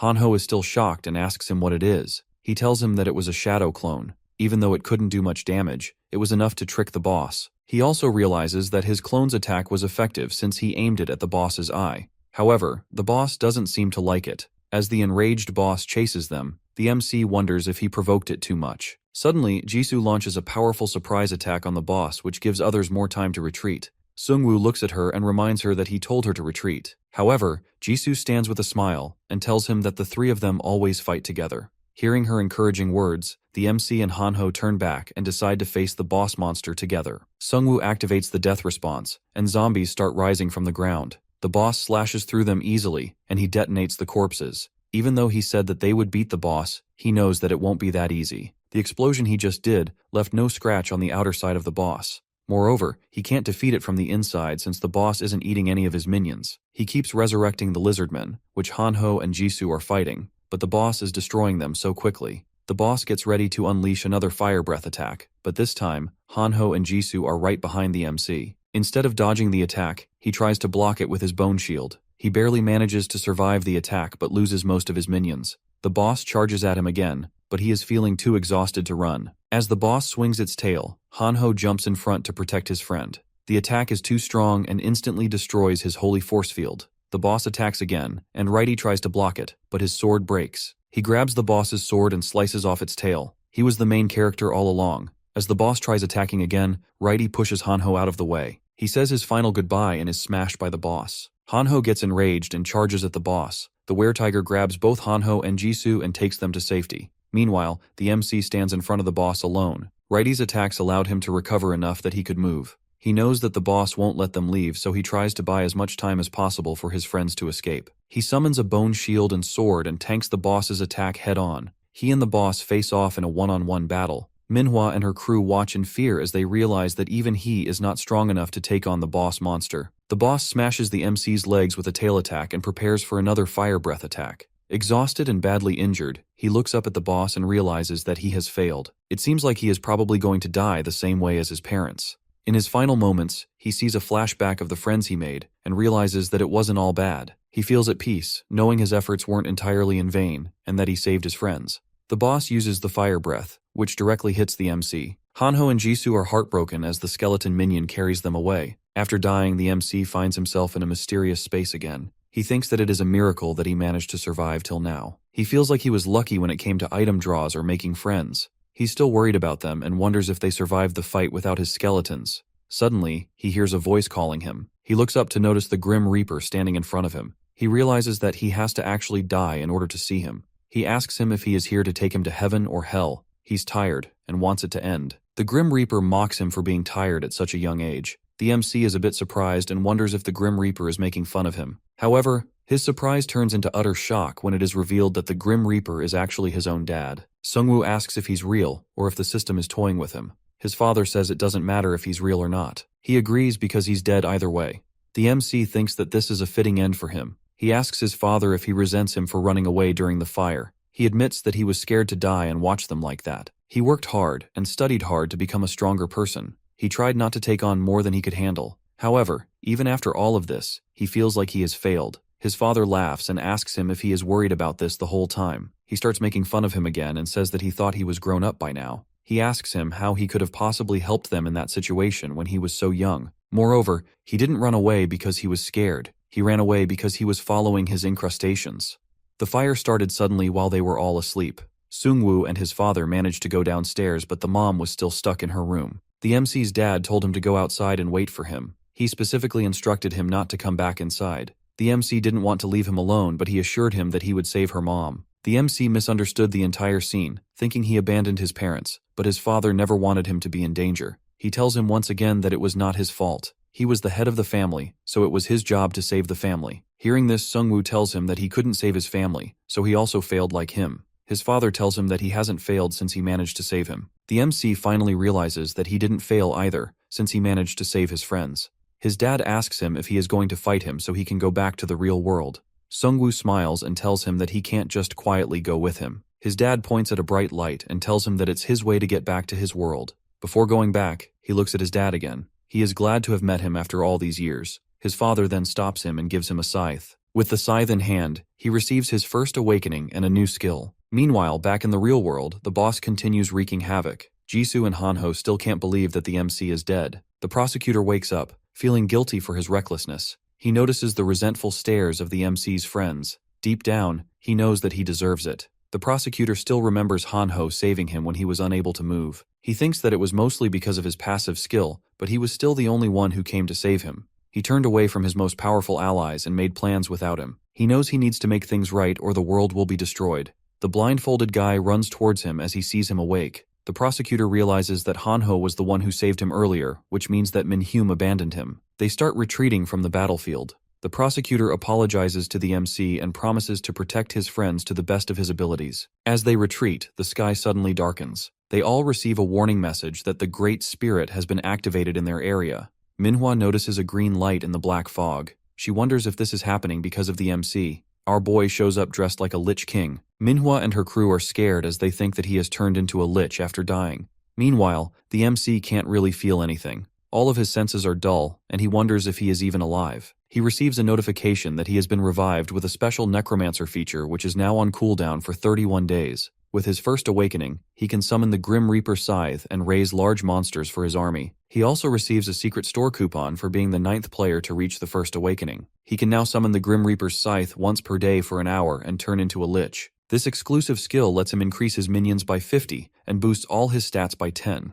He can also resurrect and regenerate undead as many times as he wants. With this, he is ready to face the Drake boss. He calls out the Drake and tells him that it is his time to face his second phase. Hanho and Jisoo rush towards the boss after seeing the MC use his Great Spirit skill. The prosecutor looks at them and wonders how he can still be alive after such a brutal attack. As his friends excitedly run towards him, they notice a completely different Seungwoo standing in front of them. He almost looks like a monster. Jisoo can see the scythe in his hands, so she knows that this is probably the result of him completing his quest. The Drake attacks his minions, destroying most of them with a single strike. However, they are resurrected again because of his new skill. Manhwa and her crew are excited to see the minions coming back to life. The Drake then launches a massive fire attack, which Seungwoo blocks with a large shield. Just as the fire reaches the prosecutor and his friends, Righty disperses it with a spin attack. Hanho is overjoyed and hugs Righty. Meanwhile, our boy is on another level. He asks the Drake why it stopped attacking him. It seems like the Drake is out of health, but the MC is still in perfect condition, thanks to his infinite mana. He resurrects more minions, and they rush towards the Drake, overwhelming it with numbers. He uses his weapon creation skill to create bone chains to bind the Drake and orders his minions to peel off the Drake's skin.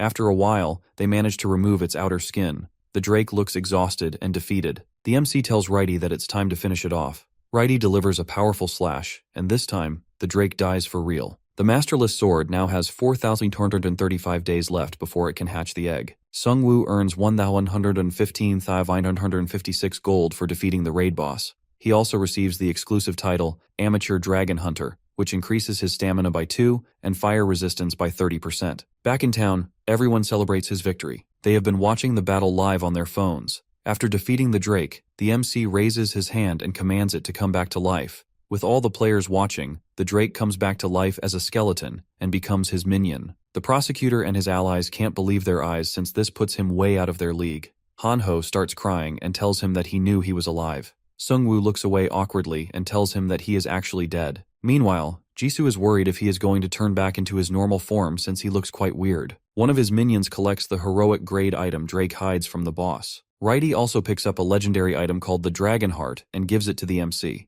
This Dragon Heart is a material that can be used to create other items. The MC also gets the Seed of the World Tree, which is a godly item with unknown effects. This seed is related to the prophecy they saw earlier. He realizes that the mysterious fallen ones may try to get their hands on this item. The photographer approaches him and asks if he can have some words after the incredible battle. The MC tells him not to trust any group that promises protection, as all the groups that welcome survivors so far have failed. The system is constantly testing groups, and in many cases, the challenges seem unfair for individual players. He suggests that everyone needs to get stronger on their own to survive in this new world. Suddenly, the ground shakes, and they see a huge explosion near Yeongdongpo Station. Manhwa informs the prosecutor that their base is under attack. He immediately orders everyone to retreat to the station. The MC notices the black smoke from the explosion and realizes that it is actually the breath of the abyss. He wonders if this could be the work of the group who were making deadly explosives. As the helicopters take off for the town, the prosecutor gets on his knees and begs the MC for help. He tells him that the station is filled with non-combatants and he can't protect them in his current state.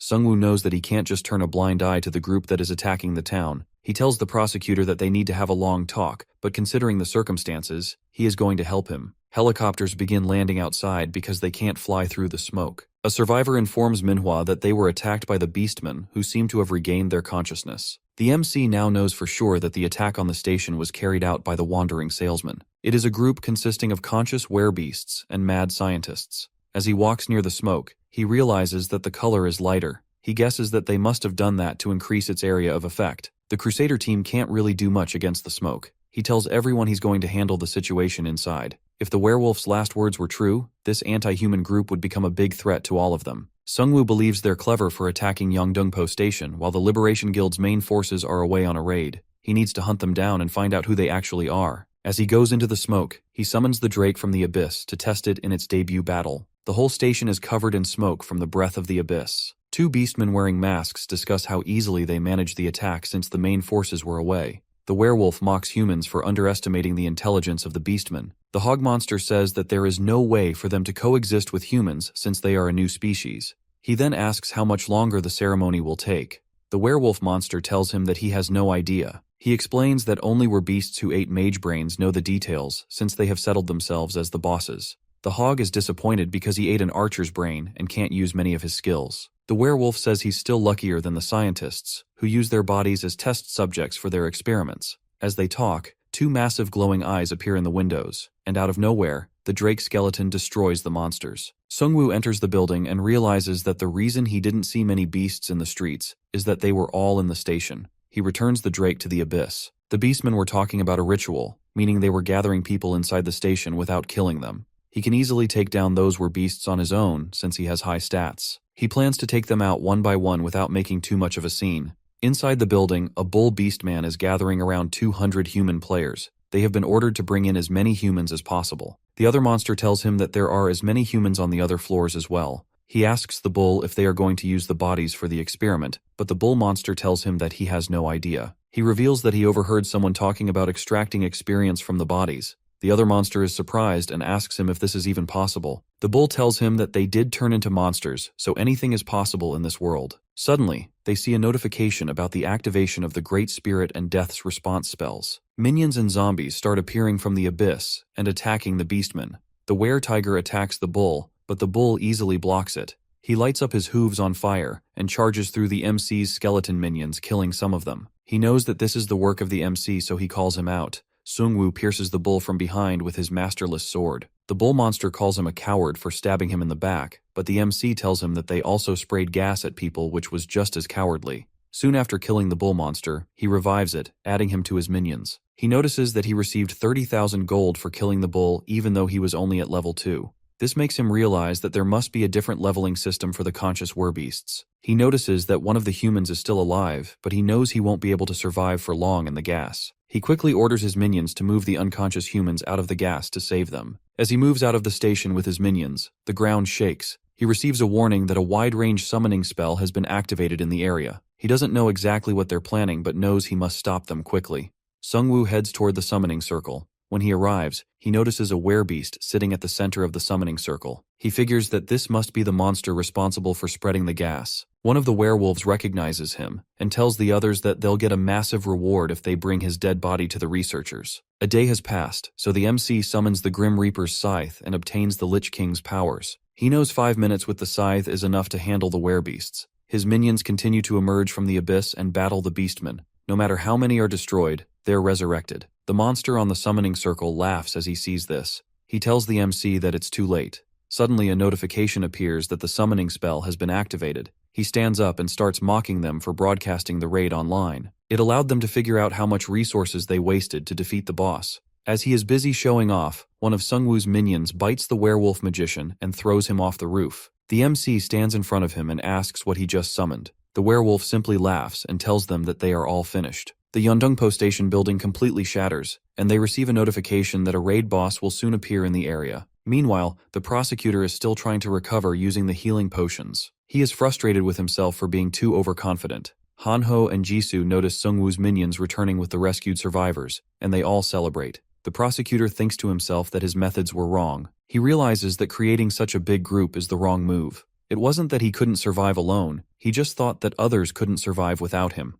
As the breath of the abyss starts to fade, they receive another warning message. It says that a wide-range summoning spell has been activated. Jisoo and the others rush towards the station building. When they reach the building, they see it collapsing with a giant ogre gladiator monster coming down. This is the raid boss. The werewolf laughs and tells the MC that he can't defeat this new boss because he must be exhausted from the previous fight. Sungwoo smirks and tells him that he should have watched the live stream until the end before making the summoning circle. He reveals that he also has a boss of his own. With this, he summons the Drake skeleton, which lands a direct punch on the ogre champion's face. Everyone cheers for him as they see the skeleton since it fills them with hope. The werewolf can't believe his eyes since he didn't expect the MC to literally pull out his own boss monster. The prosecutor knows that if he wants to stay in the race, he needs to grow even stronger than the MC. The ogre champion roars in pain, and 2 of MC's minions appear from behind the Drake, throwing spears at him. The ogre kills both with a single clap, causing them to vanish. They get destroyed so badly that the MC can't even resurrect them. He realizes that the ogre boss is on another level. Moreover, his Drake can't use its fire breath, or it would have easily toasted the ogre, but the MC can still control the Drake, which is a plus.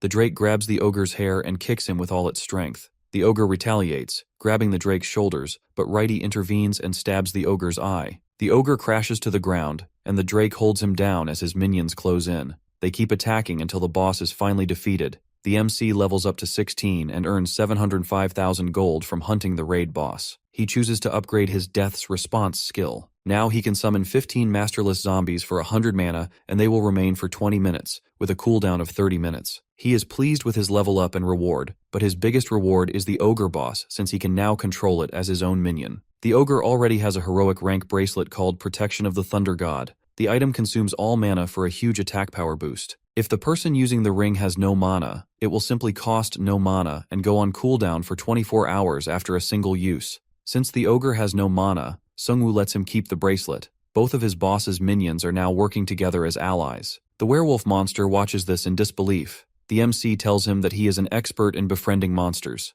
The MC stabs him with his scythe, telling him the jokes are over. Before the MC can ask him anything, the werewolf monster dies. Jisoo suggests that their leaders must have planted something in them to prevent them from revealing any information. The prosecutor is disappointed since it could have given them some valuable information about the group. Seungwoo remembers the memory fragments and uses them to get inside the mind of the werewolf. He revives the werewolf to take a look at his memories. The MC thinks to himself that the system is surely leading them in a specific direction. First it was the vampires, and now they were beasts. He sees the werewolf and other beastmen heading towards Yeongdongpo Station. The werewolf is watching the live stream of the boss raid, but the other monster tells him to turn it off as they are close to their destination. Seungwoo figured out why he didn't watch the whole live stream. One of them mentions hearing a rumor that their main objective isn't just attacking the Liberation Guild. The other monster ignores him and says that he doesn't know what he is talking about. The werewolf wants to know what the higher-ups are planning to do. However, the other monster tells him that their only mission is to attack the Liberation Guild, since they now have the perfect chance. The werewolf then asks him about Yui Island, where the mad scientists were trying to build a lab.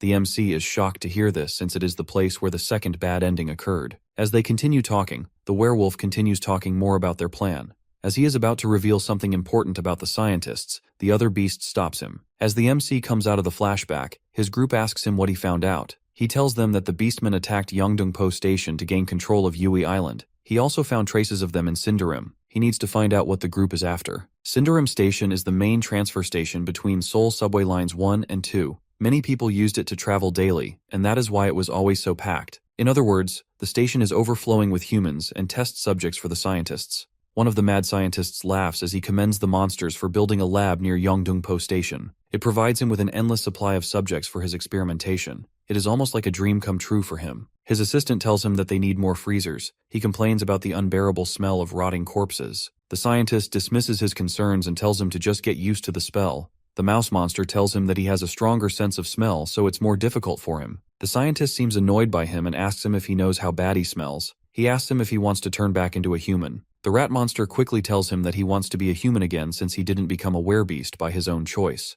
The scientist faces away from him and suggests he sign up as a test subject since the head office has begun experimenting. The mouse starts to tremble and nervously asks if he is joking. The scientist starts laughing and tells him that he was just kidding around. However, he still wants him to consider the offer since were-rats like him are treated as the worst among were-beasts. Suddenly, a dog were-beast rushes in and reports that a dragon is destroying buildings outside. He looks frustrated and asks the dog monster if he has been taking drugs. The dog frantically shakes his head in denial. The scientist realizes that it is an actual emergency, so he orders the dog to take him to the dragon. As the scientist and the other were-beasts rush toward the dragon with their buffs, one of them tells him that their raid on Yeongdongpo failed. When they finally come face to face with the drake, they realize that it's huge. The scientist almost faints from fear since he doesn't expect to see an actual dinosaur. The MC's party rushes inside with the drake, and the scientist realizes they're from the Yui Island raid. He knows he can't fight that thing, so he decides to run for his life. While retreating, he orders the dog to hold them off while they pack their stuff.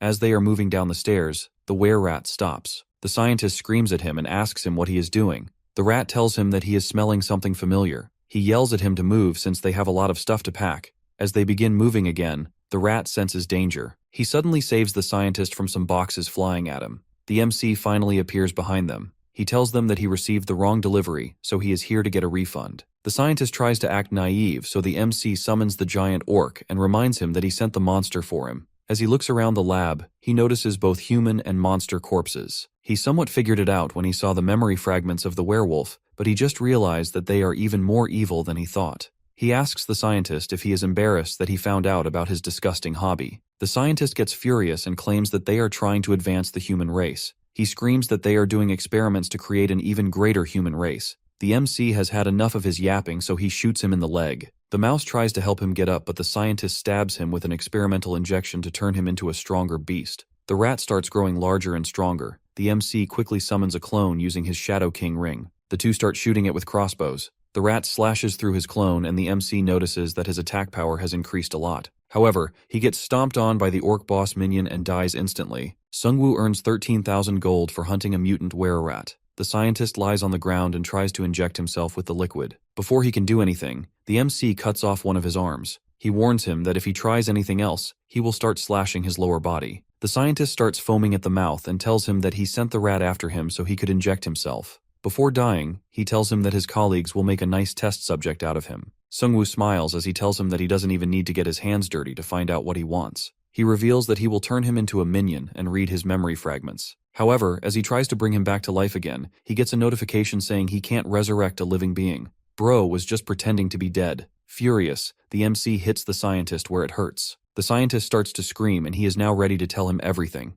He offers to hand him his inventions if he lets him live, but the MC has had enough and stabs him. He revives the scientist again and views his memory fragment. In the flashback, he sees the scientist sitting on a chair while a man tells him that it's time for him to earn his doctorate. He is going to make him the leader of the entire division. Sungwoo realizes that this is the man who is behind these wandering merchants. This man orders the scientist to produce large amounts of gas. He asks him if he can trust him to handle the task on his own. The scientist excitedly tells him that he can handle it since he is the one who created the poisonous gas. He asks the man if he should make a huge batch and release it all over Yeongdeungpo. The man tells him that they probably won't need a huge amount since they only need to take care of the small insects. He believes the werebeast sorcerers can handle the rest. He reveals that the sorcerers would teleport the 3 raid bosses they have captured. The MC is shocked to hear that they captured 3 raid bosses. The scientist doubts whether the werebeasts they captured can be trusted to handle such an important task. The mysterious man warns him to be careful with his words and says that their plan can't move forward without them. He also mentions 4 beasts who are stronger than the top-ranked players. He says that they will need them for their future plans. The MC is confused because he doesn't understand how these beasts could be stronger than the top-ranked players. They didn't draw a card and wasted a lot of their time, so they can't possibly be stronger than the players. He suddenly realizes that the werebeasts aren't human. They might even have their own way of leveling up that is different from other players. Moreover, the beasts and the scientist also received their special quests. He knows that these special quests can make someone much stronger and much faster. The scientist really wants to dissect the beasts after hearing how strong they are. The man reminds him that their goal isn't to eradicate all players, but they simply want to kill off some of the ants. The scientist excitedly gets up and agrees with his vision. He believes that humans can transcend into a new species. Sungwoo guesses that it must be related to the exclusive quest of the scientist. A white werewolf enters the room and notices them talking. Sungwoo recognizes the werewolf from a previous flashback. The scientist explains that the werewolf is one of the 4 beasts and a grand sorcerer. However, the werewolf claims that he isn't a mage. He walks towards the scientist, who is now hiding behind the boss man, and tells him that everyone mistakes him for a mage because of his staff. The scientist is shocked that the werewolf knows his name. He suddenly hits him with a flash attack, causing him to panic. He tells the scientist not to worry. Since they are going on a long journey, it will notify the other when either of them is in danger. In reality, he touched the scientist to apply the psychometry spell, which allows him to see the MC. Sungwoo is shocked to see the werewolf since he didn't expect him to notice him. The werewolf knows about him and is curious about how he learned about their Cinderim branch so quickly. The MC figures that it is one of the werewolf's spells. The werewolf looks him in the eyes and asks if he can actually access the memories of the dead bodies. Sungwoo mentions that the Cinderim branch was empty and asks if the main base is somewhere else. The werewolf advises him to leave Yeongdeungpo before their fight drags on, saying they will win in the end. The MC is visibly shaken, but he wants to get as much information from this beast as he can. He asks him who they are, and the werewolf simply tells him to remember the name Evolutionary Society. The werewolf uses a skill on him, saying that this name will soon bring the end of humanity. The MC comes out of the flashback and realizes that their enemy can even use psychometry abilities. He remembers how the boss man mentioned summoning 3 raid bosses in a row. He knows that they will rethink their plan since the first boss failed, but he still can't let his guard down. Righty gives him a map he found, showing 3 locations marked A, B, and C. The first location is Yui Island, the second one shows Sosa in Bucheon, and the last one is Beomji Station in Anyang. He notices that all the arrows in the map point to Yui Island, which means that it is possibly the location of the raid bosses. He has already defeated Drake before they could capture him, and also got rid of the Ogre Champion, so only one boss remains. Moreover, there is another branch of evolutionary society. Back at Yeongdeungpo Station, everyone is busy rebuilding. As Manhwa arrives to ask him about the mission, he asks her to find out information about raid bosses in Bucheon and Anyang. He plans to discuss the rest with the prosecutor. He finds him busy doing some work. The prosecutor watches him coming in and asks if he found out anything. The MC tells him that another attack is coming to Yeongdeungpo, and the attackers are the Evolution Society. The prosecutor has never heard that name. He asks the MC why they are even attacking them. Sungwoo suspects that they are the corrupted ones mentioned in the Uedo Island raid. However, he still doesn't have any concrete proof. The prosecutor slams his desk and tells him that they don't need any proof since the group attacked them first. If they are related to the second ending, they must be stopped at all costs. The prosecutor realizes they could be a much bigger threat and asks for Sungwoo's help. He requests he protect Yeongdeungpo because he is the only one who can resist the gas. For his service, he is willing to offer him 1,000,000 gold. The Mac wonders if the prosecutor is trying to use him by offering money, but he knows he is not his enemy, so he agrees. He was planning to deal with the Evolution Society anyway, and now he'll earn a lot of gold. After the meeting, he walks out to see the other leaders getting along with his friends. However, Hanho isn't too pleased since everyone seems to be trying to impress Jisoo. Hanho then gets an alert from the community app. The rankings have changed and the prosecutor's rank has dropped again. A player named Dr. 000 now sits in third place with level 15. The MC wonders if the doctor is the boss of the Evolutionary Society. The MC already knows that when a player reaches level 15, they undergo their first awakening. He isn't sure if this awakening is just for 5-star classes, but he knows that the doctor has already experienced his. It means that he has already reached level 15. Sungwoo realizes he must level up quickly if he wants to get even stronger. Meanwhile, Jisoo comes back after her chat with the other guild leaders. The MC asks her how it went. She shakes her head and reveals that it was just awkward. Meanwhile, Hanho gets a bit too emotional and asks the MC if he is really thinking that she will change sides. He tells him that she was crying her eyes out when he disappeared. Meanwhile, the blindfolded guy who is now assisting the MC on behalf of the Liberation Guild is knocked out when he opens a jar his minions are carrying. These jars, made by a scientist, contain a dangerous gas called Breath of the Abyss that's released when opened. He warns Minhyum not to touch them again. The guy points at himself and announces that he is officially their liaison from this moment. He tells them that he made time in his busy schedule to help them since they were really important allies of their guild. In truth, Bro just got demoted and was doing the labor. He reveals that their guild members are gathering information that he wants. As they walk over to the other guild members, Sungwoo asks Hanho if Jisoo was actually upset when he died. He whispers in his ears that she did shed a few tears. On the other hand, he only cried when Righty died. Hearing this, the MC realizes that if he and Righty were ever in trouble, his friend would probably save Righty. Meanwhile, the prosecutor is still thinking about the recent boss raid and his meeting with the MC. He thinks to himself that he shouldn't have gone into the raid like that. He was so determined to lead that he went straight for the boss without killing any of the minions below. This can deteriorate his public image overnight if people find out about it. Most strong players now look up to the MC and Righty instead. Suddenly, the prosecutor receives a special promotion quest that requires him to train 30 Crusaders to level 10. This would allow him to reach his first awakening. The prosecutor knows that he has to finish this quest fast since this is the only way he can stay ahead of the other 5-star players. However, he has already lost 6 Crusaders in the last raid and only has 14 left, making this task very challenging.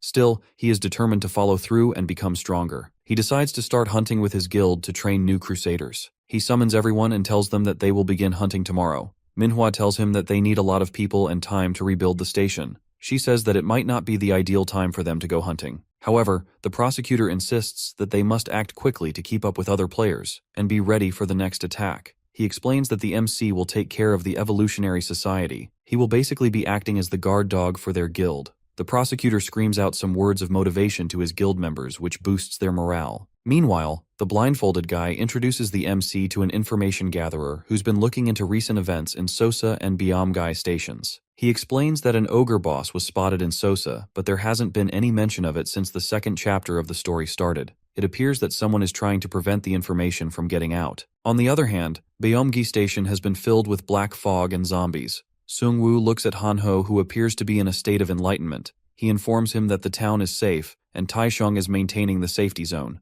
The MC has already taken care of the bosses in Yui Island and Sosa, so the only one left is the one at Beomji station. The post regarding the station warned people to stay away due to the gas. The MC suspects this is due to the Evolution Society's experiments involving Breath of the Abyss. There is a good chance that they have a lab in that area. He calls out the blindfolded guy and asks him if he can borrow a helicopter. Somewhere else, we see players trying to outrun a horde of zombies. These players are holding the last barricade. They try shooting them down, trying to protect the shelter. However, it doesn't seem to have any serious effect on the zombies. The players realize that they need to do something to keep the zombies away, otherwise they will infiltrate the shelter. They decide to split them up and attack. They stand in front of the zombies and try to provoke them. As the zombies start charging at them, Jisoo enters the scene and takes down several zombies with a powerful attack. The MC soon joins her with his ogre boss, smashing the zombies. He has activated the bracelet which gives the boss immense attack power. Other players recognize the skeletons and feel relieved that the Necromancer has arrived for their aid. Back at their base, the players are still waiting for the MC and his squad to return. Hanho comes back with a smile and tells everyone that their hero has arrived. He was referring to himself, by the way. He assures them that everything has been taken care of by him and the MC. The dad ignores him and asks if he is the only one who came back. Hanho makes a serious face and tells them that someone must stay here to protect the town since they don't know when it might be attacked again. Meanwhile, the players think that he has been demoted. The safety zone requires gold for maintenance, so he has also brought plenty of gold to keep the safe zone running smoothly. He says that they might think that he was abandoned, but he has something that will prove just how much the MC loves him. He opens up a bag and Righty jumps out tied with a rope. Bro is using him as a Pokemon. After seeing Righty, all the players are excited since they trust him more than Hanho. Meanwhile, in the university hospital, some kids peek at the MC from the door. They are amazed to see him and call him a symbol of justice and truth. Jisoo looks at the kids as they stare at them. She is glad that they managed to arrive in time to save them. As she is talking, the MC notices some blood on her face and neck. She tells him that she is quite used to the smell of blood by now and simply wipes it using her coat. They've both faced life or death situations but haven't really talked that much. The MC realizes that he doesn't know much about her. He mentions her home and asks if she ever thinks she will go back. She tells him that her family must be doing fine, so she doesn't think she will ever go back. They aren't really the best group of people, so she was happy to get away from them. She feels like her life only got better after she left, though then the world changed with the apocalypse. The MC feels bad for her after hearing her story, but he is also glad that she won't be leaving them soon. Suddenly a guy wearing a white coat slides the door open. He introduces himself as Minseok-an and apologizes to them for making them wait. This guy is the leader of this area. As Sungwoo shakes his hand and introduces himself, the guy tells him that he already knows him. He also knows about Jisoo, but she doesn't really have the best nickname. After seeing her confused expression, he tells her that the kids have really picked up this name and apologizes to her. With a smile, she tells him that it's all fine, but she really wants to know who came up with the nickname. Whoever gave her the name is about to disappear. After telling them about their nicknames, the guy tells them that they have to leave. He explains that zombies have overrun the area for 3 days, and they are running out of options. When Jisoo asks him why they don't just leave, he explains that a local quest keeps them trapped. Everyone in the area received that quest. If they try to leave the building, they'll be hunted by zombies. The more time they spend outside, the more zombies will attack. Half the people there are children and elders, so escaping isn't safe. The mech realizes that his group has become too weak. He wanted to help others, but he didn't have a concrete plan. These guys are not strong enough to handle the quest. The leader asks them to leave before midnight to avoid getting caught up in their struggles. Sungwoo looks into his eyes and realizes that he wants help, even though he is asking them to leave. He tells the leader that he is fine with staying since they came here to help the station. They thank them for trying to help. The wife asks if the two of them would like to share a room. Hearing this, Jisoo's head catches on fire, and the two immediately ask them for separate rooms. That night, the kids come to visit and ask if they can enter the room.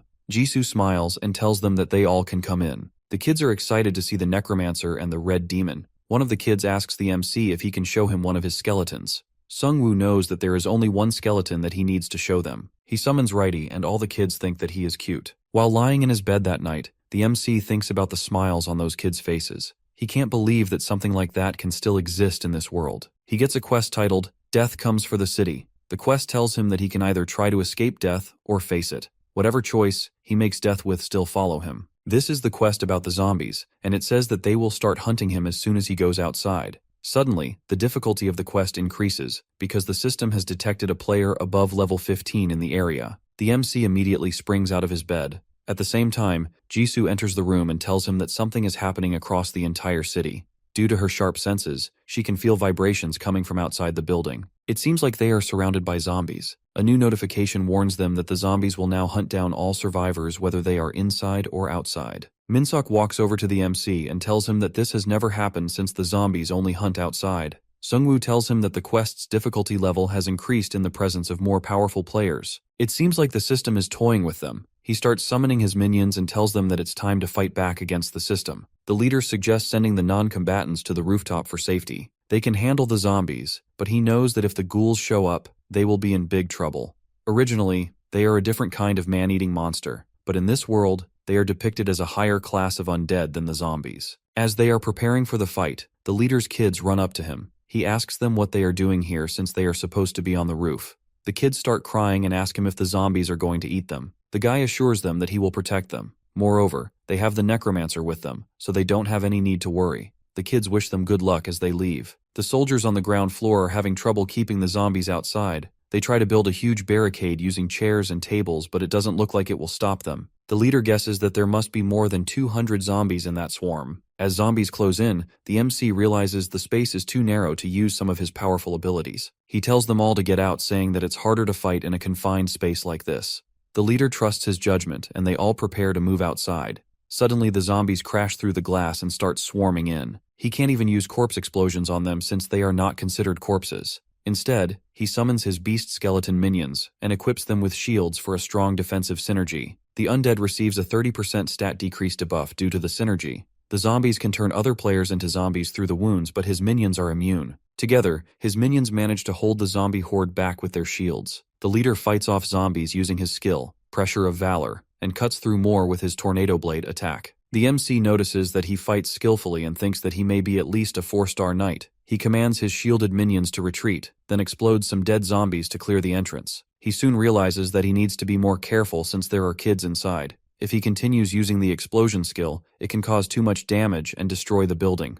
More zombies gather outside, which makes the group a bit frustrated. They all step outside so they have more room to fight. The MC is now free to use his spells, so he summons his Drake, which starts destroying zombies left and right. The MC instructs Minsuk to evacuate the people on the roof since the entrance is now clear. He mentions that there are 2 buses ready in the underground parking for evacuation. Suddenly, the MC receives a notification that his minion has been destroyed. He is good at dealing with a huge number of enemies, but this is just too much. He wants to save his Death's Response and Grim Reaper's Scythe skills for later since he doesn't know what is going to appear next. He turns back and tells Jisoo it's her turn. She was waiting for him to say that. She puts on her purifying face mask that is sewn by Mr. Kim himself and starts cutting down zombies. The MC watches her fight and notices how good she is in close combat. Soon the buses arrive and survivors begin boarding. Just then, they get an alert that the ghouls are being drawn to the smell of the survivors. Minsuk warns the MC that ghouls are far stronger than zombies. They are also much faster and target children, so they have to protect the kids. In the past, one even broke his car window and took his youngest son.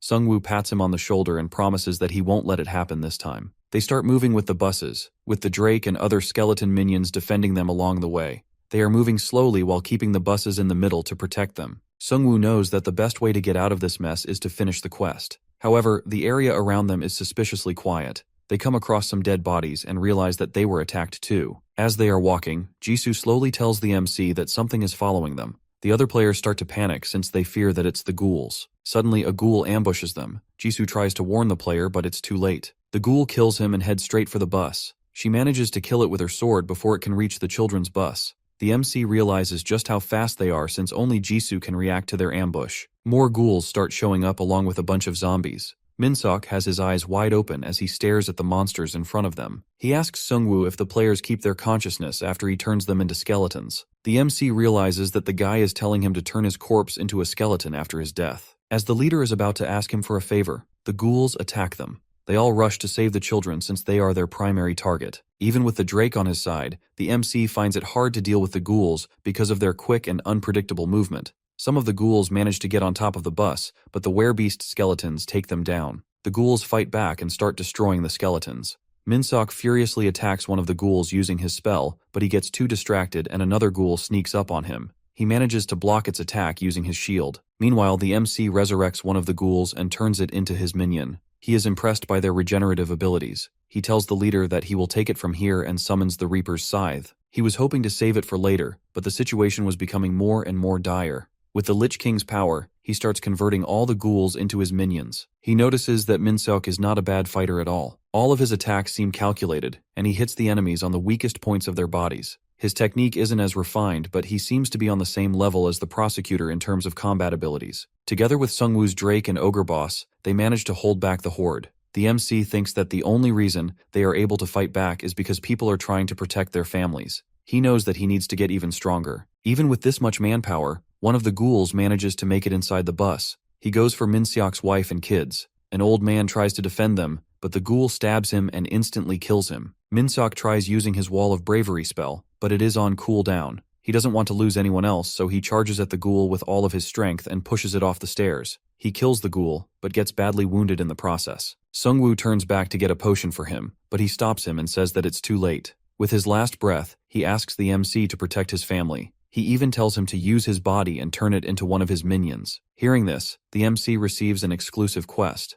Minseok died on the battlefield without fulfilling his duty. The MC can now command his body, but in return, he has to grant him his dying wish and take care of his family. Doing that will earn him the knight's unwavering loyalty. He also has the option to dismiss the quest and leave the man to die. The MC feels frustrated with the system because it's giving him a similar quest to the one he received when the professor died on campus. Left with no other option, he decides to fulfill his final request. Minseok finds himself floating in empty space. He wonders if he is in the afterlife. A Grim Reaper appears in front of him and tells him that he is not in the afterlife yet. The man feels dreadful that he won't be able to see his family again. All he wanted was to protect them, but the world took everything away from him. The Grim Reaper explains that the MC is turning him into an undead, and he will be taking care of his family. He asks him to accept his death and forget everything since it is now time for him to rest. Heartbroken, Minseok begs the Grim Reaper to let him keep his memories since he wants to continue protecting his family. The Reaper tells him that someone stronger than him will protect his family from now on.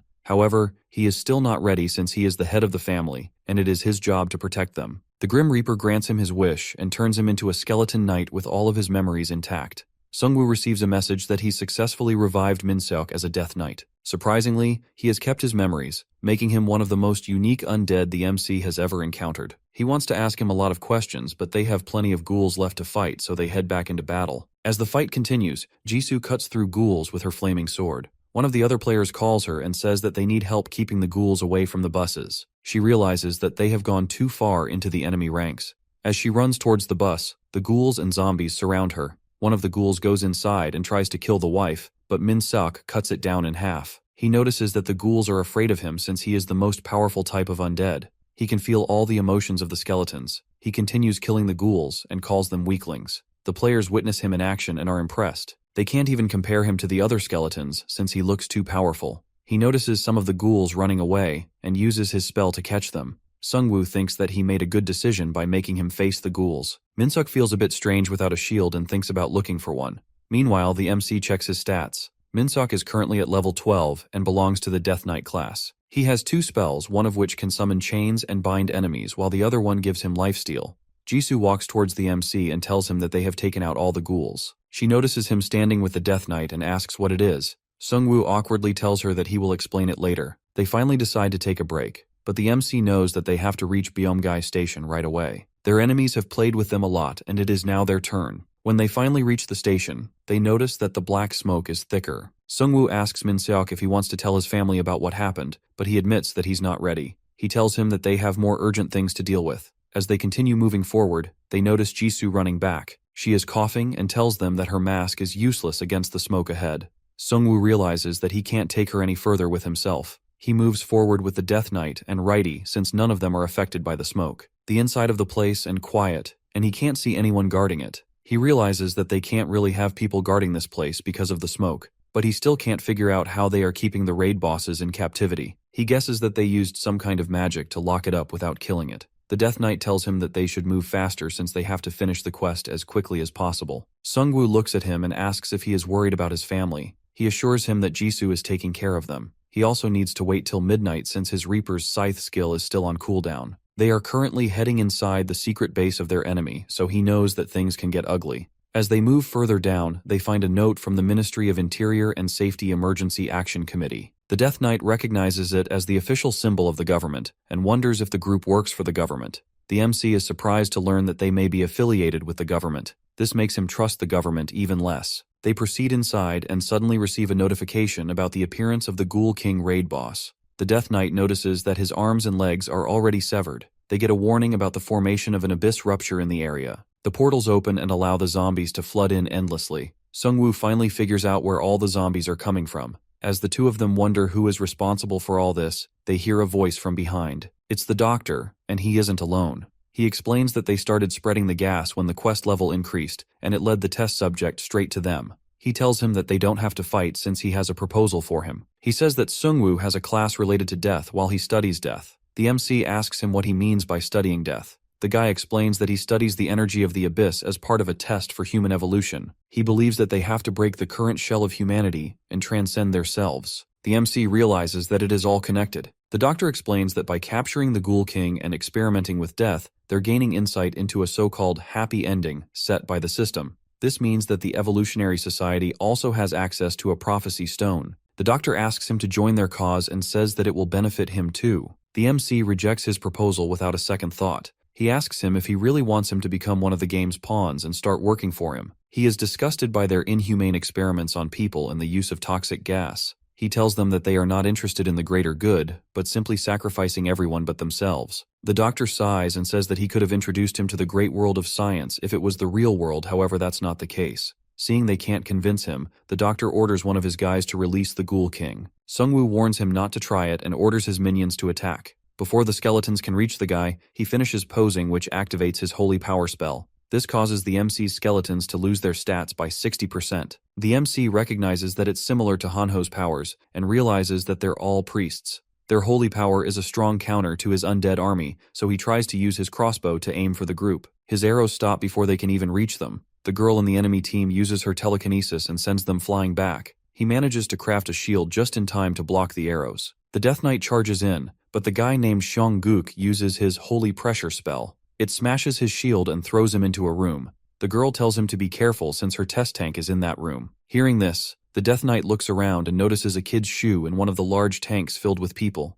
Enraged by seeing his kid in the tank, the Death Knight retaliates by using his chains and strangling two of them to death. He tells them that they have no right to live. The group tries to use their holy power to melt him, but Sungwoo crafts armor around him. This activates a teamwork synergy that protects him from all debuffs. The group panics as they realize that their spells aren't working on the Death Knight. He is still taking damage, but he isn't getting knocked back by the spell. With their powers disrupted, the Death Knight slaughters them. Meanwhile, the MC's ghouls start cleaning up the rest of the enemies. The girl scientist is shocked that they are losing since they should have the upper hand according to her calculations. The Death Knight walks over to her and asks if she is the one who controls that tank. She tries to keep him away, but nothing is working. He continues walking towards her and asks why she used his kid for her experiments. He finally gets close enough and finishes her off with one slash, earning the MC 12,000 gold. Seeing all of his allies dying, the doctor decides to use his final card in an attempt to escape. He unleashes a strange tree creature on them which roots the Death Knight and righty. Sungwoo knows that he has to take him down right away since he doesn't know what else this man can do. He uses his Lich King spell and slashes off all the roots. The doctor throws a flash grenade, but the MC is unaffected by the light. He stabs the doctor with his Grim Reaper scythe. As he is dying, he tells him that he chose a good card since it allows him to survive well on his own. However, he can't say the same about his teammates. He reveals that he has released an army of zombies and ghouls outside. The Death Knight is furious upon hearing this and wants to finish his off badly. The guy starts yapping about making new weapons from the system. At the same time, the Ghoul King starts to regenerate. The doctor starts laughing and asks them if they are still willing to fight after losing everyone around them. Hearing this, Sungwoo orders the Death Knight to finish him off. Min-seok slashes his head off with a single slash. As he dies, they receive a system notification that informs them that this is just a clone of the real doctor. The MC quickly pulls out his phone and checks the community forum. The 5th spot in the rankings just went blank since it was a clone of the real doctor. They realize that he has 5 more clones in the top 20 players alone. Their group has grown quickly thanks to his use of clones. This allows them to pursue the same goal in different areas. As Sungwoo is lost in thought, the Death Knight calls him out and reminds him that they have a much bigger problem to deal with, the Ghoul King. Outside, Jisoo just finished off a wave of zombies and ghouls with help from the Wandering Drake and Ogre champion.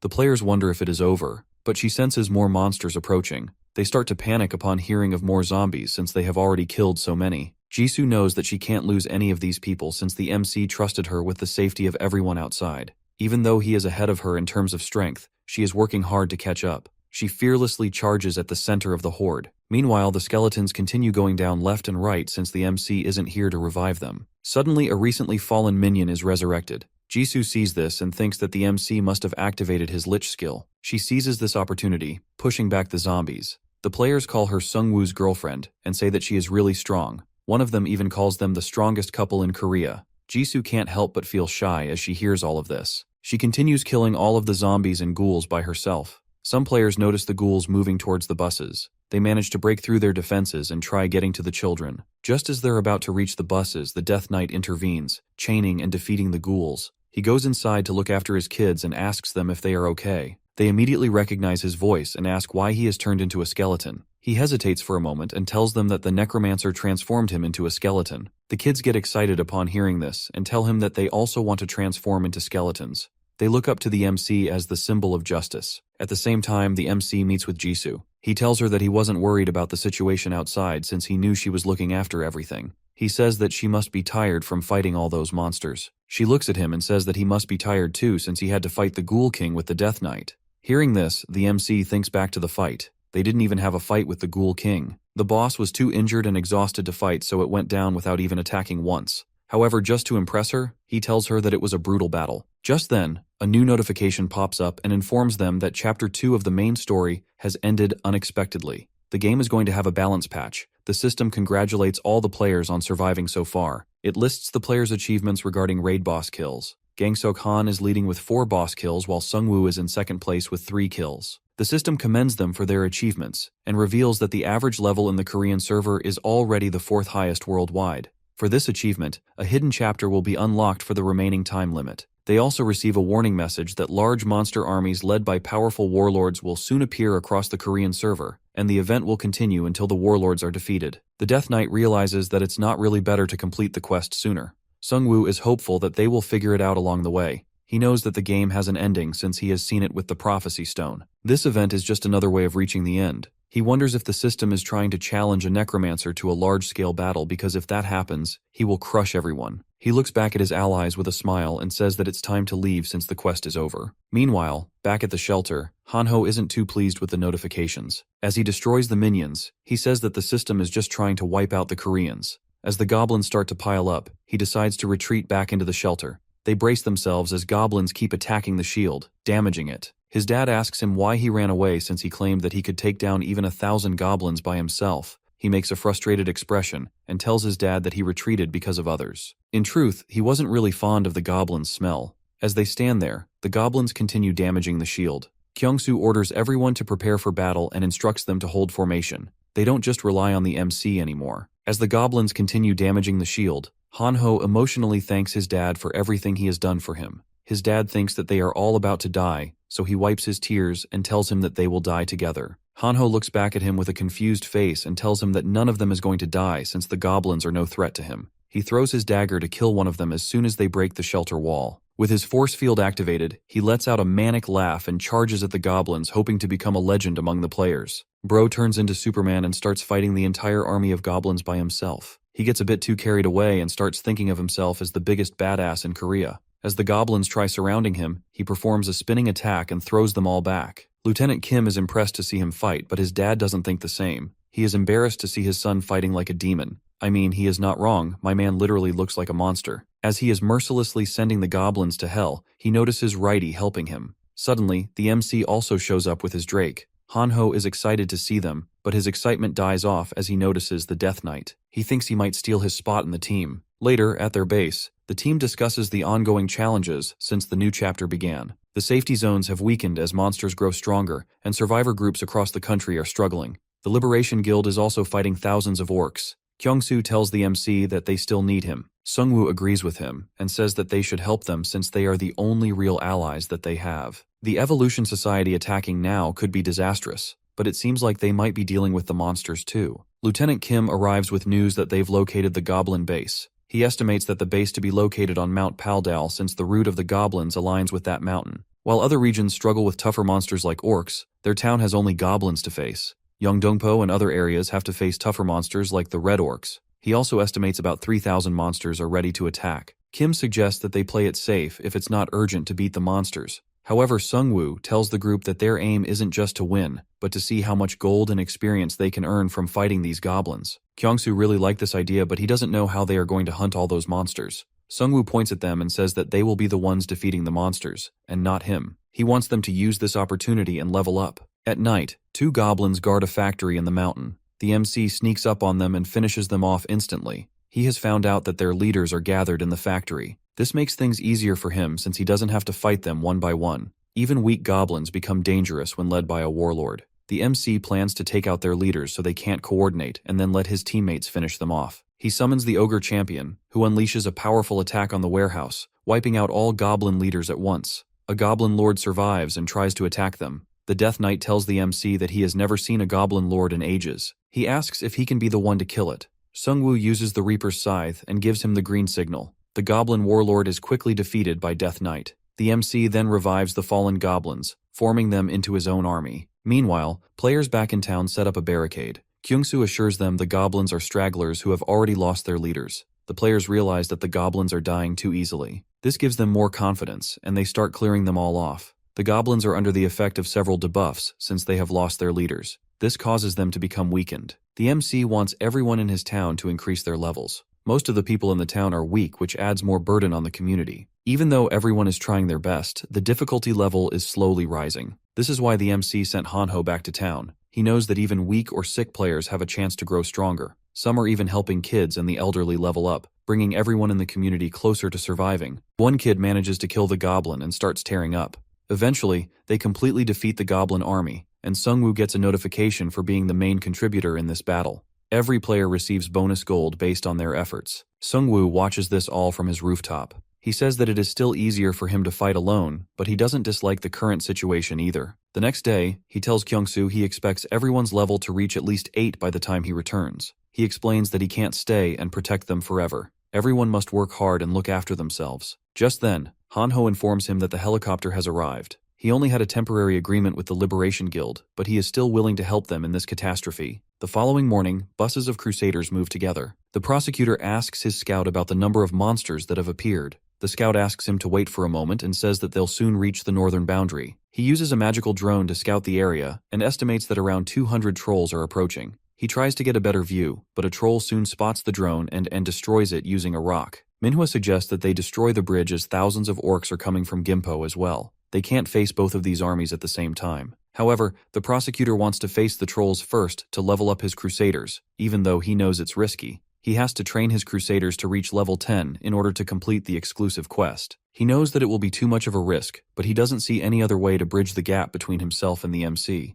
Manhwa follows his order and begins summoning all available guards, leaving only the bare minimum behind at the station. The blindfolded guy suddenly enters and updates the group that the helicopter with the MC is almost there. Manhwa is relieved to hear about his arrival since she thinks that they can now fight the orcs and the trolls by combining their forces together. However, the blindfolded guy tells them that the MC has instructed them to meet him at the location of the orc army. Manhwa is confused and asks him if he even told him what was going on there. He says that the MC wanted to collect some bones. As the helicopter hovers overhead, Sungwoo summons his minions from above. They all leap down and start tearing through the trolls with ease. In addition to the Drake and Orc boss, the MC now has the Ghoul King as well. The blindfolded guy and the prosecutor watch in shock as Sungwoo's army makes the trolls look like a bunch of ants. He continues killing the trolls and turning them into his skeletons. The prosecutor wonders if he will be able to surpass him after his awakening. Some players from other factions watch from afar. They wonder if the Liberation Guild asked the Necromancer for his help. They have been live streaming all of this. The MC's group gains another achievement for having over 20 giant minions. This reduces the damage they take from small and medium enemies by 30%. As they clear through the normal trolls, the troll warlord finally appears. The group watches as the orc charges at the MC's army. They wonder if he can even handle such a powerful opponent. However, Sungwoo's ogre champion and other minions quickly overpower the troll chief. The troll warlord has no chance to fight back, and it appears to be completely overwhelmed. The troll boss dies after taking a final hit from the Death Knight. Sungwoo revives the troll chief, adding him to his growing army. He then asks the group to move since they have to meet the Liberation Guild. The prosecutor thanks the MC for his help. He wanted to use him to buy time and get stronger, but it appears that he is even more powerful than the last time he saw him. He explains to him that a large orc army is coming, with only one bridge for them to cross. He's eager to prove his strength in the upcoming battle. They have sealed off all other entry points using items and other techniques. The prosecutor knows that the whole Korean server will be watching this battle. He can't appear weak this time, otherwise it will be over for him. He knows that he has to prove himself, so he decides to take the lead. As news gets out about the MC on forums, many people want to join the raid.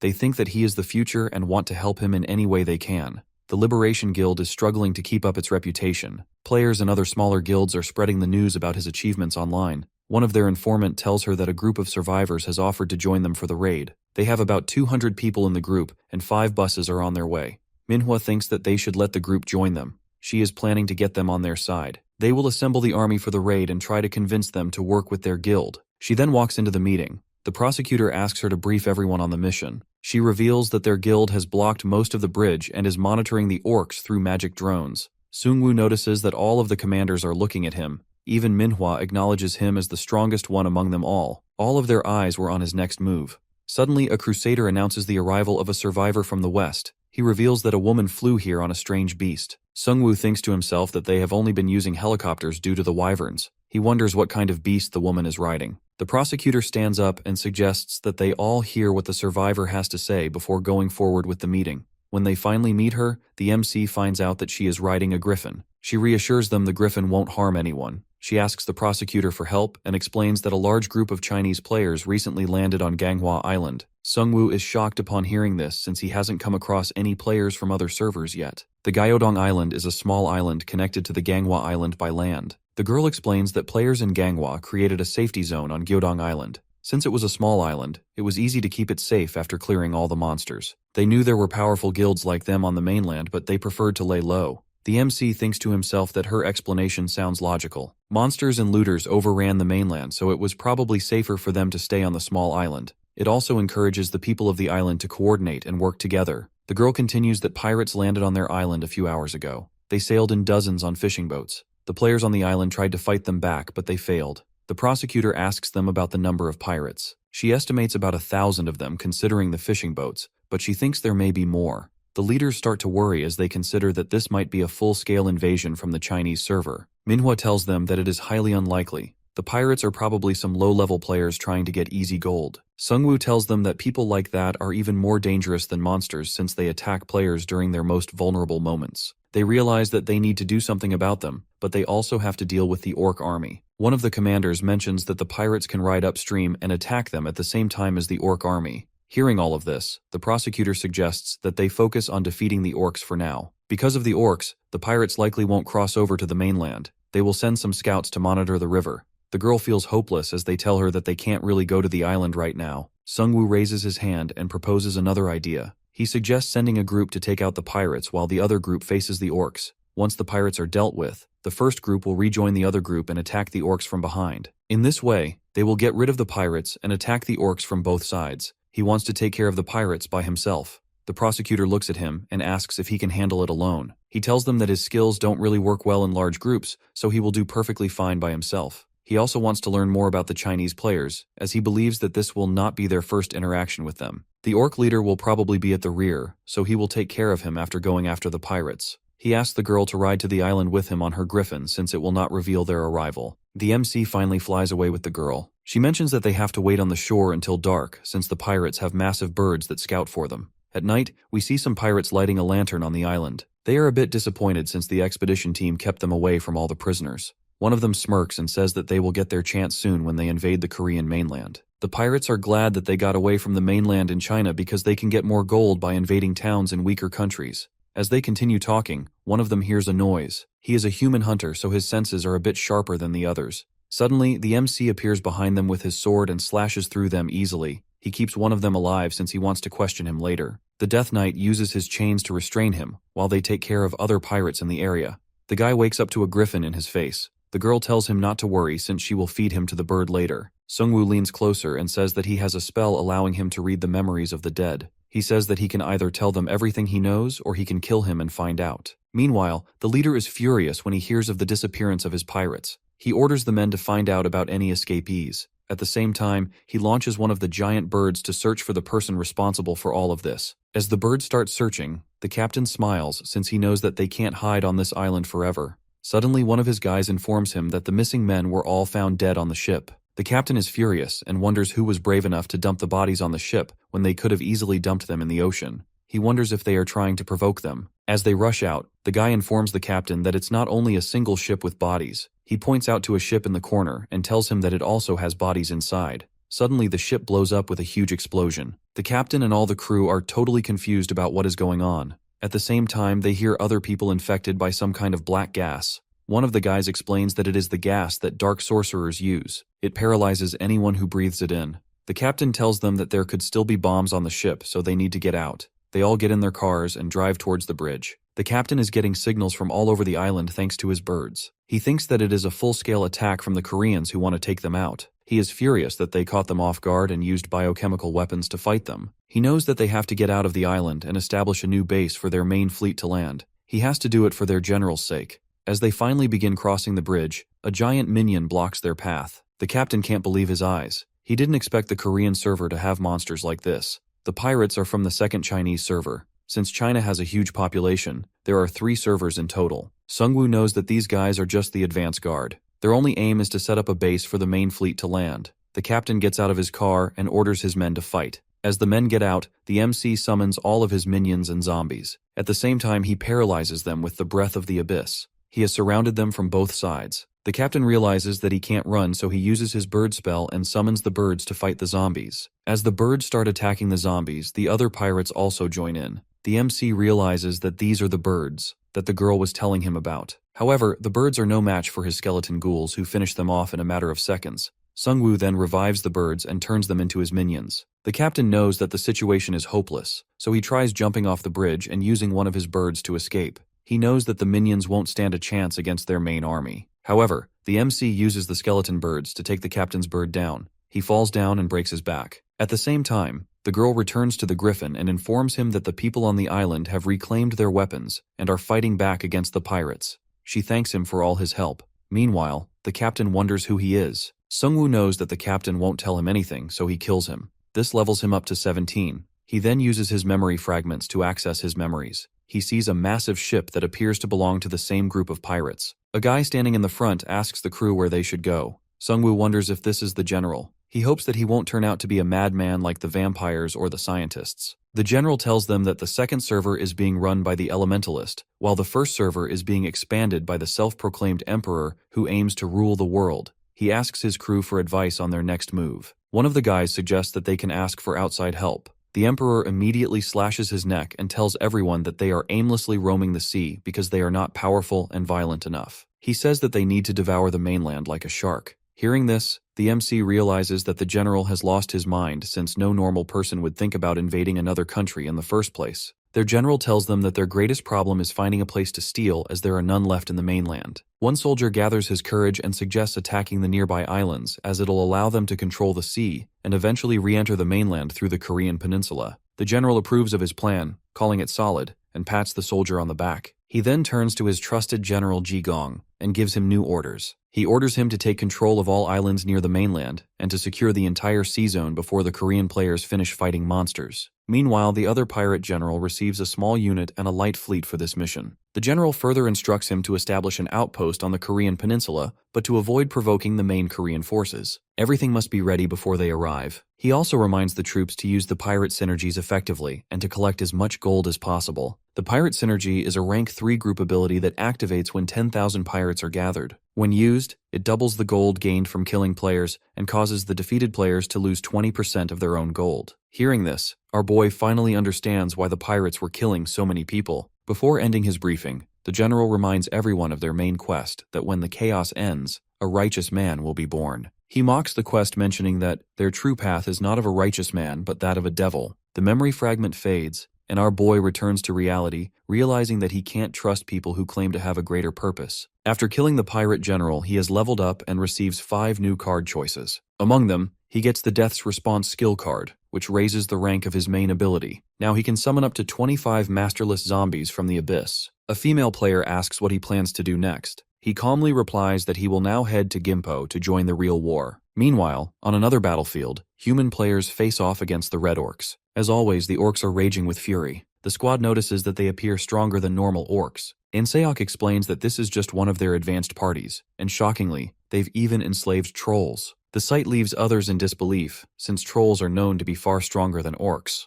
The sword girl charges forward with righty, cutting through trolls as they fight toward the orc center. A storm of daggers flies through the air thrown by Hanho as he activates his Gigachad form. The group fights to push back the orc army. The purple-haired guy also joins in and starts burning them with his flaming sword. But just as he grows bold, an arrow flies toward him. Anseok catches it mid-air, saving him, and warns him not to get overconfident. Then he charges into the fray, punching down orcs and shouting for everyone to protect the mages. The human forces begin pushing the orcs back, though the enemy still fights fiercely, almost enjoying the pain of battle. Suddenly, an orc chief bursts through the lines, but Hanho meets him head-on and says that he is also enjoying the fight. The shield-bearer squad holds the front line while the priest squad supports them from behind with blessing skills. A fighter suddenly shouts for everyone to look as trolls are carrying orc shamans on their shoulders. The shamans begin chanting their spells, and the shield-bearers yell for the mages to cast protective barriers. However, they are too late and several players are struck directly, leaving them badly wounded. Just as they think all hope is lost, the Crusader team arrives at the scene.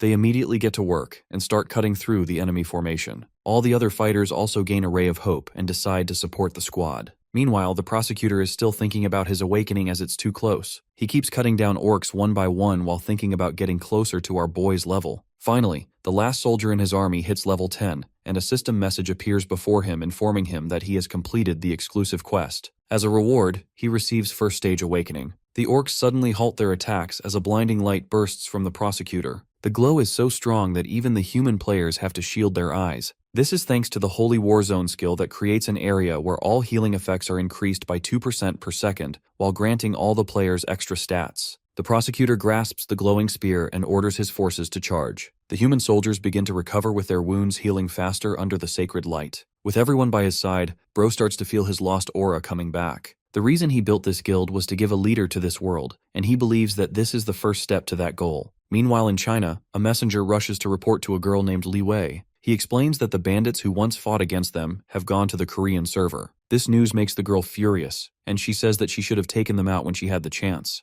Her subordinate tries to make her feel better, and says that it wasn't her fault. Moreover, according to their sources, the Koreans have already stopped their advance party. Hearing this, the girl realizes that Korea must have some strong warriors, and gets curious about the person who stopped those beasts. Back on the battlefield, the prosecutor earns 3,000 gold after killing the orc captain. With the captain dead, he announces that the fight is over. The prosecutor asks about casualties. The blindfolded guy reports that 3 crusaders and 100 players have died. Hearing this, the prosecutor still feels a bit disappointed since any loses for them are bad as human players don't respawn after death unlike Seongwoo's army. Anseok warns that the players are exhausted and need rest. If another battle starts now, he says, fatigue will kill them faster than blades. But before anyone can recover, the ground trembles and another orc army approaches the battlefield. From the front lines, Hanho shouts that this is part of their main army. The players know that this is bad, even with the Crusaders on their side. The blindfolded guy suggests retreating to the narrow streets, where the orcs' numbers would matter less. But the prosecutor hesitates. He knows that if they retreat, the orcs will march straight toward Yeongdeungpo Station, where countless refugees are gathered. Jisoo agrees, knowing the orcs always move toward crowded areas. The leader of the Crusaders refuses to back down and stands against the charging orcs. Jisoo tries to calm down the players, claiming that they still have a way to defeat the orcs. Then, suddenly something explodes in the distance. A dead orc collapses before a mounted warrior, its body detonates, killing nearby enemies. It's our boy, and he has returned to the battlefield. In the sky, enormous undead birds fly over the orc army, dropping corpses from above. Each body explodes on impact, tearing through the orc formation. Soon the Death Knight also joins the battle. Seeing all this, the prosecutor comments that they've been fighting with traditional methods all this time, while our boy is using modern methods like aerial bombing. Several guilds immediately launch their magic drones to record the scene. The battle is streamed live across the entire community forum, watched by thousands. People start turning on our boy Righty as the new Death Knight takes the spotlight. The broadcasters, thrilled by the spectacle, see their subscriber counts and viewer chats explode with excitement. Everyone online is talking about the Necromancer, and the Crusaders fade off in the background. Suddenly, loud banging shakes the door of the broadcasting room. Manhwa arrives with the Crusaders team. She orders the streamers to put down their weapons and stop the live broadcast immediately, otherwise, they'll be shut down by force. The staff protest, accusing her of trying to control the media and hide the truth. But she reminds them that Yuji Island was attacked by terrorists using intel gathered from a live stream. Hearing this, the streamers reluctantly agree to cooperate. Still, she clenches her fists in frustration as countless private channels are already broadcasting the raid live, and it's impossible to stop them all. they will find out that the Necromancer is the one leading in this fight, including their enemies. That night, outside the Liberation Guild camp, Righty sits quietly by the fire, guarding the place with other guild members. Meanwhile, inside, our boy explains their current situation to his friends, who immediately start to panic. They are being targeted from everywhere by monsters and even pirates. Jisoo remains calm, but points out that while they have become strong within Korea, they still don't understand the scale of the world beyond. Korea is small, and compared to other regions, its players have fewer resources. She believes they must hunt and level up faster to survive what's coming. The others agree. Since leaving the college campus, their only real goal has been to grow stronger. But because the country is small, gold and experience circulate more slowly than in other nations. Our boy thinks that the ongoing war against the orcs is actually a blessing in disguise, since it gives them a chance to earn more gold and experience. He knows that they will eventually have to fight other players, and he has already discussed this possibility with the prosecutor. Once they've defeated enough monsters in their server, they will eventually move to other servers and start fighting people. He doesn't understand where this game ends and who will be their final boss. As night deepens, one of the Crusaders hears something outside the camp.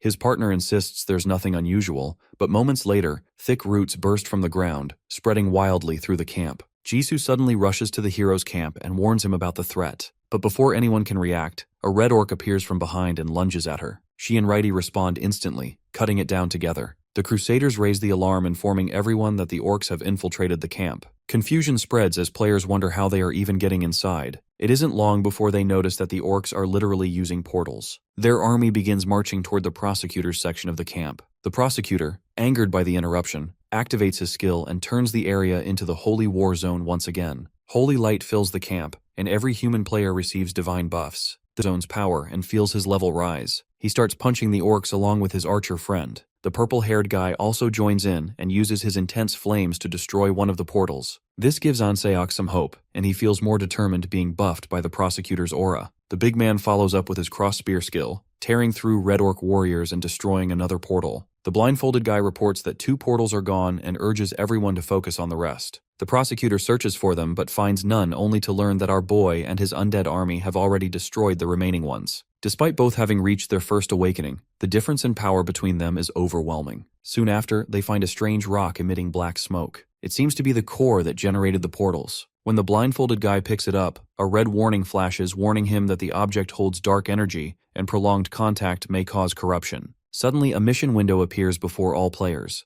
The quest reveals that the Orc Lord is performing a massive black magic ritual. If they fail to stop it within 30 hours, every orc will enter a demonic state and gain enormous buffs. Our boy remembers that the boss he fought back at the campus was also a dark sorcerer orc, and realizes this battle may be similar. He lets out a wicked smile as he thinks to himself that this is going to be a fun battle for him. At that moment, the blindfolded guy receives an urgent call from the deputy leader, warning him that wyverns are approaching fast. Moments later, several wyverns soar over the sky, circling their camp. Iron Fist and the others hide inside, hoping that the wyverns will just pass by. After the beasts pass, Manhwa turns to the prosecutor again, advising the troops to stay hidden a while longer since there is a chance the wyverns might circle back. The guy knows that they don't have much time to waste, but he can't really do anything about this, so he agrees. Meanwhile, Hanho asks if they are strong enough to beat the wyverns. Jisoo admits they could handle 1 or 2 wyverns, but not dozens. The alpha male and his pack rule the Korean skies, and fighting them would be suicide. The camp falls silent as the shadows of the monsters glide above. Our boy wants to hunt them but still can't find a safe strategy. After a while, the group notices that the monsters have flown away, so they start moving. Our hero's friend talks about the Gimpo situation, since the place is basically turning into a wasteland, similar to what happened in Yuji Island.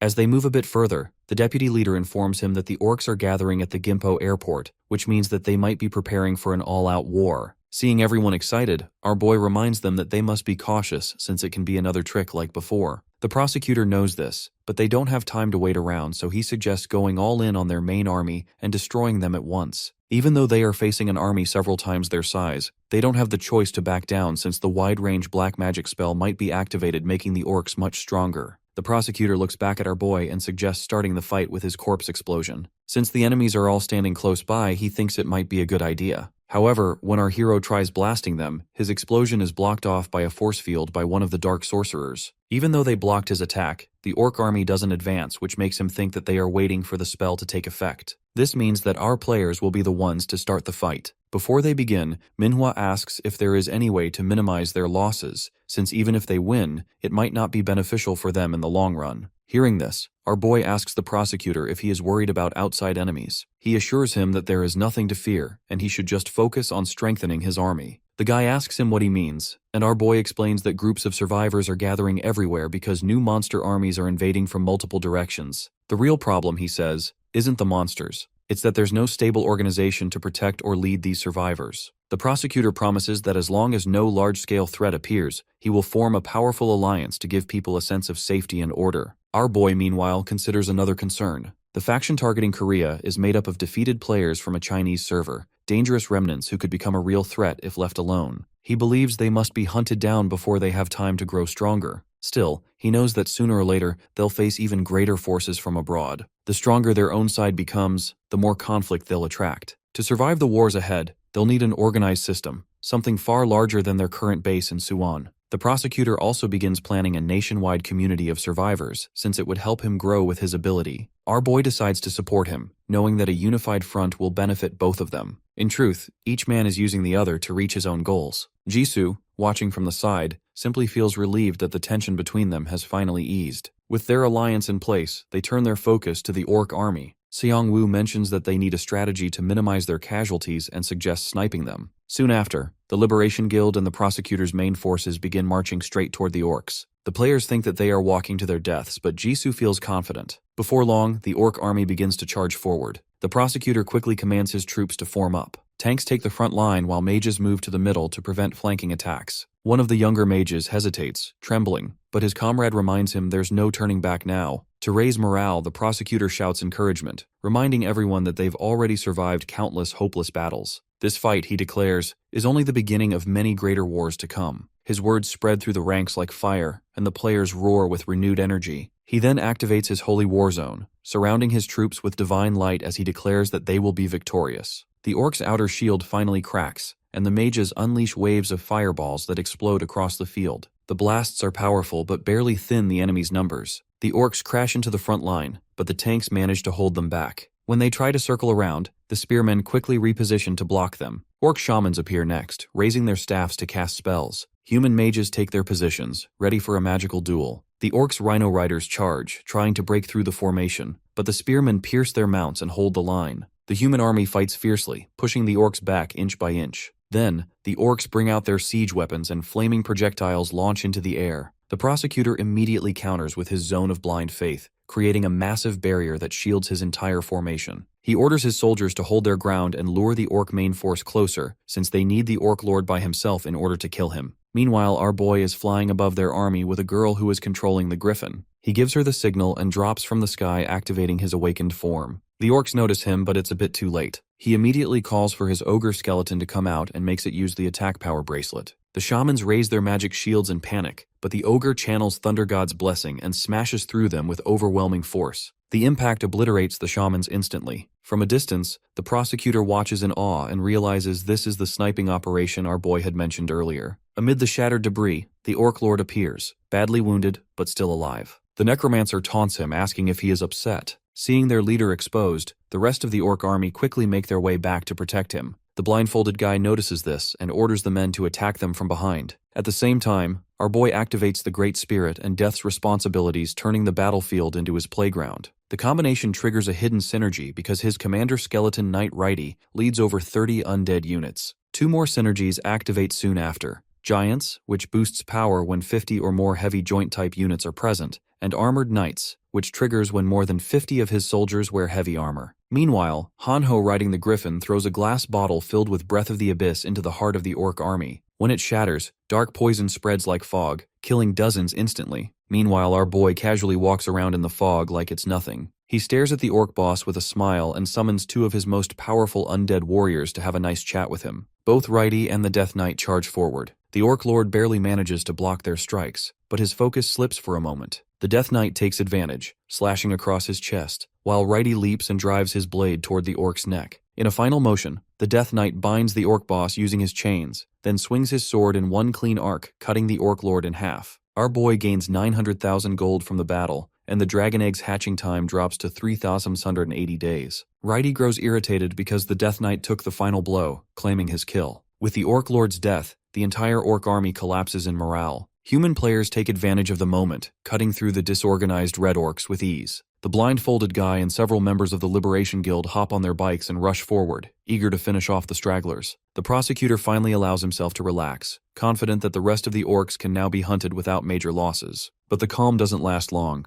Minhyum's phone suddenly rings with an emergency alert. He rushes to the prosecutor and reports that the magic drone scouts have spotted wyverns heading directly toward their position. The prosecutor demands to know how far away they are. The guy explains that the scout team that sent the warning is barely 3 kilometers out, meaning the wyverns will arrive any minute. The realization hits quickly. They've been tricked. The wyverns must have waited until the human forces left the city, where there are no tall buildings or defenses, and are now planning to strike in the open wasteland. Without hesitation, he orders a full retreat. All players are told to move inside the airport terminal and take shelter immediately. Some hesitate, confused by the sudden command, but before they can question it, another message arrives from the system. The notification confirms their worst fear. The field boss, Wyvern, the alpha male. Wyvern has appeared near their location. However, the warning comes a bit too late, and one of the Wyvern manages to snatch a player from the ground. Our boy isn't going to let them off without a fight, so he sends some of his own undead birds into the sky carrying orc corpses. As he waits for the Wyverns to take the bait, he orders the prosecutor to load the ballista. It doesn't take long before one of the Wyverns goes for the corpses, and our boy immediately uses his ability to explode it in its mouth. As the monster falls to the ground, the Crusader team continuously hits it with spears. At the same time, our boy orders his Drake skeleton to finish the job.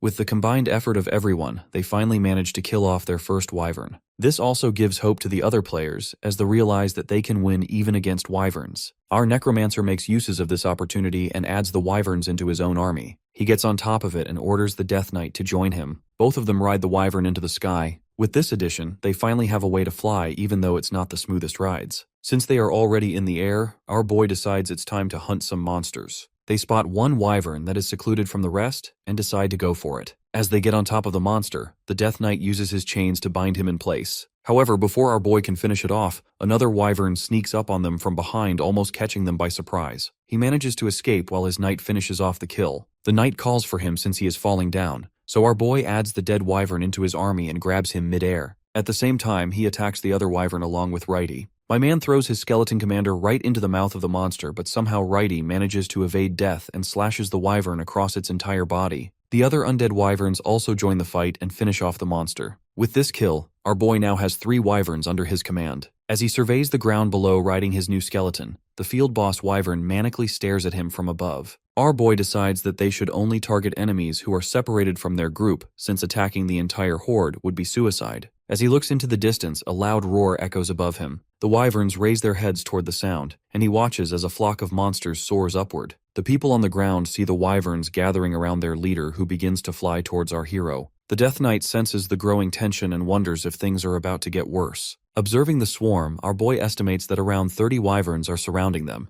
making escape nearly impossible. Accepting this, he takes out a jar filled with Breath of the Abyss, and thinks that if they can't flee, they must destroy them all. The Alpha Wyvern lets out a powerful cry, commanding the others to attack. As the wyverns charge, he raises his hand and sprays the abyss from the jar. A dark smoke spreads across the sky, and the wyverns begin to choke and vomit after inhaling it. Our boy notes that they're retreating and feels relieved. Even though it's not strong enough to knock them out, their bodies are instinctively retreating since they are repulsed by it. The Death Knight comments that it just smells disgusting. As the creatures hover at a distance, our boy taunts them, asking if they plan to stay there forever. He claims that he has more jars left, though in reality he only has 1% remaining. The Alpha Wyvern finally lets out another roar, but this time, it's an order to retreat. The entire group follows her lead and disappears into the distance. Our boy removes his mask and smiles, saying that the battle is over, and they can begin reviving the undead. His undead army gathers before him. All the players are amazed since they've never seen monsters like these gathered at the same place. The prosecutor arrives at the scene thinking that Seongwoo's earlier confidence about handling the pirates wasn't arrogance after all. He now believes that our boy is capable of managing external threats and decides to trust him. The team celebrates their victory, raising their hands in joy as the system announces that the 4th monster warlord on the Korean server has been successfully completed, and our boy is the main contributor. Checking the leaderboards, his friend is mad that he still isn't at first place despite being the main contributor. Hearing this, the hero reminds them that while rankings are important, they should really focus on getting stronger and leveling up.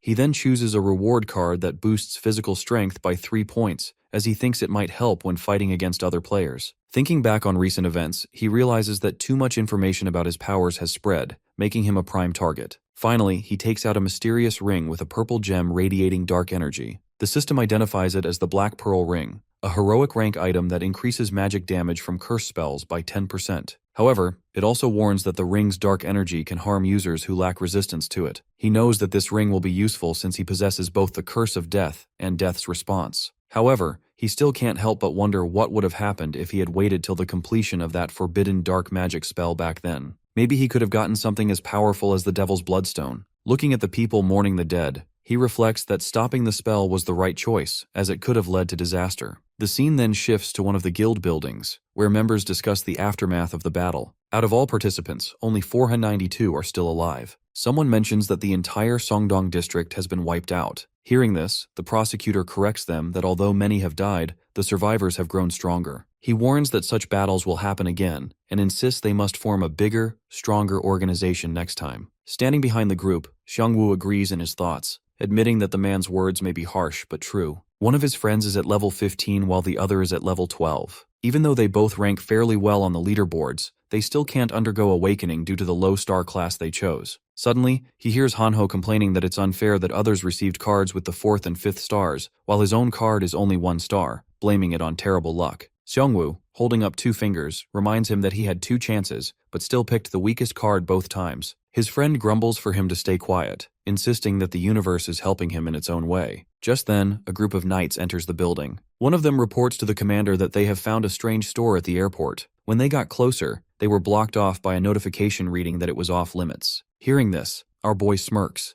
intrigued by the idea that something so mysterious might hold rare items. The other suckers also join and argue that they should still go to that store whether it's off limit or not. When they finally arrive at the location, they find a massive purple wall with strange patterns on it. Our boy notices that both the store and system icons look odd. Anseok and the purple-haired guy try to enter, but both of them are denied by a message informing them that they need a secret store coupon to enter. Our boy steps forward, realizing he has that exact coupon. He received it as a reward during his initial awakening. Only the first 50 people receive this reward, which means that the prosecutor probably doesn't have the coupon. As the others watch him enter, they get mad wondering why he is always treated like a VIP. Inside, he studies the place, curious about what kind of secret this mysterious shop might be hiding. He sees a screen in front of a chair and sits down, instantly realizing that this place feels nothing like a normal store. The system announces that 5 items will appear one by one, and he must decide within 10 seconds whether to buy each. He frowns, wondering if this is meant to pressure him into buying this stuff. The first item appears on the screen, a golem creation parchment. It's a special ranked one-use item. The parchment can create a golem using nearby materials, which change depending on the situation. The price is 1 million gold. Realizing he only has 10 seconds, he screams and checks his balance. Turns out he still has over 1.2 million gold, so he immediately buys it. The next item is a set of 3 cure-all potions. It's worth 2 million gold. Since his current skills already protect him from most diseases, so he decides to skip it. The third item shows up next. It's a mysterious black orb called Skill Rank Booster Potion. This is a special ranked consumable that raises the rank of any skill. The price is 3 million gold. Though the effect is tempting, our boy hesitates, realizing that the prices are rising with each item. If he buys this, he might miss something better later. The next item is the Shadow King's Bracelet. It's a legendary ranked item that boosts strength, endurance, and agility by 3 points, and allows the user to teleport to any shadow within 100 meters with a cooldown of 10 minutes. The price is 4 million gold. Without hesitation, he buys it and slips it on, thrilled to find an item related to the Shadow King's successor quest. With this, he only has 1 relic left now. Eager for the final reveal, our boy leans forward as the screen glows. The last item turns out to be a resurrection scroll that revives a player in a designated location. He thinks to himself how he resurrected during his battle with the Drake, and that was the only reason he was able to defeat it. Despite the cooldown of 31 days, it's still an amazing skill. However, it also has some downsides. First, the long cooldown means it can't be used often. Second, resurrection during a fight could be dangerous. Coming back in the same place against a strong boss might only lead to another death. Third, it only works on him and he can't really revive his friends. As he imagines their faces, he admits they're the only people he fully trusts. Thinking it over, he decides the scroll is worth having. To survive, they need to grow stronger, and to grow stronger, they must take risks. The The resurrection scroll will be their last safeguard. With 1 second left on the timer, he quickly taps the screen and finalizes his purchases. The system then announces that the store will close in 10 seconds. As he stands in the fading magic circle, he smiles, satisfied that he got everything he needed. Elsewhere, the prosecutor successfully establishes the Metropolitan Players League. At the same time, his hunters fight monsters, capturing smaller ones and bringing them back to their base. Meanwhile, Xiongwu's team enjoys a well-earned rest by the pool after hunting every single day. Our boy scratches his head and agrees, but reminds them that even while resting, they must keep gathering information. Suddenly, the Griffin girl arrives at the scene announcing that the pirates have finally arrived. Jisoo sighs that their short break is already over. The prosecutor also gets news about the pirates and asks the Necromancer how he plans on dealing with them. Our boy suggests they should destroy the pirates before they reach the coast. Hanho smirks, saying the pirates wouldn't attack head-on if they were smart. The sword girl, however, argues that the enemy has learned from their mistakes and might use new tactics this time. She believes the pirates have been gathering intelligence on Korea not just from broadcasts, but with help from others as well. Curious, she teases her friend about whether he has also been collecting information. Our boy nervously admits it and explains that the pirates are basically plunderers who were chased out of mainland China. They are being led by General Jigong and General Ingong. Hanho, recognizing it from games, jokes about their name and wonders why they chose it instead of some famous general names. Our boy believes that they are brainwashing players as the players basically worship them. He recalls from their memories that new recruits were forced to drink a potion made of poisonous centipedes, which is probably how they brainwash them. Hearing all this, the prosecutor suggests going after their leaders first, and they all decide to move Gyeodong Island. Since they have drakes now, getting there won't be much of a problem. Before they depart, the prosecutor mentions that he is counting on him for this mission. Our boy assures him about the pirates but warns that the Evolutionary Society might be up to something. The prosecutor gets furious hearing this since he also hates them, and says that he will put as much people as he can to watch out for them. Later that night, the group finally lands on the island and asks a plump man with a head bandage if he's really seen a pirate ship. The man insists he saw it himself. The Griffin girl asks her dad if he's certain, and he snaps that the former leader of the travelers was eaten by those blackbirds, so there is no way he wouldn't recognize those ships. Her dad is the new leader on Gyeodong Island. He was so mad about the pirates that he gave up on hunting monsters. The guy claims that he saw a ship in the sea over 12 hours ago headed for the coast of Ganghwa province. He warns that the pirates likely still want to seize their island. The girl agrees and says they can't ignore the chance that the pirates might strike elsewhere, suggesting an attack from the island's south. Hearing this, Hanho wonders why it's bad for them since there are virtually no players in South and only monsters, so the pirates may be doing them a favor. Our boy disagrees, saying that they might come for this side sooner or later. They aren't planning on stopping at the south of this island. He asks the men if they are going to stay on the island, and they all show their anger, saying that they are ready for revenge. Hearing this, he decides to leave the island and prepare for the pirates' arrival, predicting their next target will be Ganghwa's coast or a nearby island. He grows frustrated, realizing that an even larger pirate fleet will arrive soon since they took out their advance guard.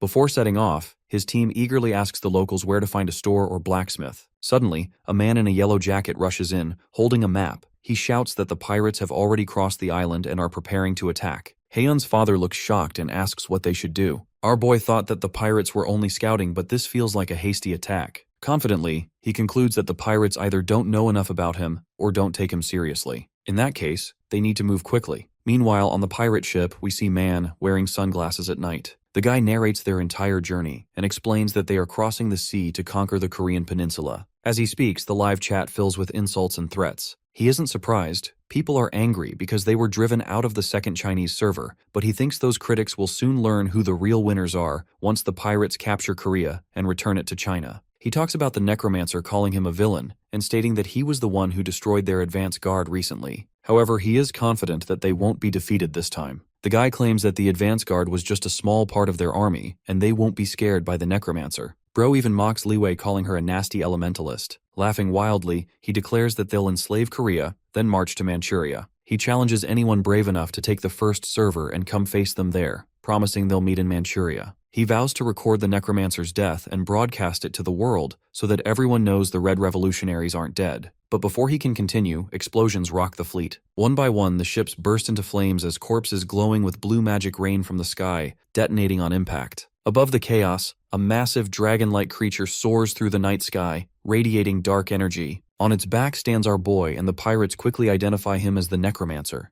General Jigong takes aim with a sniper rifle and fires powerful shots that tear through the fleet. The pirates, desperate and terrified, recognize their general and rally for a counterattack. some of their fallen soldiers begin to rise again. The general commands his magicians to form a defensive barrier, and a massive blue shield covers the fleet. Meanwhile, our boy looks down at them with a menacing smile. The pirates notice that the Necromancer is retreating. The general strokes his beard, admitting they've taken heavy losses too quickly. He mentions that the Necromancer uses exploding corpses, and has even killed General Ignong's birds to use as his minions. He had thought the information from Korean captives was enough, but now he realizes it wasn't. Even so, sending scouts first was still the right move. The streamer guy nervously reports that they've lost 8 ships and too many men. The general coldly replies that they plenty of pawns left to play. Bro even scolds the camera crew for recording footage that will make them lose aura. Trying to lift morale, the streamer suggests recording another battle, one that shows them defeating the Necromancer. The general agrees enthusiastically, declaring that they will cut off the Necromancer's head and show it to the world. He then turns to one of his guys named Hue and orders him to prepare a mini-game. Their plan is to invade Ganghwa, register the mini-game, and kill the Necromancer. Stroking his beard, the general asks if they can reach the island safely, and the man assures him there's no problem. Meanwhile, our boy lands on the island, greeted by cheers, but he knows that there's no time to celebrate. He realizes that the pirate organization is far larger than expected. Their scouting group alone had over 1,000 men, and now nearly 3,000 pirates are approaching. He recalls that during the earlier battle with orcs, they only had around 800 people on their side. He wonders just how massive this organization truly is, since this isn't even the main army. Despite China's huge population losses since the beginning of the game, they still have overwhelming numbers. Meanwhile, the island leader informs him that they are ready to leave for Ganghwa to stop the pirates. In moments, they off on their own boats to defend against the incoming threat. At the same time, our boy rides there on his wyverns. He knows that the island only has 258 people, and among them, only 100 can actually fight. This is mostly due to the first invasion of the pirates. He orders the leader to assign as many people as he can on lookout, saying the pirates could attack any time, just like before. He believes he can handle the situation himself, but still needs people to monitor the area. Even though the coastline is too large, they decide to spend all their manpower on scouting the sea. Nearby,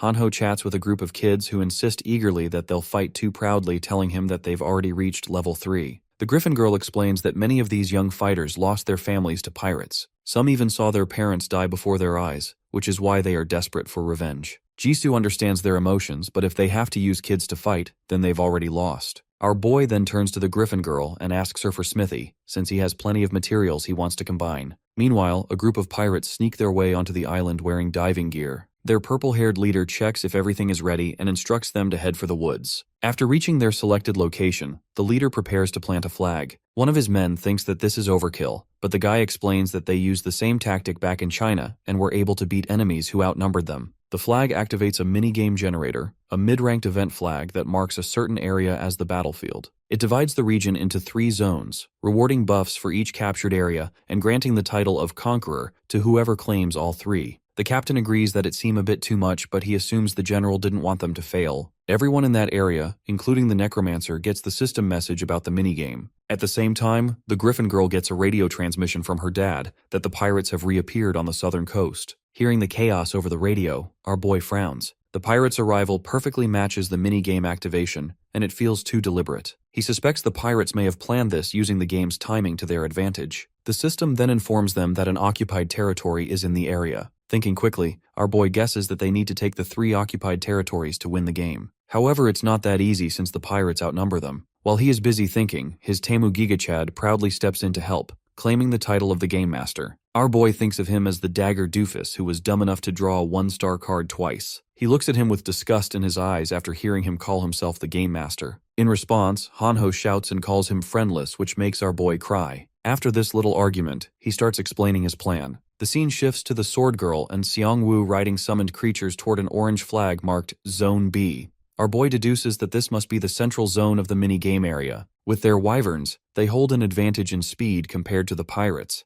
Their first goal is to secure the hardest spots. Reaching the flag, the Necromancer expects monsters to appear, but there are none. The system then announces the start of occupation, giving them 100 seconds to hold the flag. During this phase, their skills are disabled, and they cannot attack. Purple chains rise from his body as he remembers the Game Master's earlier warning that if there are no monsters, there's likely a timer or puzzle. Since he was correct on the first part, they guess his other predictions must also be correct. He warned them that the pirates will likely try to outnumber them, and that's exactly what happens. The pirates notice only 2 people standing in the occupation territory and rush in thinking that they can take them down easily. Jisoo stands outside to defend against them for 71 seconds, and she is confident that this is all the time she needs. She starts slashing through their ranks, sparing none of the pirates. Fear spreads among them as they realize that they can't beat her, so they decide to go for the Necromancer instead. A bunch of pirates make it close to our boy, but the girl activates her footstep tracking ability and cuts them down from the back. Whatever they try, it seems they can't get through her. Meanwhile, General Jigong gathers his army ready to take over Zone A. He believes that victory always belongs to the side with greater numbers and strength. He became a cannon shooter in this world, but strategy is his main strength. Ever since his childhood, he wanted to be a professional chess player. However, even after 50 years of trying, he still remained an amateur.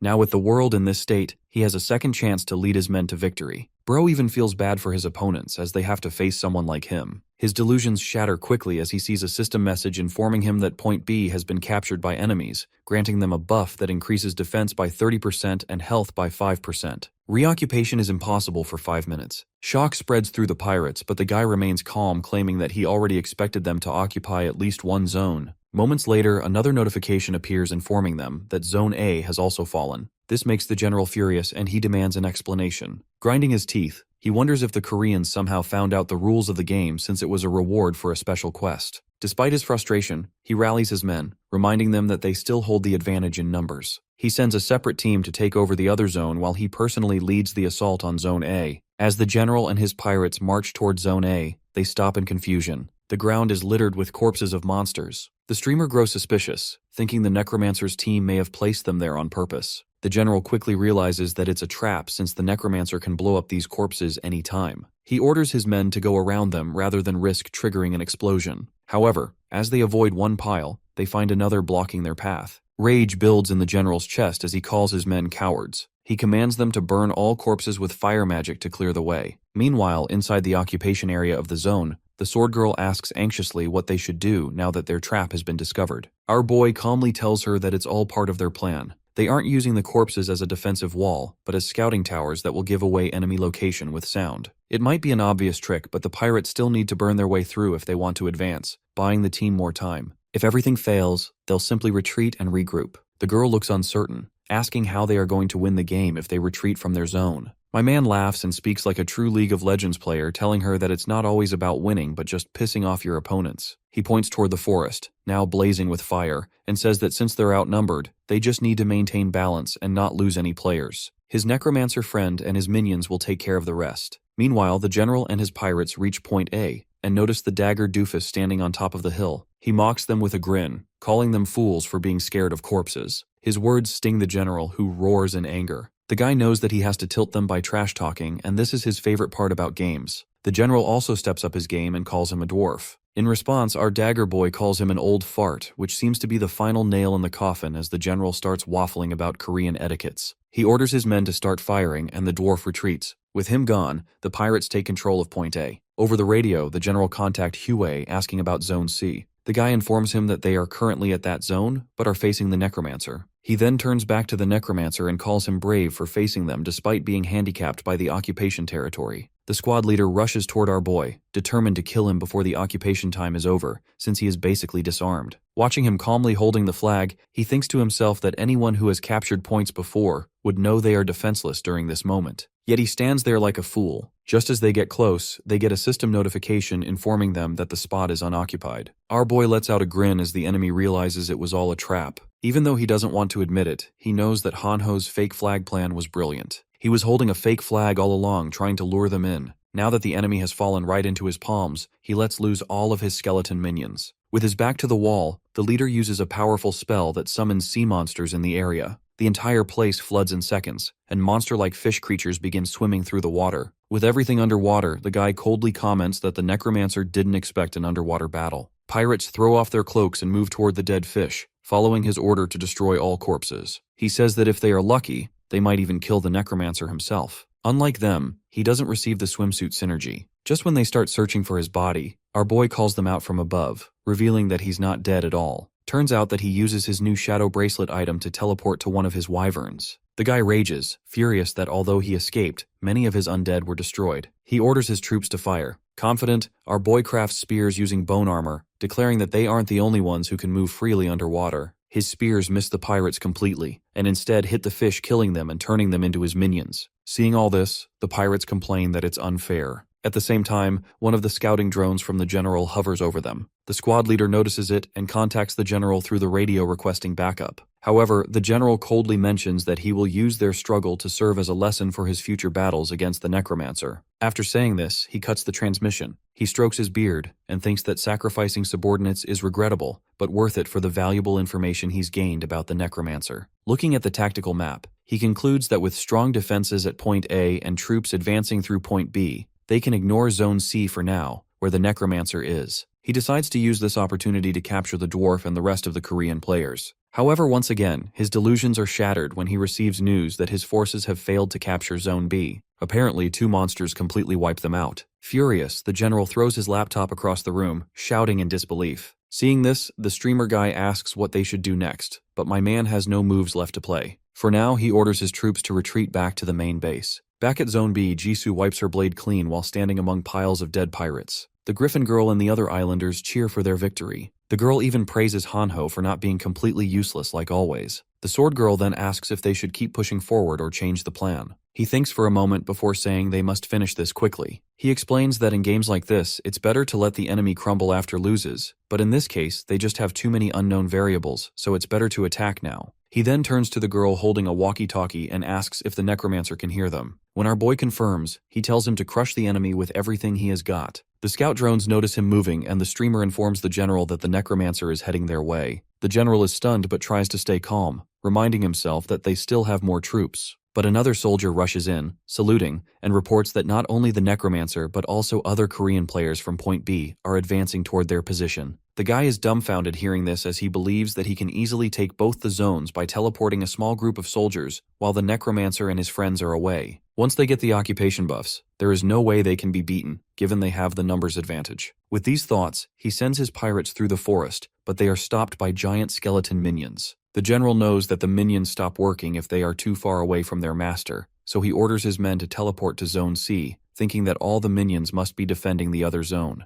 However, when his soldiers finally teleport, they are met with the sight of a giant robot straight out of Terminator. The robot announces that it is the legendary warrior Necrogan, which makes the pirates wonder if they are the bad guys, since they are fighting a legendary warrior. Suddenly, one of the pirates notices that the robot is actually made of clay, which means that it's not a legendary warrior, but a golem. This gives them hope, and they start attacking from all sides, throwing rocks and striking with swords. But to their horror, the golem regenerates instantly, grabbing one of the attackers in its massive hand. The soldiers scream that the man has been taken hostage, but the golem declares that it doesn't need to take low-level beings like them hostage. Its only duty is to eliminate all inferior beings from Zone B. A huge wave of mana bursts from its body, sweeping away the troops. The golem's only weakness is its heavy mana consumption, but our boy compensates easily thanks to the Chaos Crystal. The general slams his fist on the table as he watches the Necromancer on the screen, furious that his strength doesn't match their earlier data. He realizes that the Necromancer has grown far stronger in a short time. Regret hits him for telling the Heavenly General they could easily win.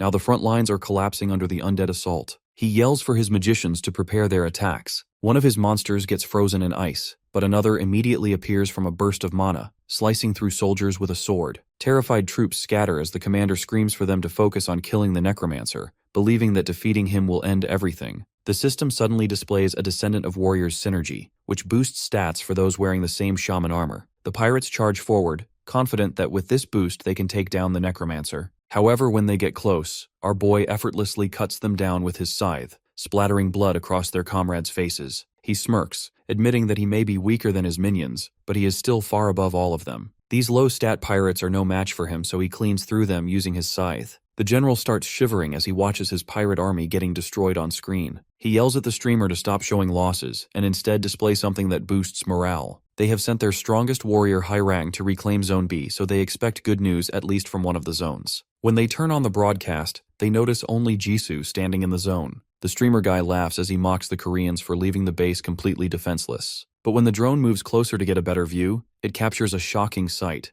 Bodies scattered across the forest floor, including their warrior's lifeless body. Suddenly, the girl notices the drone and swiftly cuts it down with her sword, ending the broadcast. Back at Zone C, the pirates hope that capturing Point B will grant them buffs to survive longer. During all of this, someone opens up the broadcast and sees that their most powerful warrior is dead. This also kills any remaining hope they had left. Desperate, the general charges into battle himself, vowing to kill the Necromancer with his own hands. He spots our boy among his minions and shoots a freezing cannon round. At first it seems like he blocked it, but soon his body starts freezing. The general prepares another round to freeze him completely. Just then, our dwarf appears from the bushes and starts trash-talking the old man. The general turns his cannon towards him instead and shoots, but he dodges easily, laughing as the general suddenly realizes something is very wrong. The Necromancer appears behind him, warning him that he should never take his eyes off his enemy. Our boy slashes him with his sword and ends this battle. All this time, the drones are broadcasting this to the Heavenly General. The old man gets mad at the streamer guy, but he is just following orders. The Heavenly General calls him a failure,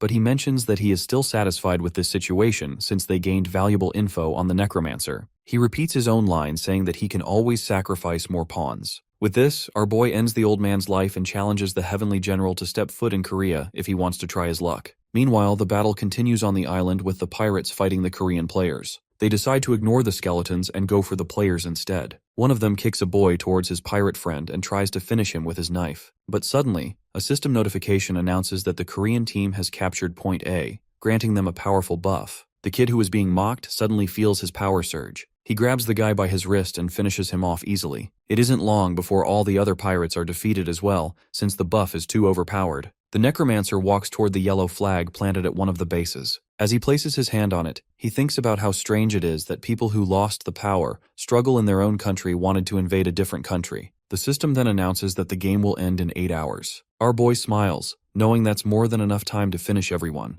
They manage to finish off the rest of the pirates before it gets dark. Some of them are even captured. Nearby, a Chinese reporter speaks into his microphone, admitting their army's defeat. Behind him, our boy stands silently, thinking to himself that this might change the minds of people who supported these pirates. People watching the live stream begin discussing him in the chat, saying he looks like an emperor. Curious, he asks who this emperor is. The reporter explains that it's a player from the first Chinese server who controls the area from Shanxi to Beijing. The Necromancer wonders why people compare him to that emperor. The man says it's probably because they both have armies of minions. Our boy reflects that most high-ranked classes are about leading others. From what he has seen, the Heavenly General also leads groups, which means his class must be similar. But he points out that he summons dead monsters, not people, so he doesn't see the resemblance. When he asks what class the Emperor actually is, the man admits he doesn't know. This is understandable since a top player like him wouldn't reveal much information about himself. While he is busy thinking, Hanho is busy looting the Emperor's corpse. He finds a couple of dwarf hand cannons, but he gives them both away since he prefers to throw things. Apart from that, he takes every item he sees.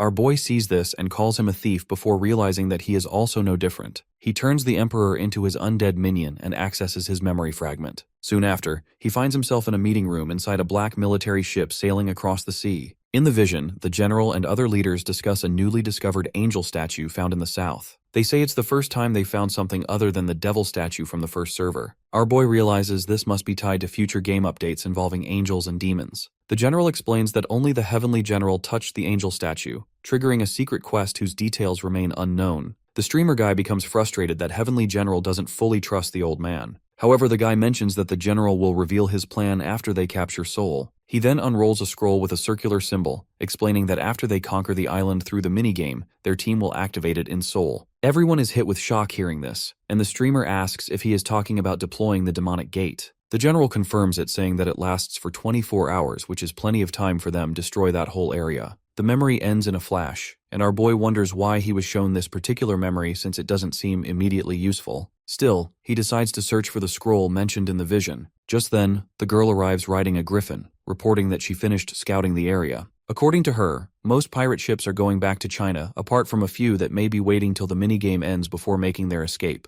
These ships have sorcerers on board, and are protected by a massive force field, making it hard to attack them at sea. Hearing this, our boy smiles, since he has something useful for this exact situation. Meanwhile, the pirates are on high alert waiting for an attack. One of them spots some glowing undead birds in the sky and shouts to warn others. The captain screams at the Necromancer, claiming that he won't be able to corpse explosion at sea. Our boy knows that it's too much work to try and get them from the sea, so he decides to use his underwater forces. Moments later, the soldiers on the ship notice movement under the waves. Alarmed, they shout as long mermaid-like undead dive out from the water. The undead start attacking the pirates, but the enemy still thinks they can defend. However, all of their hope is crushed when a massive undead sea serpent appears out of the ocean water. It took our boy an entire hour and all his undead to defeat this beast. As the barrier flickers under the relentless assault, the panicked crew realizes they must quickly destroy the skeletons and protect their mages. Some soldiers underestimate the threat when they only see 2 skeletons, but then Jisoo steps on ship. Just one look at her and they immediately know they are done for, since she is known as the Red Demon. The Griffin girl reminds our boy that the minigame is almost over, so he tells her that it's time for them to land on the ship. They soon board the captured vessel, where the islanders are gathering items and sorting supplies. Our boy and his squad can't get enough of the items left behind by the pirates. Hanho even finds a charger with 68% charge remaining. He explains that they found a bunch of them in the engine room, which is probably how they were powering the ship. Still, they know the pirates must be hiding other valuable treasures somewhere. They decide to check the captain's cabin and find a locked safe. When they open it, our boy finds the same demonic gate scroll he saw in the memory fragment. The item description mentions that the recommended level for using this item is 35, which is way above the Necromancer's current level. He realizes why the pirates wanted to use it as an attack weapon. Despite the danger, he is excited at the thought of the massive rewards he will get through this scroll. Still, he puts the item away, deciding it's too risky for now. When Jisoo peers into the safe, she finds another item called Sworn Safe. It allows the owner to register a contract with a bunch of people and basically collect a percentage of their gold earned.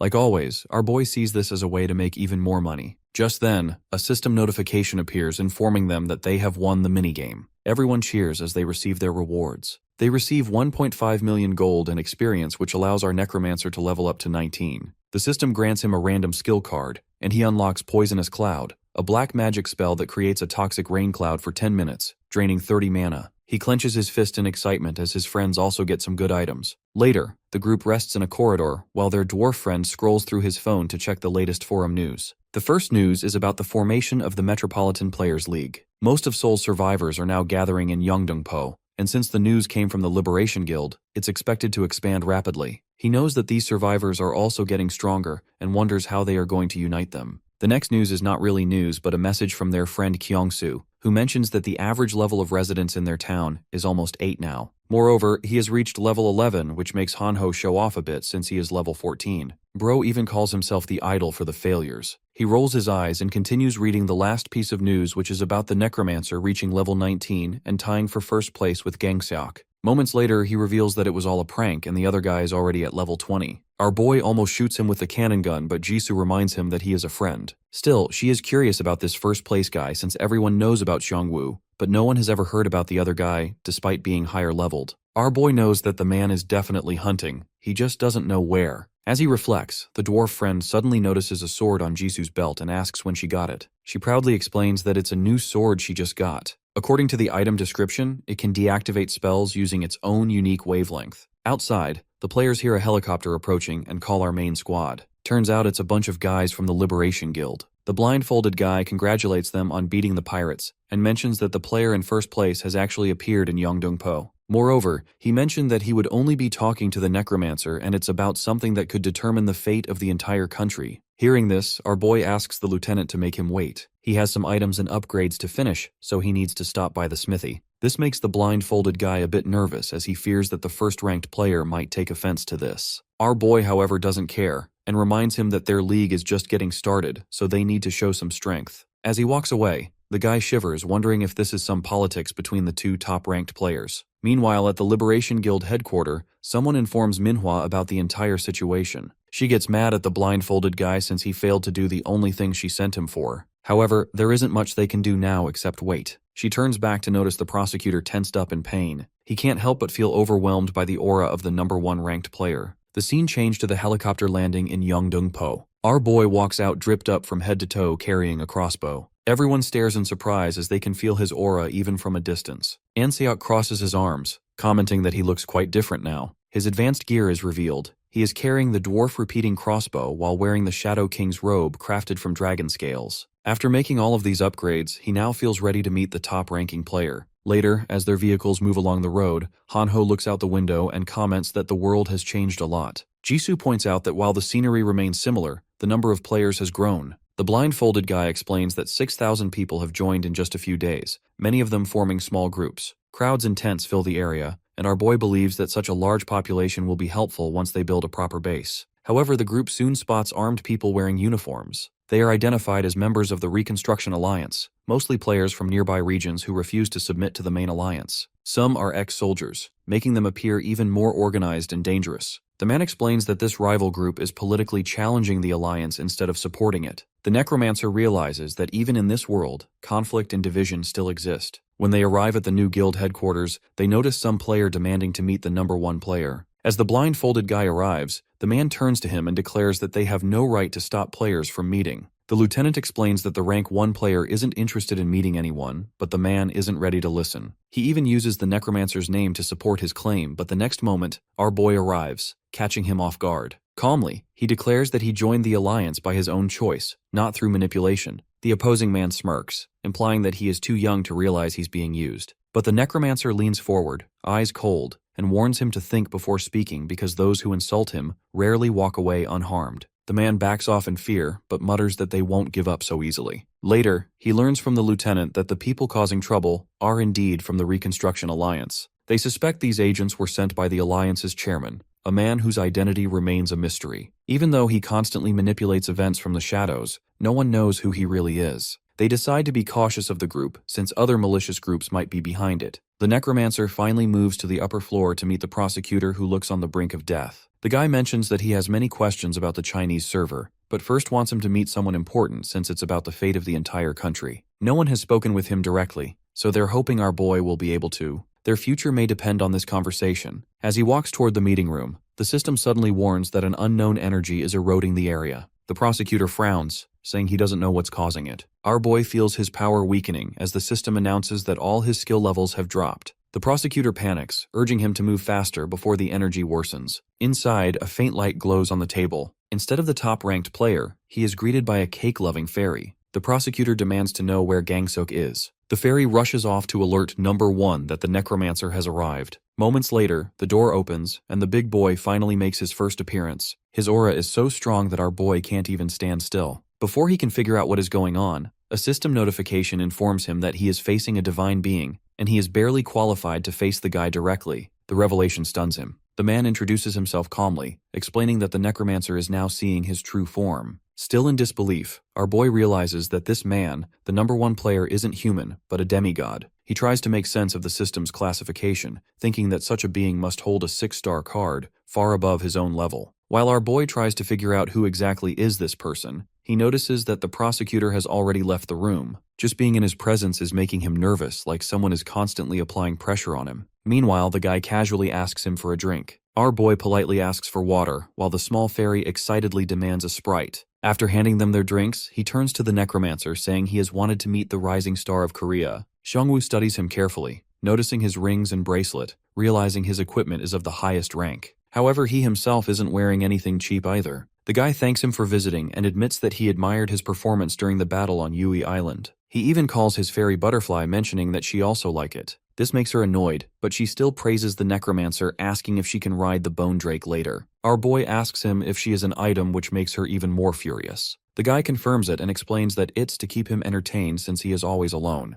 The Necromancer then gets straight to the point, asking him about the thing that could determine the fate of their country. Gangsuk teases him about being impatient and starts talking about a prophecy stone, which showed him the 15th bad ending. Hearing this, our boy immediately recalls seeing a prophecy stone himself. The guy realizes from his reaction that he is familiar with the stones. He explains that some prophecies begin the moment someone learns of them, meaning that simply discovering a prophecy crystal can start the prophecy. In his case, touching the prophecy stone opened a dungeon called the Hellgate. The recommended level for clearing that dungeon is 27, but that's not what bothers him. His actual problem is that it needs to be cleared in a party. To explain it better, he conjures a glowing white crystal in his palm and tells him to take a look. When the Necromancer touches it, a blinding blue sphere forms, pulling him into a vision. He suddenly finds himself in a memory, moments before the guy touched the prophecy stone. As soon as he touched it, the stone shatters, and the system notifies him that a level 1 Hellgate has been unlocked. From the gate emerge monstrous beings, a gigantic stone giant with burning limbs, followed by black hellhounds with glowing red eyes. The city around them burns and crumbles. The system warns that this is the future that awaits if the hellish moving armor isn't stopped. When the vision fades, the guy asks him if he has seen enough, mentioning that this game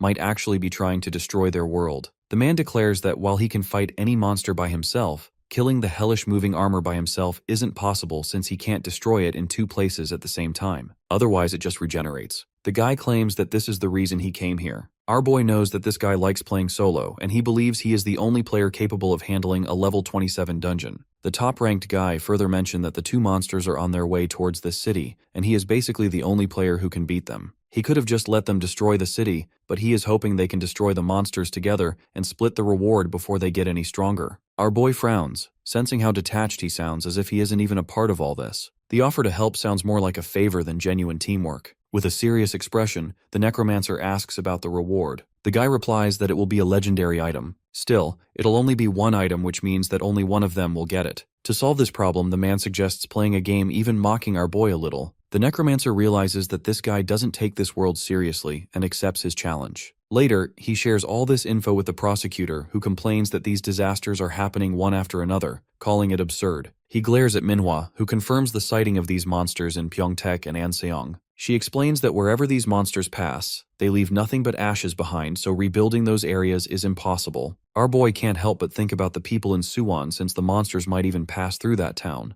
The prosecutor knows that he had no choice but to work with the top-ranked player and assures him that he will evacuate everyone in Suwon. He hates how he can only help behind the scenes and hopes that someday he will be able to reach their level. Despite their partnership, he doesn't fully trust the top-ranked player, so he decides to fully support the Necromancer for now. The main group finally starts moving along with the top-ranked player. He stops on their way and asks if he is really planning on bringing his friends along, warning that they might die. Jisoo assures him that it's fine since they've been on a lot of dangerous missions, but they always came out stronger. Hearing this, the guy orders his pet to teleport them to Osan. The fairy cheerfully meets the Necromancer's friends, but when our boy Hanho greets her back, she kicks him on the face, calling him a loser. She then summons a huge magic circle, and the group teleports to their designated location. Our boy is impressed by the item, and the top-ranked guy admits that it's his favorite function of the fairy aside from feeding her. It's time for them to split, so he gives him an item that will allow them to communicate through the fairy. As soon as our boy puts it on, the guy steps on a portal and disappears. The dwarf is impressed by the top ranker, but he doesn't feel the same about that fairy and calls her a moth. Moments later, the 3 of them fly above the city on the skeleton wyverns.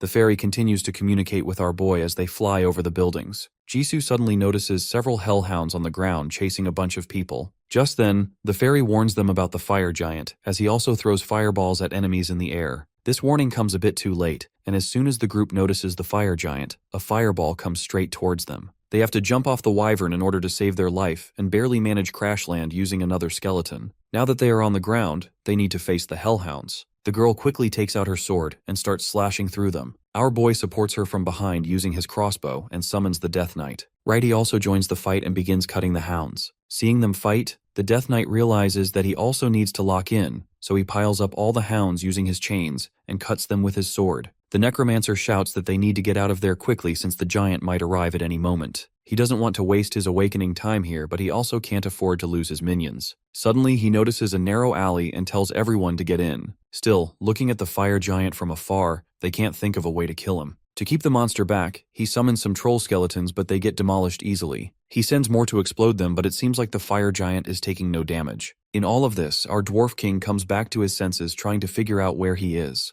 After one look, Bro asks if he can pass out again.